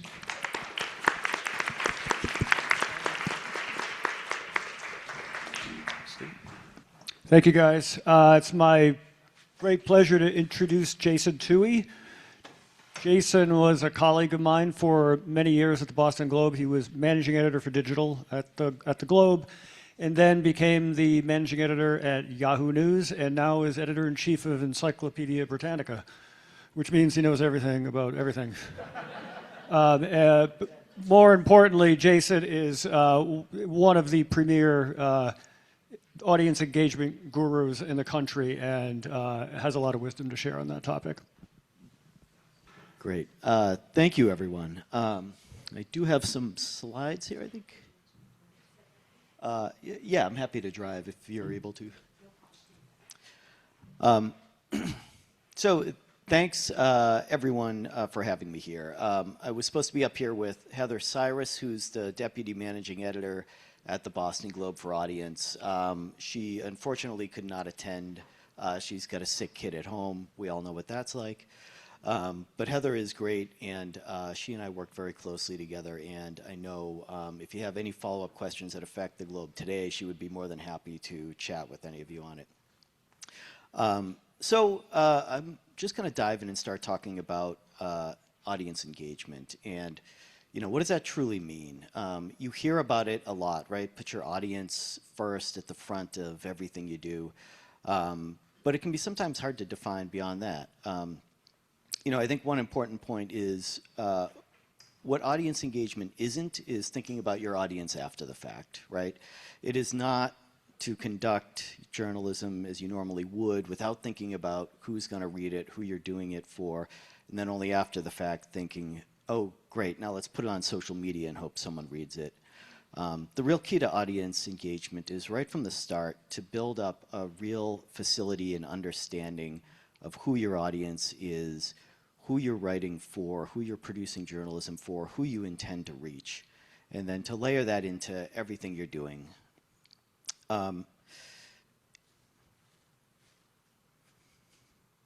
Just checking on the slides. I think what I want to do too is start to talk through a few specific ways in which you could start to think about audience engagement. I'll use some examples from our time at the Globe, because I think another thing about audience engagement is it can be one thing to talk about some, big lofty ideas of putting your audience first, right? But it's how do you, congeal that into a real daily operation? So, I want to just cite a few examples. When we were at the Globe, one thing we would always look to do is cover debates, right? And, we had a really good political analyst named James Pindell. You've probably read his work, seen some of the things he's done. Really talented, really good at just sort of like capturing the essence of a political moment, like a debate. So we would do often analysis with Pindell and do a debate analysis, and those would do well. The audience would respond to that. But we kept feeling like maybe it wasn't doing, quite as well as we thought we could. These are huge moments in the political landscape. We know these are one of our sort of tentpole initiatives where readers can come and rally around. And how do we really capture the moment? So we tried a number of different approaches with James, and one of the things we did that really landed was to create a scorecard. The thinking behind this journalistically was, particularly for a primary debate, when you might have 10, 12 different candidates on stage, a traditional analysis really kind of failed, right? The traditional analysis, you end up talking about a couple of the front runners, and the rest of the candidates and what they said was kind of relegated to the bottom graphs. Well, James came up with a scorecard where you go through, and for each candidate, you just give them a letter grade. It was really easy for readers to understand. We all know A, B, C, D, F. And it also allowed him to spend a little time talking about every single candidate. So we tried it out. We put it up on the website, and it took off. We were seeing 2 times the engagement of a typical politics analysis piece. We were seeing this through a number of measurements that we would track typically for this. So things like click-throughs for a headline, engagement, conversions to subscriptions, engagement through newsletters and social media. You know, and that's one important thing to know kind of what you're looking for when you go into a test like this. But it was great. And I think the other thing that was important is you learn from that and you keep it going. Whenever you see a success like that, you don't just say, oh, that's great. You know, people read it, you know, pat yourself on the back.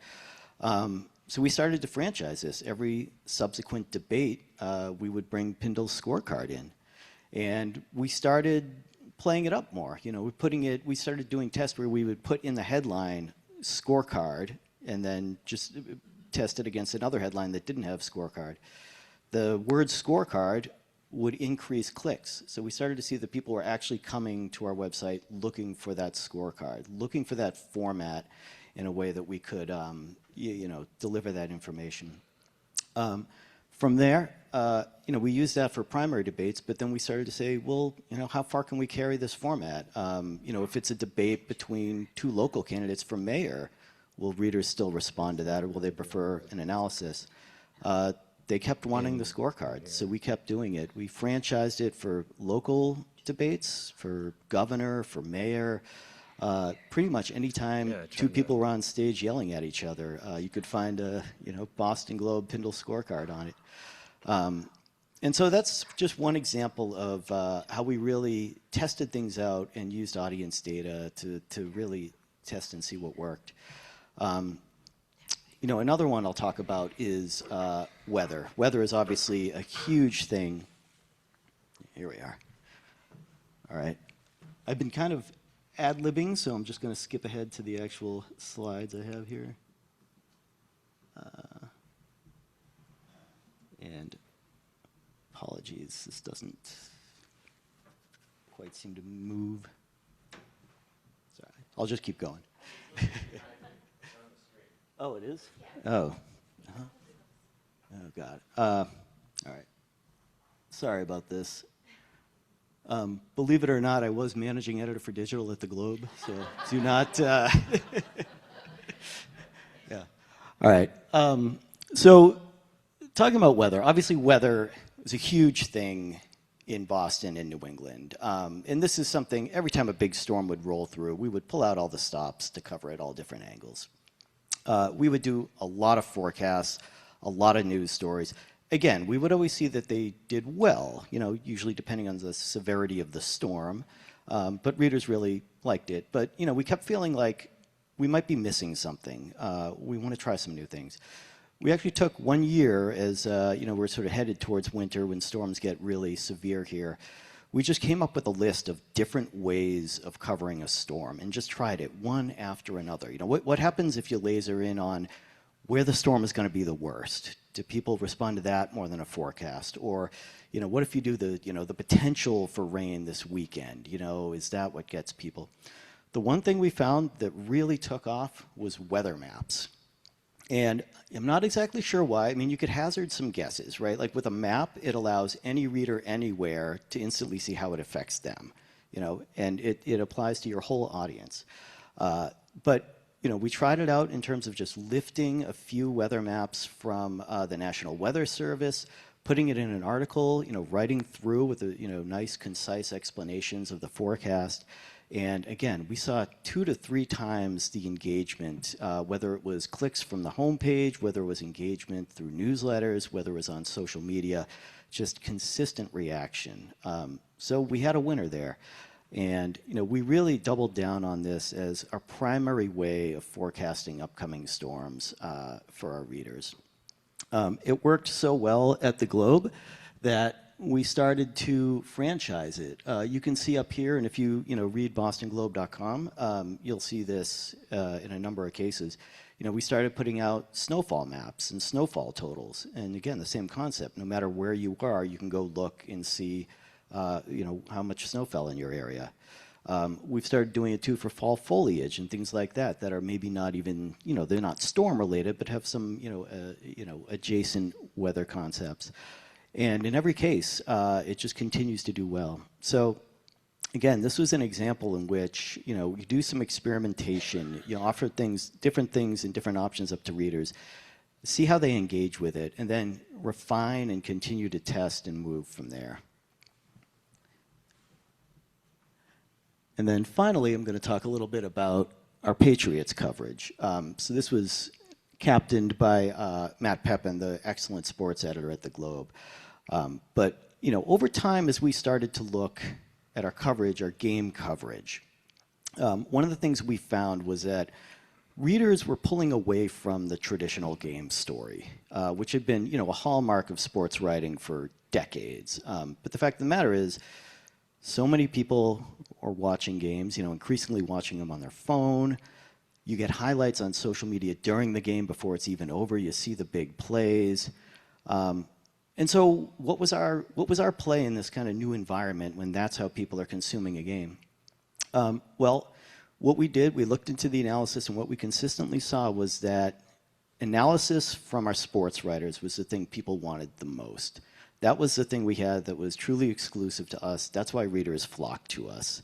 We have big names. We have the smartest people in sports. We've long had the best sports writing, and that's what we can really deliver.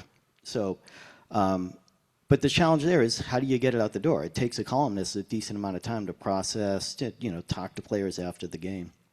Well, so what Matt did is he had Ben Volin, a star NFL writer, assigned specifically to do instant analysis right after the game. And Ben's mission was to literally document in bullet point form, nice and succinct, tight observations as the game was going on, have a file ready to go that could easily just be retopped with the score, and get it out the door. And this is something we really honed it so that this would be up on the website minutes after the game ended.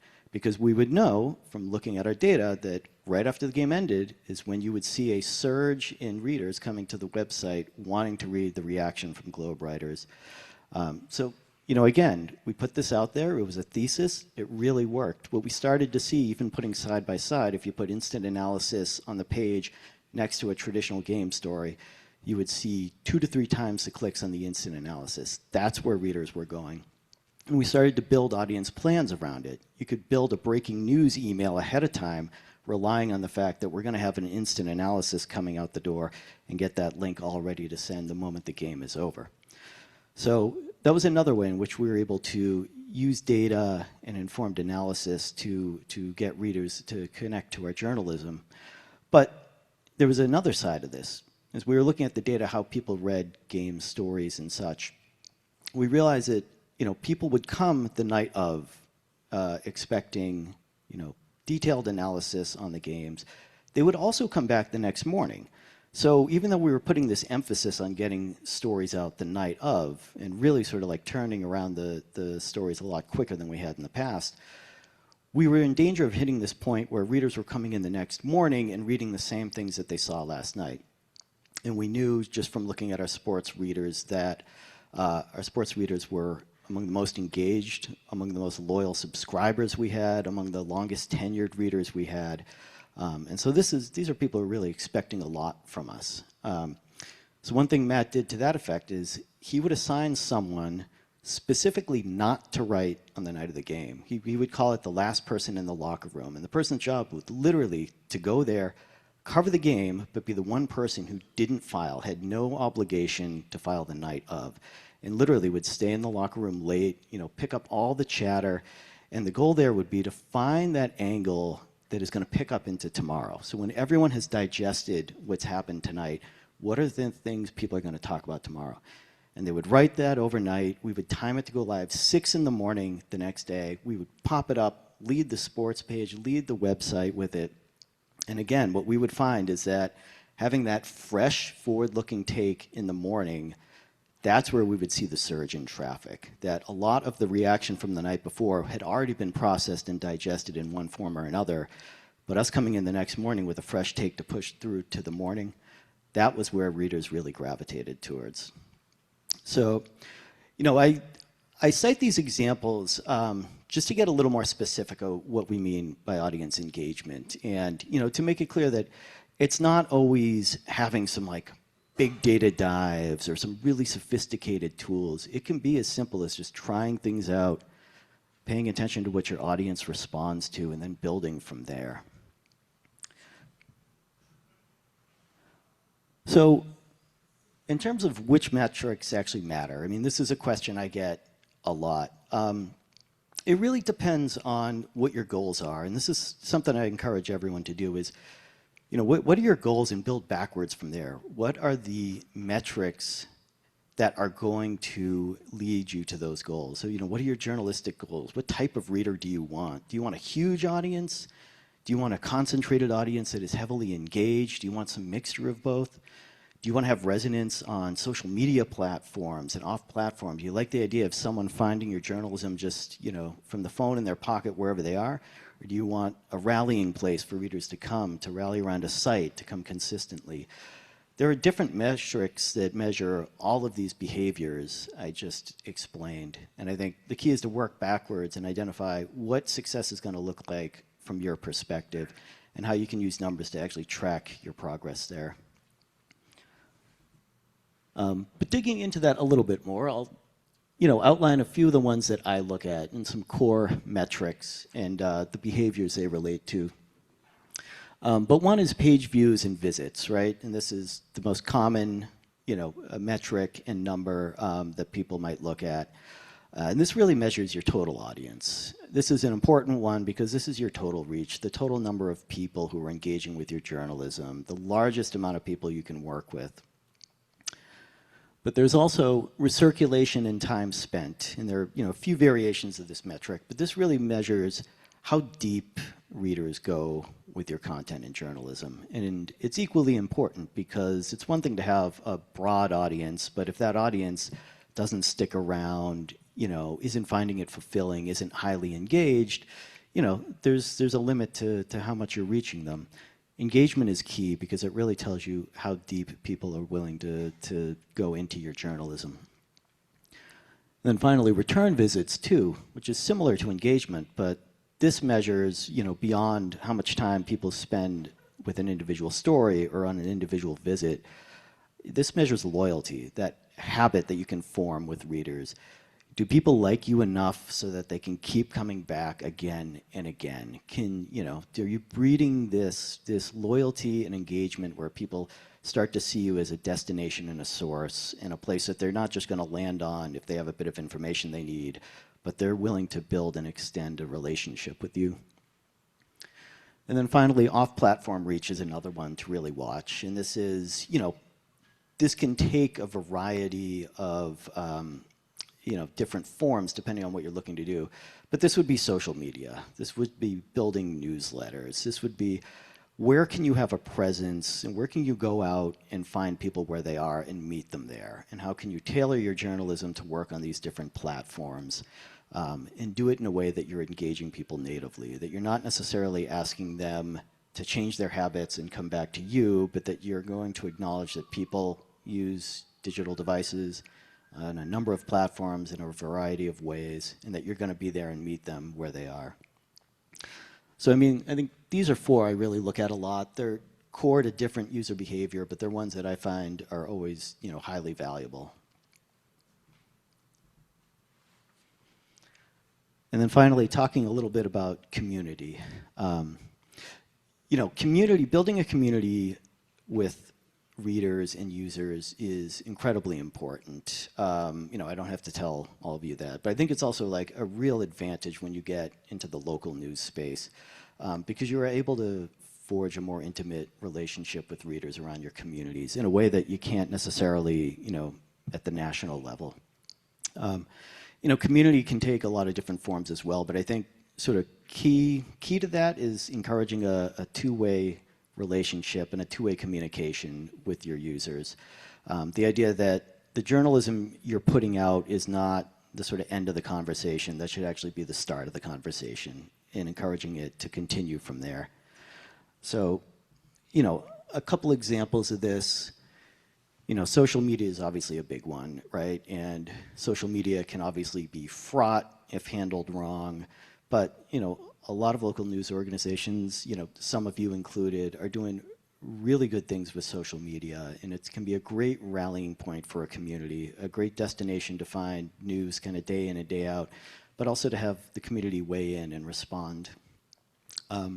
Comments are kind of, you know, a very similar version of that, but comments almost allow you to mimic some of the best parts of social media on your own website in a way that you can control and direct the conversation a little bit more. Again, comments can be fraught. We've all seen the downside of that, but you know, a well-handled comment section with good responders can do wonders for engagement. But you know, community isn't just that. You know, it takes a lot of different forms. You can do in-person events and, you know, bring the community, actually invite them in to have, you know, dialogue. You can do it through newsletters, which is a really popular platform these days, but a way of, you know, encouraging that really intimate communication through email. You know, there are any number of tools out there too that you can experiment with. And I think for community, it's less about doing this on this platform. It's about finding where your readers are willing to engage and talk to you and pursuing them there. So a final few things, you know, take it slow, examine your biases, consider directionality, and experiment. So but I think it's, you know, getting out there, paying attention to the data, testing and seeing what works, and really listening to your readers. So, any questions? Yes.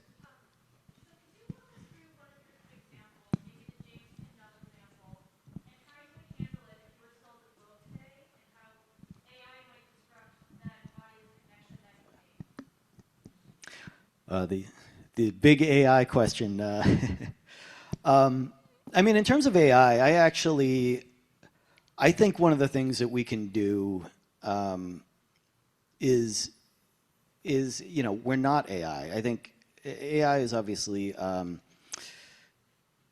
it's all encompassing or that way, and it is very much sort of on the tip of everyone's tongue, right? But, you know, AI does a certain thing. It kind of regurgitates bland information.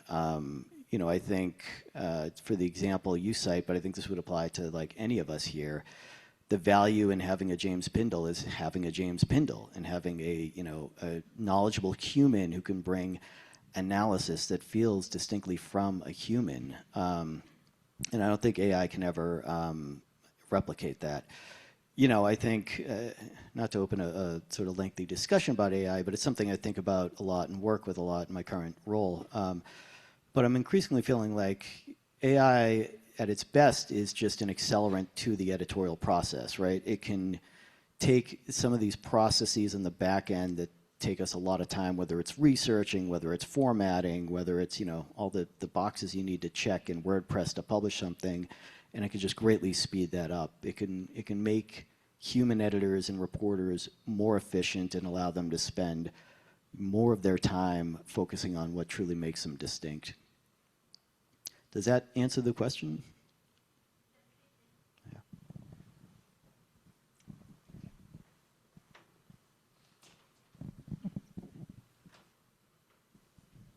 Hi, I know you're using the data to inform the decisions. Can you talk a little bit more about how you know that data is correct and accurate? And because you can make data be lots of different things. Talk a little bit more about that part of the process. Yeah, it's a great question.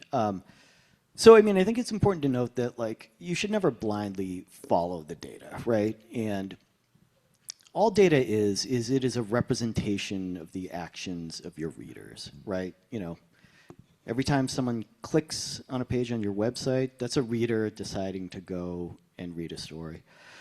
So I think it's important to understand what the data means and what it signifies and what it's kind of telling you, right? If a lot of people are going to a page, but they're not spending that much time there, well, then there was something about that topic that attracted a high degree of people, but either they were able to get the information very quickly from there, or they, you know, whatever they found there, it wasn't what they were looking for, and so they backed out. You know, on the flip side, if you see a moderate degree of people going into a story or watching a video, but once they're there, they spend a long time there, what you have is something that is extremely valuable to, you know, a fairly concentrated group of people. And I cite those examples just to say it's, you know, data is neither good nor bad or yes nor no. It's important to understand what the data is telling you. But at the same time, these are just tools to help you understand and apply to your editorial judgment. They're not replacing it by any means. And I think, you know, data is useful for us when it can help inform how the audience is behaving. In terms of, I think part of your question was, how do you know it's right or true, right? Well, some of it is just making sure you have good data tools and, you know, that it's tested and it works. You know, one thing I think Brian led on earlier today is that we're going to be working, hopefully, to get Chartbeat in all of your hands. That is a world-class, real-time data program, and I'll be really excited to, you know, work with you all on that. But yeah, it's, you know, data can be fishy too, and I think whenever you see weird spikes or anomalies, it's always good to question, did something weird happen, or did the, you know, was there a hiccup in the data?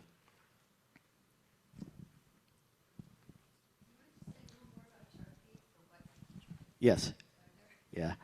I unfortunately don't have an account to put up right now on the screen, otherwise I wouldn't walk you through it. But what Chartbeat is it is a state-of-the-art, like best in industry, real-time tool. So what this allows you to see is quite literally, you know, second by second, what people are looking at on your site. And it breaks it down by individual article. It'll tell you not just the total clicks, but it'll tell you the amount of time people are spending with each individual article. It'll give you an average for time on site. It'll give you an average for how many people click on another page from the original article they land on.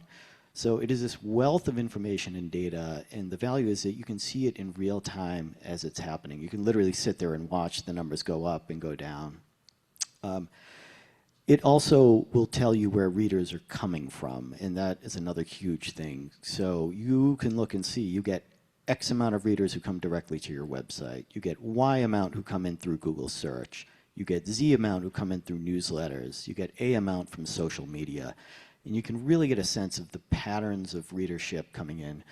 That's helpful for a couple of ways. One, you just know which platforms your readers use, and you can focus on the ones, you know, the ones that maybe more readers come in, or if you want to beef up your audience for somewhere else, you can see and allocate the focus there. But it also gives you a sense of just a sort of overall pattern of your readership, where readers find you, where they come from. So it's a tool that can tell you an incredible amount about your audience that is both very informative but very actionable.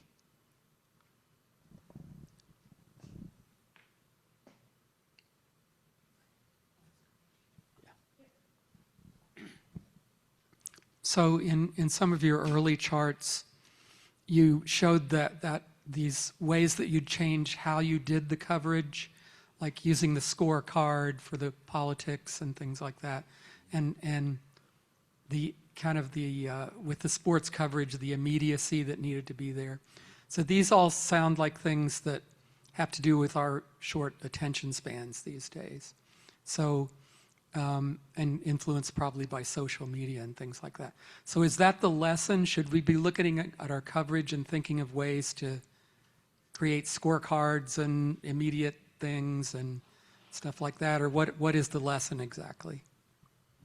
I don't think that is the lesson. I think I could have easily also showed you examples of deep investigative pieces that, you know, would have had really incredible engage time, right? And I'll you know, just give you examples off the top of my head, but a lot of our, you know, long reads, you know, 5,000, 6,000, 8,000 word articles that were deeply reported coming out of the investigative teams, you would see really high volume of readership on those. So, I mean, you know, very commonly that would be the most read story of the week, sometimes the most read story of the month.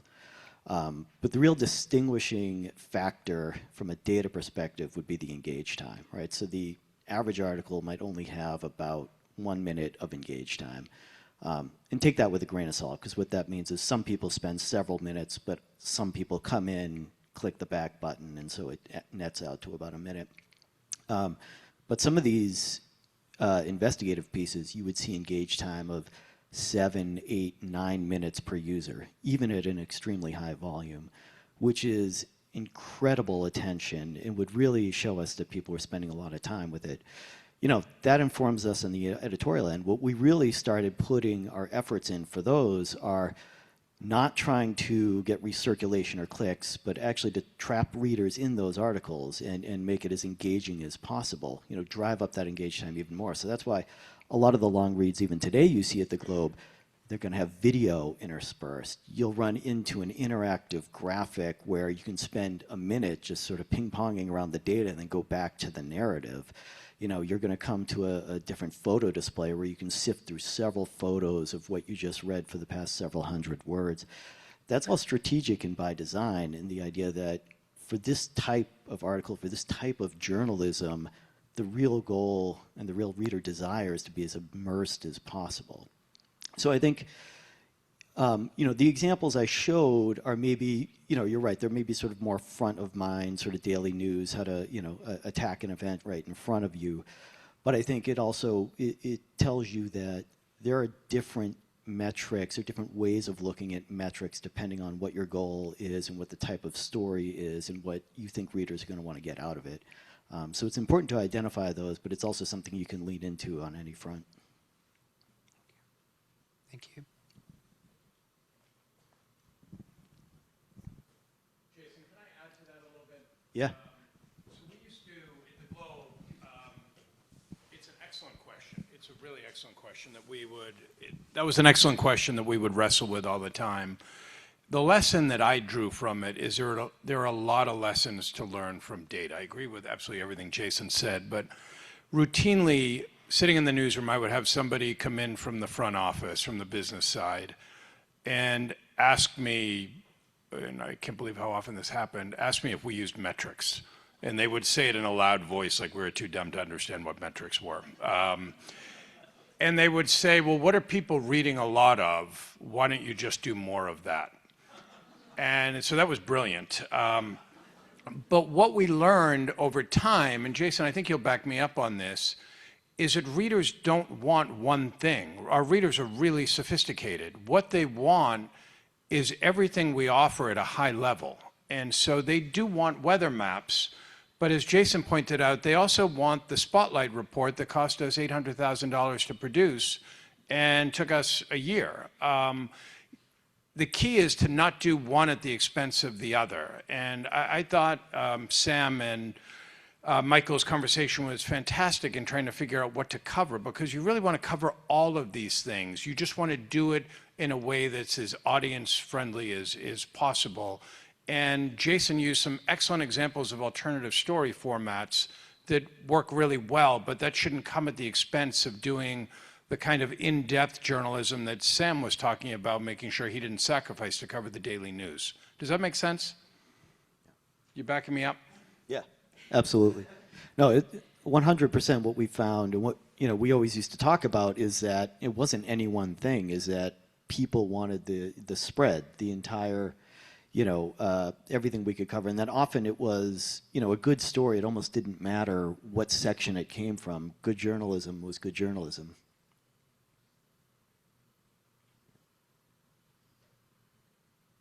I have one small question. Jason, it's been over a year since I've looked at Parsley or Chartbeat, so I can't remember which one does this. Does Chartbeat chart conversions, or is that only Parsley that does that? I think it can, but it might have to be customized. Chartbeat can do a lot, and it really depends sort of what you want to put in there. But I think there are ways you can track conversions. You know, at the Globe, one of the key filters we had was subscribers versus non-subscribers, and that's how we frequently would view that. We were really interested in what subscribers were reading, because those were our most loyal return visitors. So if there are no more questions, thank you to Jason. Fantastic job. Thank you all. And that is the end of our program. So thank you all for coming and participating. And we will do this again soon. And remember, if you drove here today, remember to take your car. Thank you.